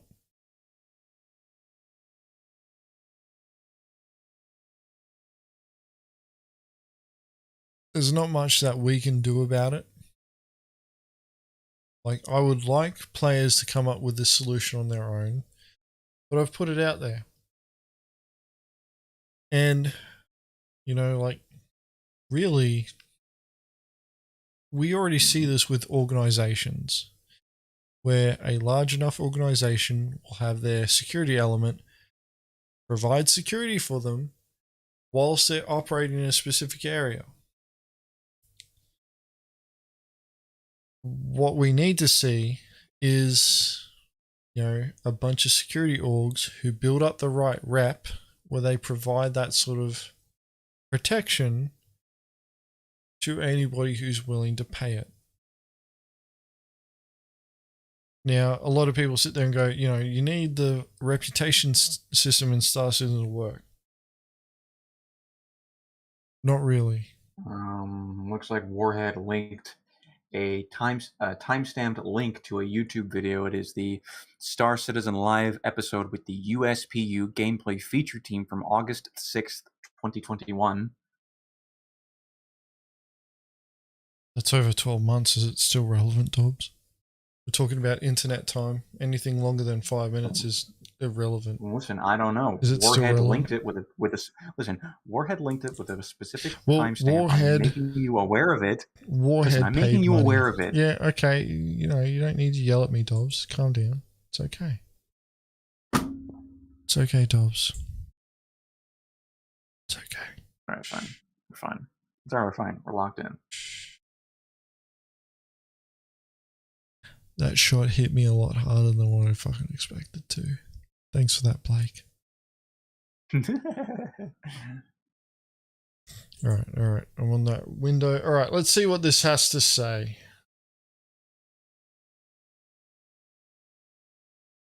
It's not on SeekTube. I'm sorry, Dobbs. It's fine. Do you want this on SeekTube? I should put this on. It doesn't really matter. I already know. I'm looking I already know the I'm context of the looking at clip. this. I already know. I already know. And by the way, Ben Dorsey, love you, man. If you're watching this, hope you're doing swell. Thank you for everything, Ben Dorsey. Claps for Ben Dorsey, everybody. We love Ben Dorsey. No, That's Ben Dorsey down there, by the way. Bottom left. Rob Reiniger, bottom right. I wonder if Chad actually uses that workout machine. I'm interested if he does. It's been there the whole fucking time. Like all right, so completely off topic. I've worked from home as a bloody application and website developer, right? To take a break from the fucking, hour of mindfuck of doing programming, I'd like, go for a walk around my house, maybe do a couple of push-ups, maybe find something physical to do. And I see that. I'm pretty sure Chad's using a stand-up desk, and I see that, like that workout station there. And he's obviously got a bench press section to it. He's got the barbell. He's got the chin up section to it. And I just wonder if he just takes 5 minutes, out of it, every hour or so, does a few chin ups, does a few bench presses. He doesn't have plates on the rack though, or plates on the bar though, so I'm pretty sure he's not, doing any sort of bench presses. But I understand why he would have it there. But I'm just curious. I'm probably not going to get the answer, but yeah. Anyway, Warhead linked this video for a reason, and he paid. It's a squat machine. The CrossFit loop is not finished yet. That's why he's using it for research. Anyway, this is part of our fitness skill tree, guys. We're gonna have one of those in our ships and our habs. Yeah, you're going to need that so that you can build up the resilience required to be able to, throw boxes. All right, let's listen. Back to the cargo refactor a bit. When it comes to loading and unloading of cargo in space, docking arms for ships and in hangars, how do you plan to protect the player's ship from someone coming on board during a manual loading process and flying away? Or stowing away on board. Basically, how can players protect themselves during this vulnerable time? Yeah, I think the bigger question is, how are you going to protect your ship and your cargo that's being loaded and unloaded on your ship? Who are you going to work with to make that a safe thing? To me, that's where multiplayer gameplay just shines, right? And it's how, you know, you want to hire some friends. Eventually, we want to have NPCs that you This can was a hire. fucking year ago. Maybe your reputation's high enough where turrets at the station will actually help protect you, right? Yes, that's right. It was a year ago, and CIG has been saying this for years. They've been saying this for years. Your cargo, your responsibility. Multiplayer is a thing. Yes, Adrian, we are still going. We're going to be wrapping up soon. Oh man. So you know, you're going to see reputation being tied into a lot more things as we move forward. 5 hours. I'm not looking forward to having to spec out the times for this either. I did not take any notes. I have to scrub through this video. But I'll do it for you. Dobbs made off like a bandit. Alright. I'm pretty sure we hit the point that Warhead was after. I've already said my piece about escorts do not work. They do. You're an idiot. And you have no idea about the counters to piracy. We have literally been given the answer to beating us for years. We have been giving the solution to us for years.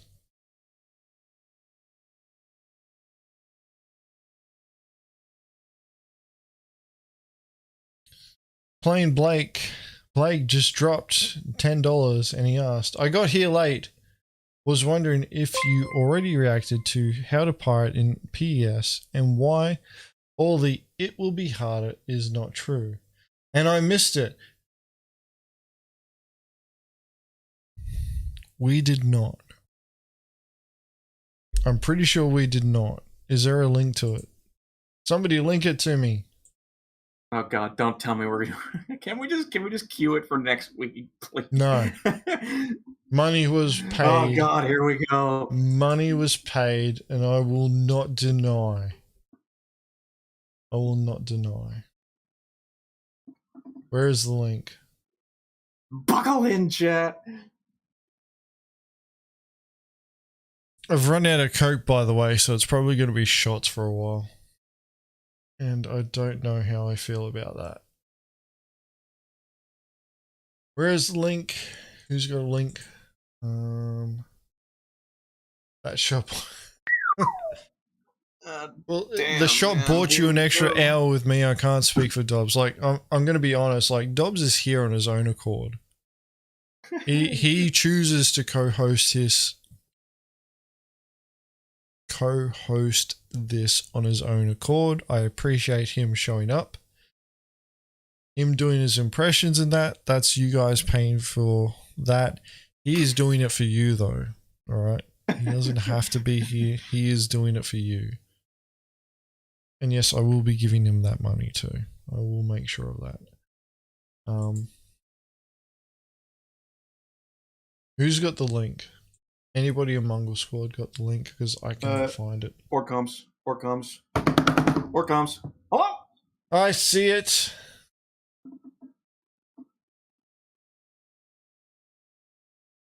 Let's close, and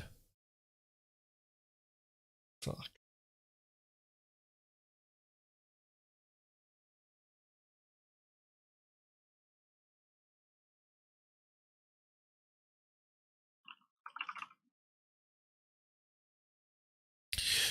Dingo, I see your chat in all comms, and no, it is not finished.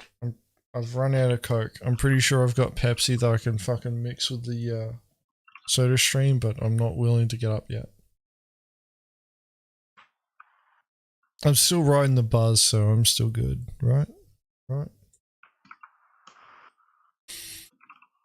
Alright, chat, let's do this. Let's do this. This is the very last thing. Money was paid. I'm not going to deny. I will not deny. It's a very short one. I'm going to link. Let's link this. I feel like it's Jerry, so I'm pretty sure we're all going to be Picard palming this anyway, but I shall link this to all of you. I would like to say that I don't like doing this brigading shit, but to be honest, on Spectrum, it's needed. We need to push back. Fight the good fight.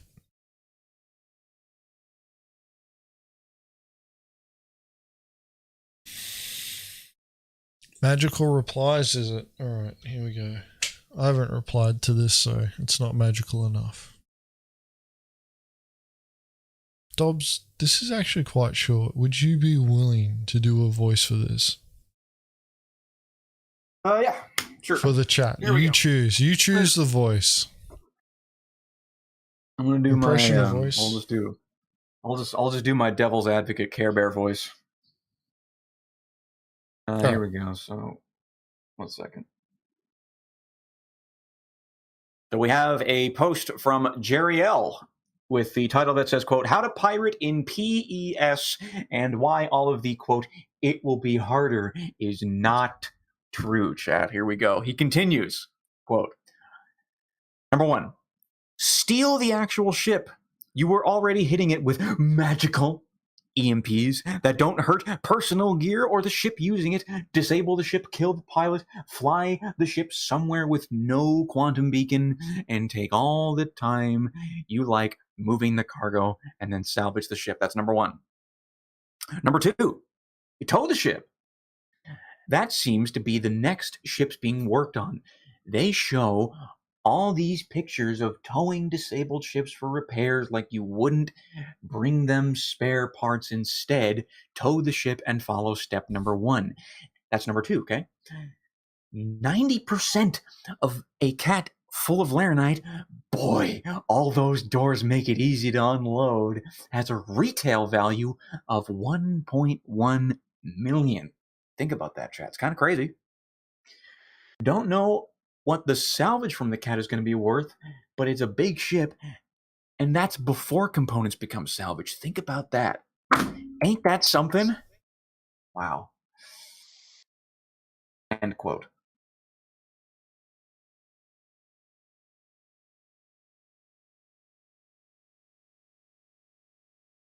So he's got it right there. Just fucking hit me with that salt right now. Fucking hell. Spectrum is just on fire. Like, that's the reason why we did this emergency stream. We're still going. 5 hours into it.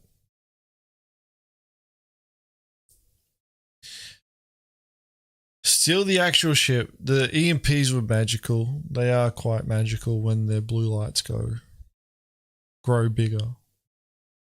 Disable the ship, kill the pilot, fly the ship somewhere with no quantum beacon, and take all the time you like moving the cargo. We've done that plenty of times. This guy watches our channel, by the way. I'm 100% confident that he does.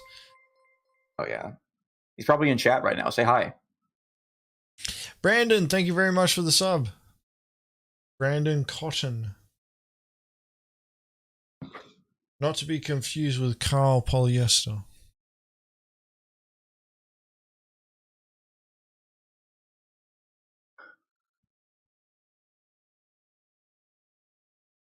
He denies that he watches the channel. So does everybody else who watches the channel. It's a secret. It's a secret. It's a guilty. It's a guilty pleasure. He watches it and he's like, the vision is being achieved. Just a small section of the vision. Jinkin, I don't watch this channel. You don't watch this channel, Jinkin? But you're such a good supporter, mate. I'm so appreciative. You donated $10 earlier. Thank you for your 10, man. Thanks for the super chat. He's actually donated more than 10. He's from memory 20, it's 20 at the moment. That's crazy, man. Wow.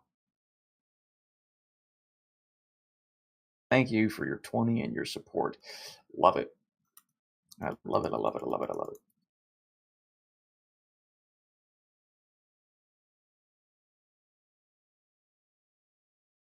Yeah, we're just a bunch of nobodies, really. By the way, unrelated, I just got a package from the Iron Ones. Is that the replacement parts for your PC? Yep. So it's like, by the way, like the part is fine. Like I'm still rocking the same SSD, but the Iron Ones, they sent me a replacement anyway, or not a replacement. They sent me a backup with Windows already installed on it, and we're like, you know what? We got you. If that ever happens again and the SSD does fail, just slide this one in there. It's the same model. You'll be right back up and running in a matter of minutes. No problem. By the way, guys, hey, for the chat, if you're looking for a nice pre-built custom-made computer with beautiful art and aesthetics, please head over PC makers and retailers in North America. You will not be disappointed when you check out ironsidecomputers.com. And before you ask if we're sponsored, we are not sponsored. I personally have purchased 2 PCs from Ironside Computers, and they are just fantastic. Fantastic. You know, I thought it was clever because I muted you for a part of that. But I missed the next part where you said, after I turned your mic back on, where you said Ironside Computers. IronsideComputers.com. Check out and build your dream PC today.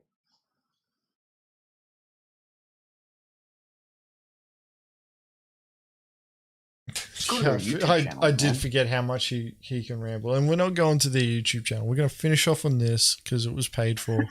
And then... Okay. Yeah. I can't, man. Hazard. You should not think of and ship as having an EMP, but rather a pulse distortion device. It's a distortion pulse device.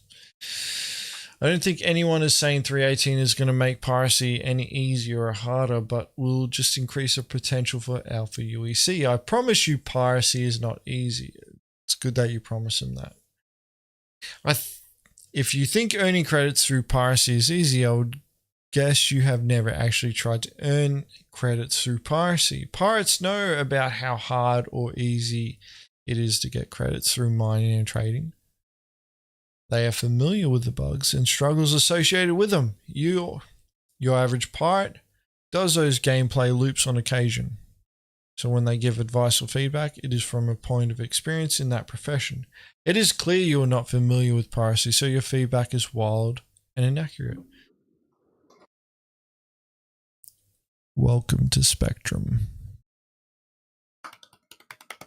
I highly suggest at some point, while the game is still in alpha, before anything really matters, you spend like a month or maybe even less just trying to make some credits as a pirate. Rusty bed springs, not to be confused with pristine bed springs. He's in the process of getting oiled, so just bear with me, okay? Still in training. Obviously, Jerry knows how easy it is to power off a ship and board it. Every ship in the game can easily be QED'd. QED'd?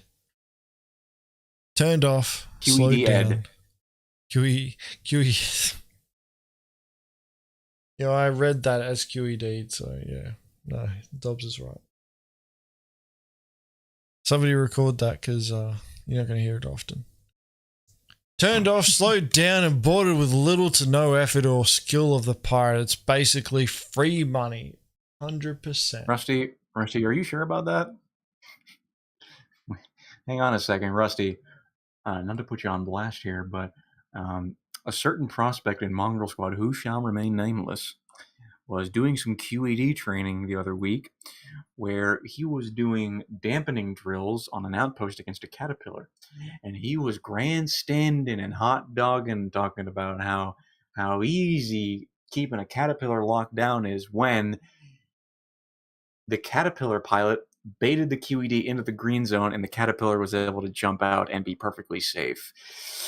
So to say that it's easy, I mean, it could be, but if the pilot knows what they're doing, it can be a lot harder than you think.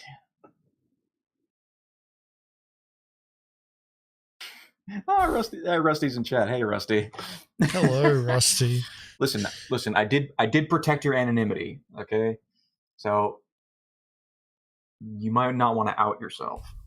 Completely false. None of it is easy, and we don't have any legitimate mean to board a closed ship not in party. Welcome, chat, to the channel that has completely debunked this entire statement and has been doing so for the past 4 years. Oh, man. Jerry L, he knows what's going on. You just shoot the door. Ooh. That's true. You really just shoot the door. Whose videos are these? What? Are these ours? Are those our videos? Is anybody verified? Should I SyncTube this? Oh, I closed SyncTube. Hold up. No, just open a link. Just open the fucking link. We don't need to do SyncTube. We don't need to watch it. We just need to verify if it's our videos or not. We've already watched our videos, Agents. We've edited them. Come on now. I don't know about that. It may be somebody else's, Dobbs. This isn't ours.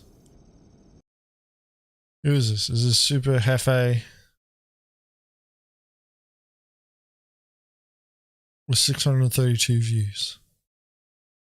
From 2 years ago. The solution. By the way, we're still doing this today. The past 4 videos that we posted have been boarding actions. So if you haven't checked those videos out, I highly recommend. One of which is at 27,000 views. Again, thank you all so much for your support and viewership and engagement. It's great to see, man. It's super great to see.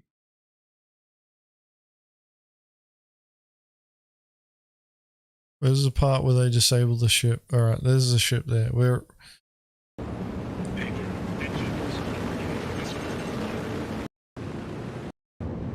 Oh my god, this was back... Dude, this must have been back in like 3.8, 3.9 days? Probably even before? Yeah, this was when like distortion... This was back when like distortion and components were like so fucking easy. And you could shut off ships with a fucking single EMP, dude. This is back when it was easy. No, I'm just scrubbing through this. Like, literally, this video could have happened in 10 seconds. Say the same thing about our videos. What the fuck happened there? Shot off his engines. No, but why was it...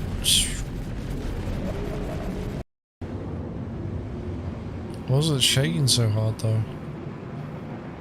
Well, screen shake used to be in there. Do you not remember? Well, no, I turned it off because it's annoying.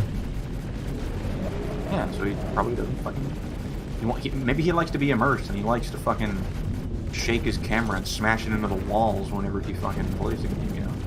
Maybe that's his thing. Not bad, see? Isn't that great? Yeah, but... When did he fire the EMP? I didn't see the EMP getting fired. There it is there. EMP charge. Alright, it gets fired there. Yeah, the shields are still up. The shields are still up. They're going what down. The fuck? They're going down. Yeah. You can watch, they'll go down, keep playing. Oh, yeah, alright. They're so slow. Like, but he fires a missile like, it's not instant anymore.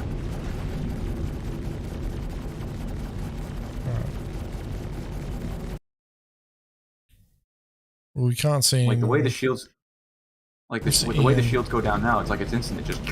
It's just like it goes away immediately. But back then, it was a very, very slow dissipation of the shields. Yeah, but if you're paying attention, like you got the EM and II over here. We go back a couple of seconds from when he disabled it. EM is, pretty much 0. It's flatlined. You know, you can use before he's finished disabling it. It's gone back up. So he's restarted their ship. Well, they've restarted their ship. And look how it's stabilized. Now they're trying to fly away. They didn't disable the ship.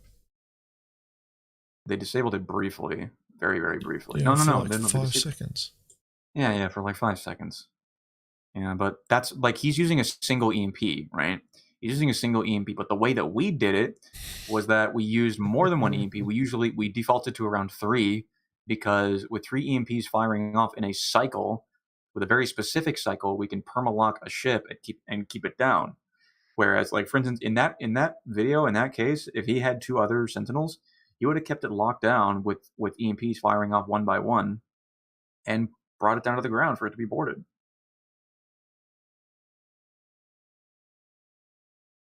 6,000 posts. Posts also include replies as well. And yes, those videos are old. Extremely old. That's like 3.7, 3.9 era. Like, this is what I mean, though. Like, people like this, Spectrum dwellers.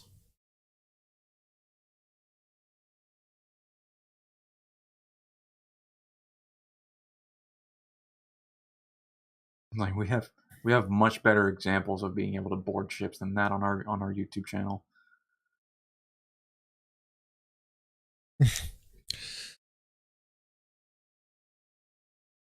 This guy's been a prospect in the past. Yep, Had I some, remember him. yeah. Nice guy. Really nice guy.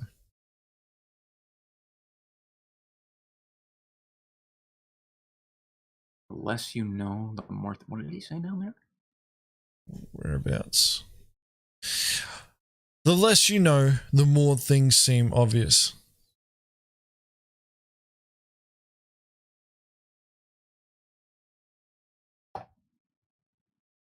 Weird take, man. This guy is really strange.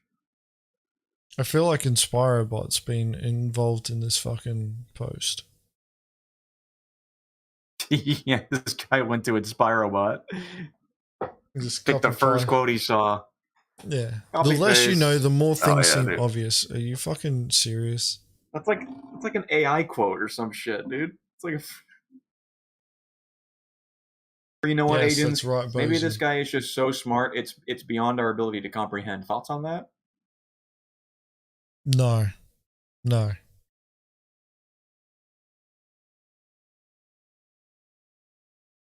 Oh, I tried. No.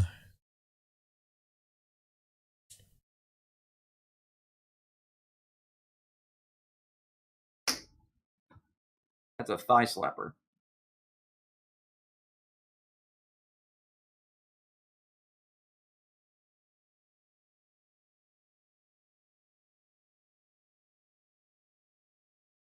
Ah, it's Foba. Holy shit. Hey, look, check that out. That looks familiar. Foba, hello Foba. Did another dating app try and fucking peddle their wares? Was it around that time of the fucking stream? Just wondering where they went. Alright, here we go. I'm gonna link this because upvote. Oh wow. Look at that video. Looks familiar. Hi again, Jerry. I see you are giving again false information. Do you even play the game currently? I suggest you watch the latest Mongrel Squad videos and you see how difficult it is to shut down a ship ATM and how much manpower it overall takes to make it as far as that you can board a ship. Let's say Paula have that 1 million worth of cargo. Divide it, let's say with 5 to 8 players, it will be 200k to 125k per player. And that one target might be per hour or even per evening profits. So tell me how that is easy money when miners or bounty hunters make 500k per hour solo without any effort. Just jump from beacon to kill one NPC or fly around Lyria searching quant rocks. Roll your mouse wheel a little up and down and go back to refinery.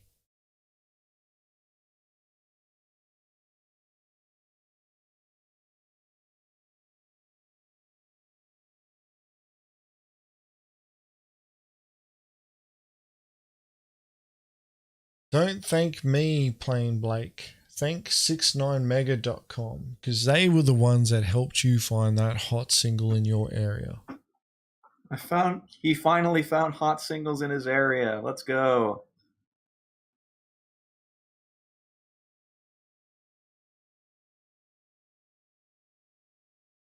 Congratulations, Blake. Come on, there should be more upvotes on this. Mainly because of the video. One of the things that I actually like to do on Spectrum a lot is drop video evidence. When somebody sits there and goes, you can't do this, I drop like 5 videos and go, yeah, you can. This is how it's done. Boom. Matroximus, hello. Subscribe. I've seen you pop in a few times this stream. And yes, we're still here.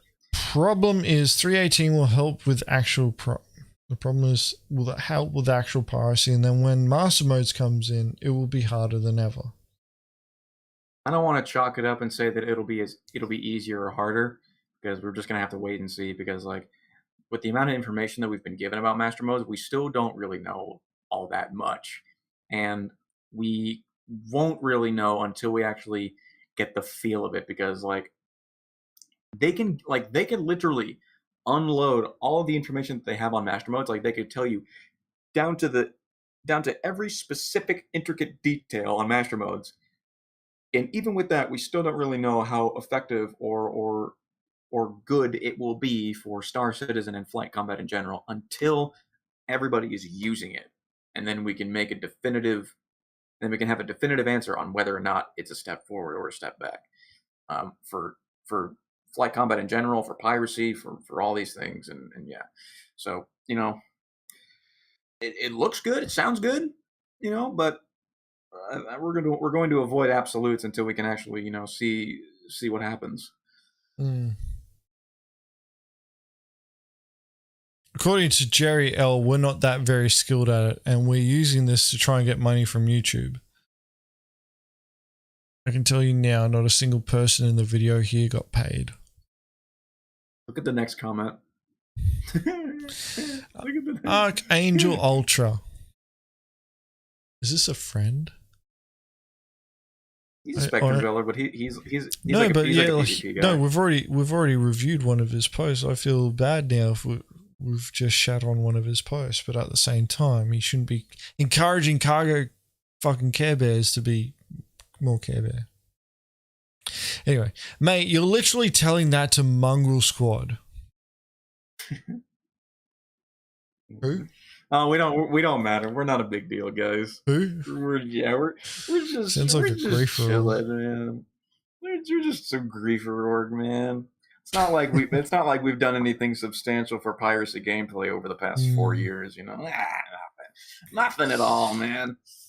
A mantis to keep the ship from QT, preferably 2 for redundancy, because your EMP ships have a nasty side effect of sometimes turning off your mantis. At least 2, but preferably 3 EMP ships to keep a ship powered off. It's 3, and it's a necessity. It's at least 3.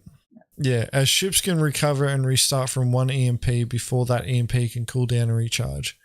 That's if that 1 EMP can even disable the ship in the first place. But depends on the components. That's right. He literally says that. Depending on the components, even 2 EMPs can't take a ship from restarting and moving again.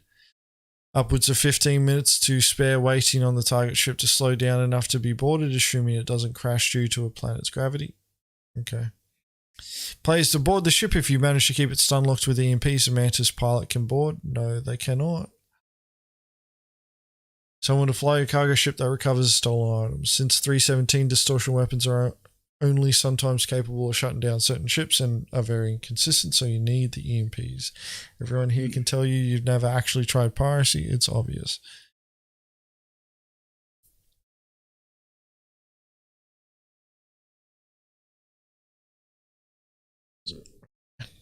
I'm just gonna...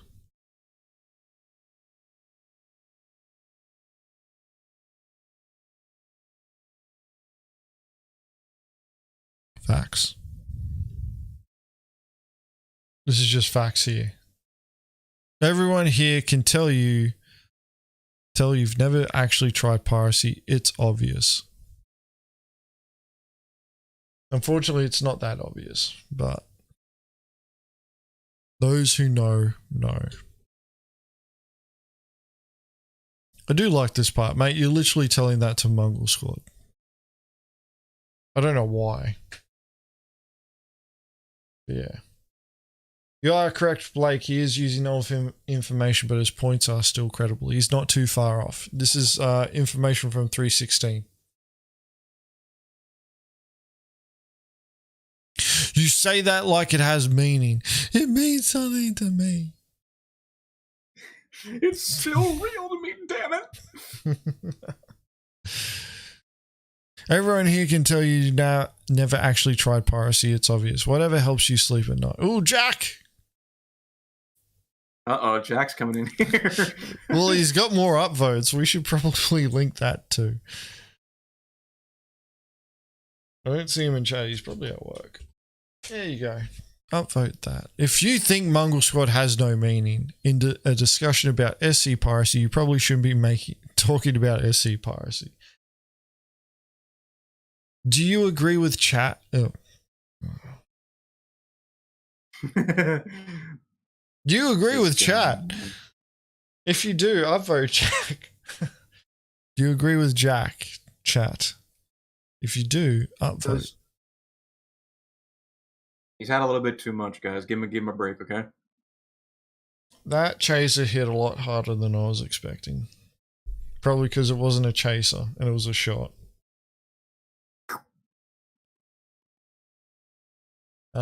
If chat agrees with Jack, upvote. Destroy him. Not Jack, Jerry. But yeah.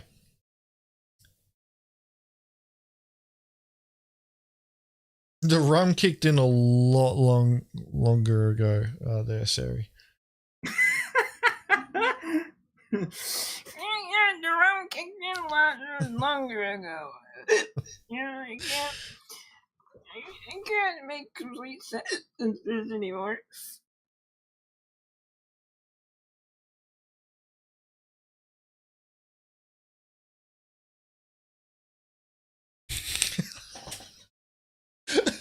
I gotta read this out. Phoba dropping truth bombs here. Fucking dropping truth bombs like an A2 at Jumptown. Fucking. Sadly, I do not own the Mongrel Squad YouTube channel. And for a fact, I know that you literally need plus 100k views on every video to be able to make some bucks out of it. And I'm not skilled in what? Did you even watch the video? You posted 1 to 2 year old videos or vids. Game don't have worked like that in a long time, which shows that you don't have set a foot in the PU for years. You seem to be playing Spectrum Citizen only, not Star Citizen. I want to see what the reply is under Jack's post. I'm dropping a link to that.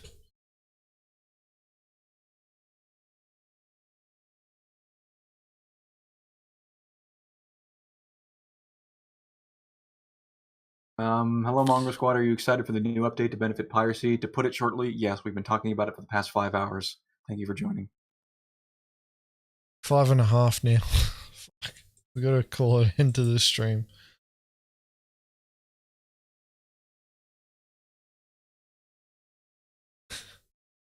His name is Jerry L. Not only a Jerry, but taking an L daily.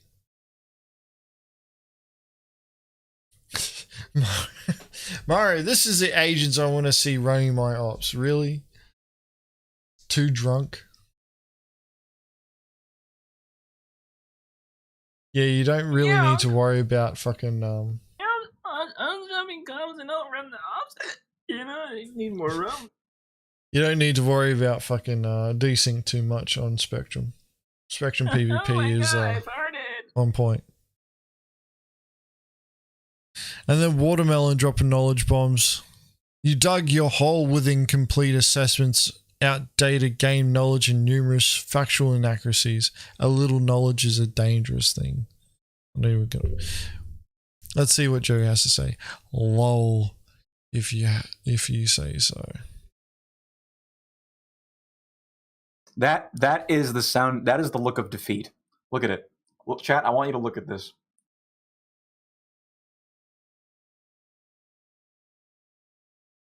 Just look at it. Just look at it. Hey Jerry, I want after to look at watching that video and noting that they are not very good at it, can you show us a video from 13's? Holy shit. Rusty, Whoa, what are this guy you could see doing? in the future. Rusty. 13.7, you're going to be waiting a while, mate. 13.7. You're looking at another 10 years at least.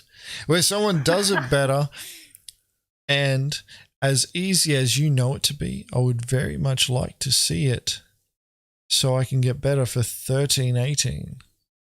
Or 13.8. 13.8. Okay, so that just leads me to believe that that was deliberate. Okay, I'm willing to forgive the first one because it's a typo, but like you did it twice here. It's all right. I know what you meant. Oh god. Jerry plays Spectrum Citizen, and that's really about it.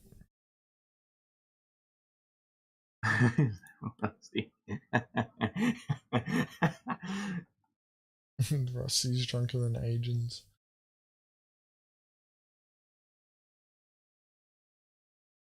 Anyway, as you can see,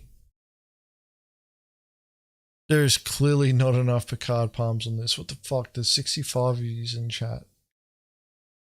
I'm gonna link this. Listen, the chat only has so much fucking strength, Agents. You have to No, they got plenty of relax. strength. I just fucking smashed a bloody shot of rum into my face. Did it for you. Somebody took a Picard palm away. It was Jerry L. He's hate watching and bloody Picard palming his own. Oh, 69 Mega's back. Welcome back. Don't Now's your delete the chance to messages, pick up some just- hot new singles in your area. Just wide user on this channel.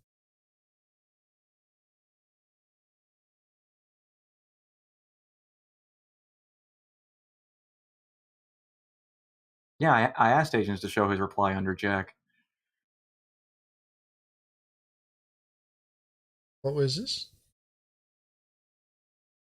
So when Jack made his reply to him, I think he may have replied to Jack.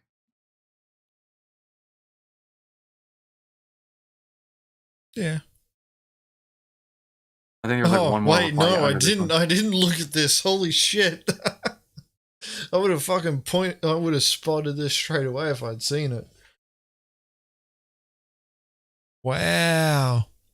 The game doesn't have piracy at the moment. There's nothing to pirate. So what you seem to be Wasn't he- discussing is attacking someone in order to grief them. Wish there was a Wasn't word he for just that. wasn't he just showing examples of piracy, like the video examples that he fucking showed from 2 No, years disabling ago? Kidding me? ships. No, that's what he was showing. He was showing examples of disabling ships. The game doesn't have piracy at the moment. Warhead. Warhead's dropping bombs.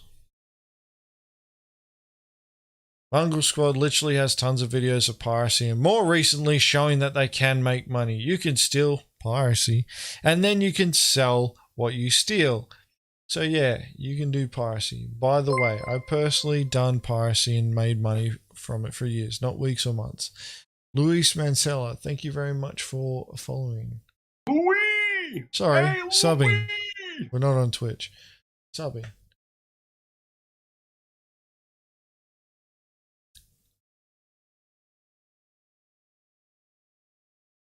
Oh fuck, I'll just delete this channel, guys. Clearly there's no piracy in Star Citizen. Yeah, we'll let Avenger 1 be the top piracy channel in Star Citizen community.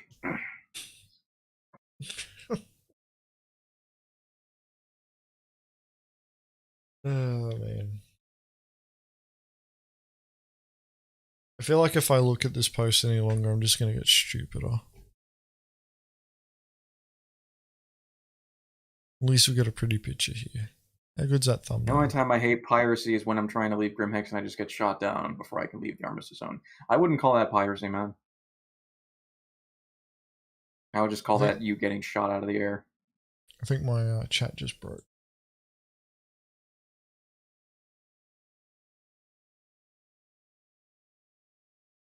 Curious, what are the profit margins for piracy? It depends on who you hunt. If you're hunting rock miners, the profit margins can actually be pretty high. If you're hunting cargo haulers, it's usually pretty minimal, since up until this point, can't take the boxes out of the ship, and when you blow up the ship, it's only 10% yield of the total tonnage, which means it only amounts to, depending on the cargo commodity that you blow up, around 2k to 5k credits, depending on where you sell as well. Quant haulers, you'll get nothing unless you get extortion, and the extortion prices can be anywhere from 50 to 200 to 300,000 credits, because you make your extortion demands based off of the target's net profit. And then like quant miners, you don't really get to do anything unless you want to find them, bring your own prospector, eliminate them when they crack the rock, and just slurp up the quant for yourself.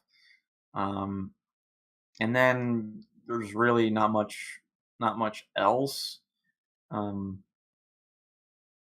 So yeah, like it's not incredibly popular, or it's not incredibly profitable, because a lot of the means of because mainly we go after cargo haulers, right? That is our main target. That's our main course for meals, right?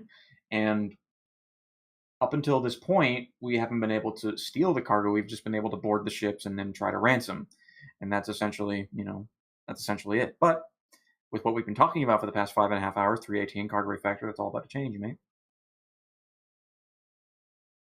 I'm a bit disappointed that we're on 29 baby bottles as opposed to 30. You've been roasting your own chat for like 5 hours, talking like it's not enough Picard. That's right, it's not enough.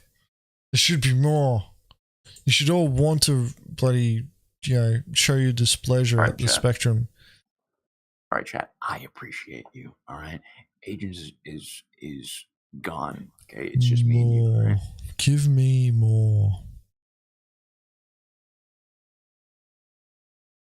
Come on, there's one more baby bottle in one of yours. I know it. I know there's one more baby bottle. Really? Somebody took one away? Fuck you. They put it back. I guarantee you they put it back. There we go. 30. Yay. Thank you. I'm happy now. Balance has been restored. This ain't Twitter, Patrick. Adrian, I demand you make another YouTube channel to specifically put a baby bottle on that. The YouTube channel won't help you. Doesn't look like Agens has upvoted this yet. That is correct, because I'm not logged into Spectrum because I have sensitive information on my Spectrum account. Talking about the NDA. All right. We've gone long enough on this. I hope you have all enjoyed this 5.5 hour stream, this emergency reaction and rant about Cargo Refactor. I was planning on leaving this until the next Mongrel Squad reactions and rants, but it became quite clear that the dumpster fire of Spectrum was burning blue hot. Fucking blue hot. So hot. Listen, I was wrong, okay? You don't have to fucking rub it in my face, dude. Jesus, I learned something today, all right? You should be proud of that. Fuck, man.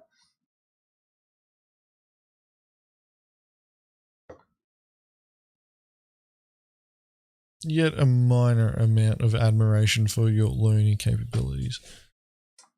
We cannot go into any NDA info, even if it's leaked, because I'll tell you what, people are responsible for spreading it, and it's not going to happen here.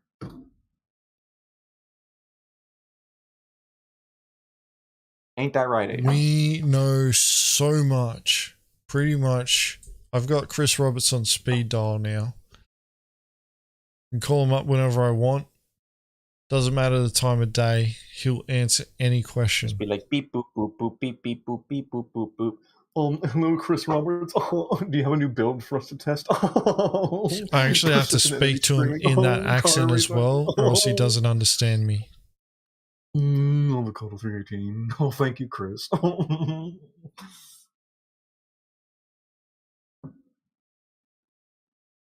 Do you ask Chris Roberts to put Picard palms and baby bottles too? No, he is sensible enough to know to do that on his own.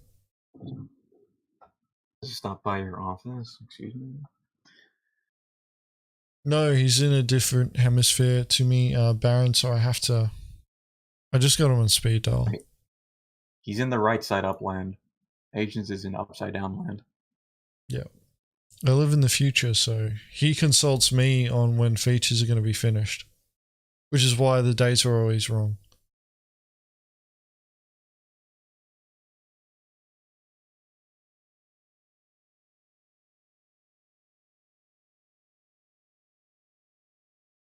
Oh my god, like Spectrum, there's just more posts there. We can't keep up with this. Oh my god. Troll post. The truth about piracy.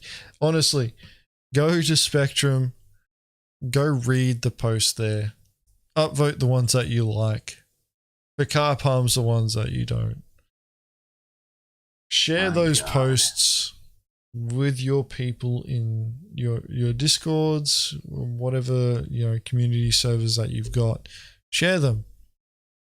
Voice your opinions. Generate discussion.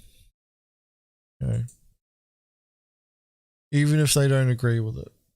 Generate the discussion anyway. And when they start throwing bullshit fallacies about how the game works, and you know that you can counter that with some Mongrel Squad videos, feel free to drop them. You have my permission.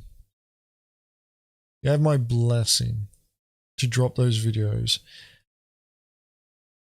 Drop them like an A2 at Jumptown when Morphologist is there. And a fucking Centurion. Do it.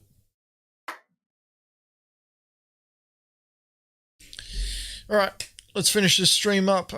Bitters asked Mongrel Court when. Currently it is scheduled for the 3rd September for the month. 3rd Saturday for the month. Working out a day for it. Correction, a time for it. Holy fuck. I need to call it a night. Working out a time for it amongst the participants. All the slots are filled up at the moment, so it's going to be a good one. Going to be seeing a very familiar face that have been on a few times. Actually, two familiar faces have been on a few times already. One of them you should all look forward to. And then bringing on a new face, rising face, create a good tool for all of us to use, everyone. So it'll be good. Where can they get their Mongrel Squad merch from? There is a link. Where the fuck is it? I don't have it on bloody... It's not the one that I want.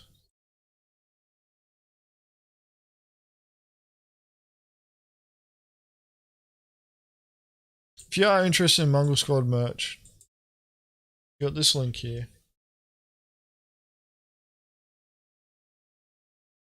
There's another link somewhere else too.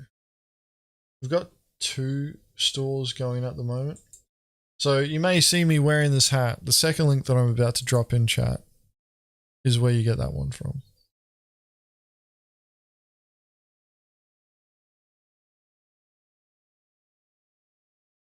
I do still intend on amalgamating the stores. So the first one takes you to a Teespring store.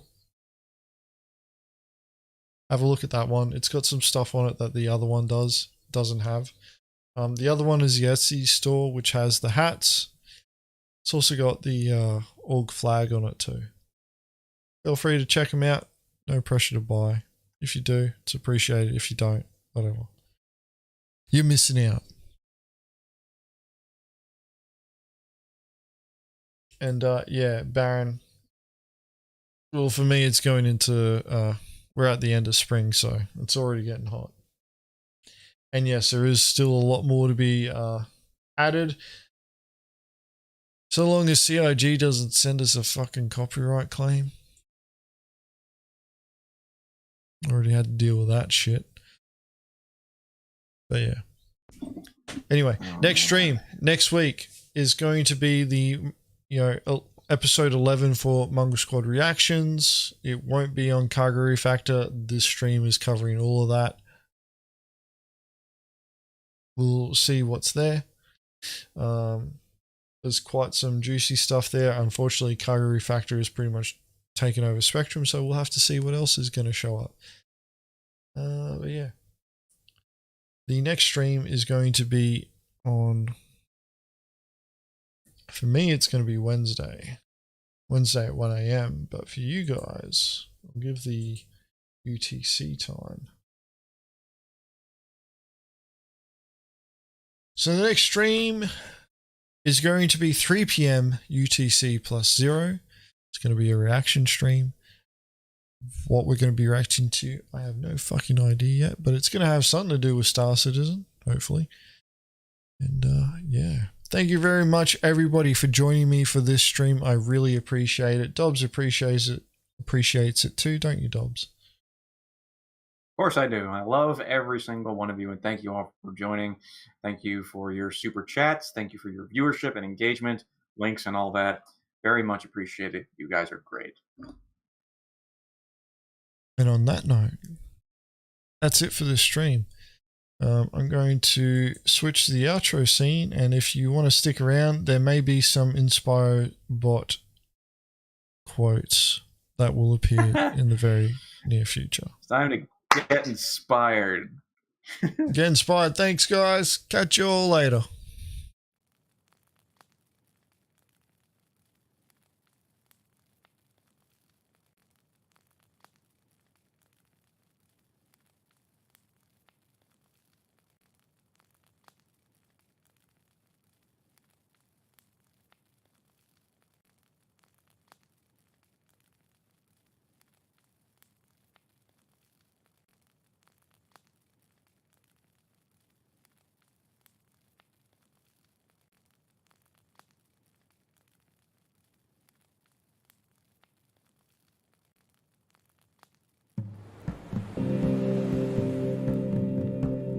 Feel your cheeks rise and fall.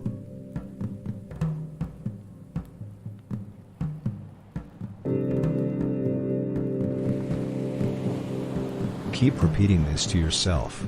My soul is kind. My soul is kind.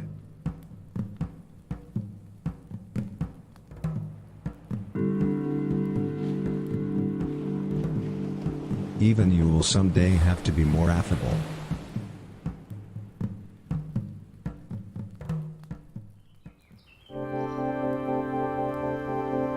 Keep in mind that age-old saying, science ends when we learn to interfere with anything at all.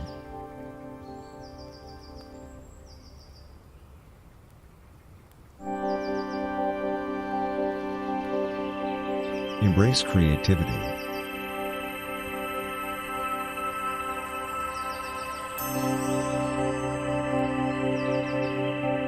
Repeat this to yourself.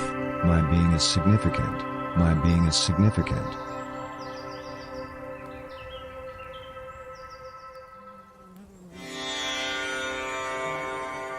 If you find it difficult to achieve the right state, keep in mind this very old folk wisdom. Meditate on the laws of physics.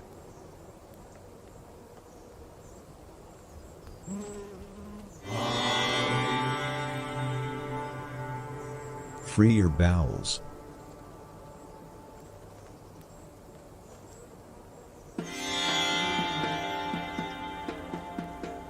Embrace the fact that being an addict shouldn't be considered uncool.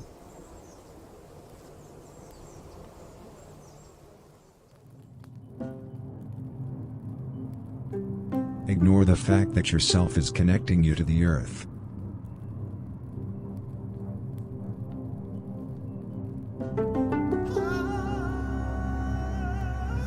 In the Dark Ages, a beautiful explorer once approached a queen and asked her, "Why is it so that you are so appreciated, you who were such a queen?" "Why, that is because a queen is only a queen if the queen thinks herself to be a queen," replied the queen.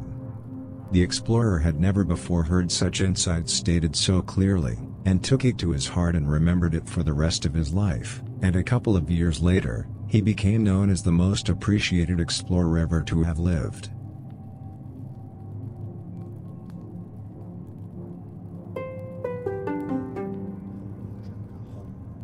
Remember that. How can you know for sure that your surgeon is a business person?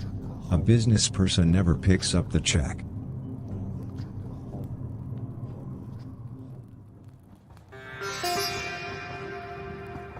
If you are not encouraged by bad pregnancies, you really don't know what bad pregnancies means to society as a whole.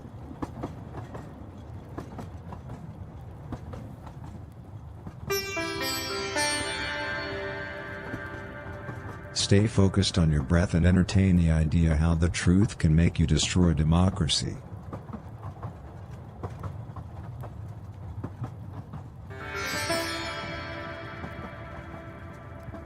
No safety, no corpulence.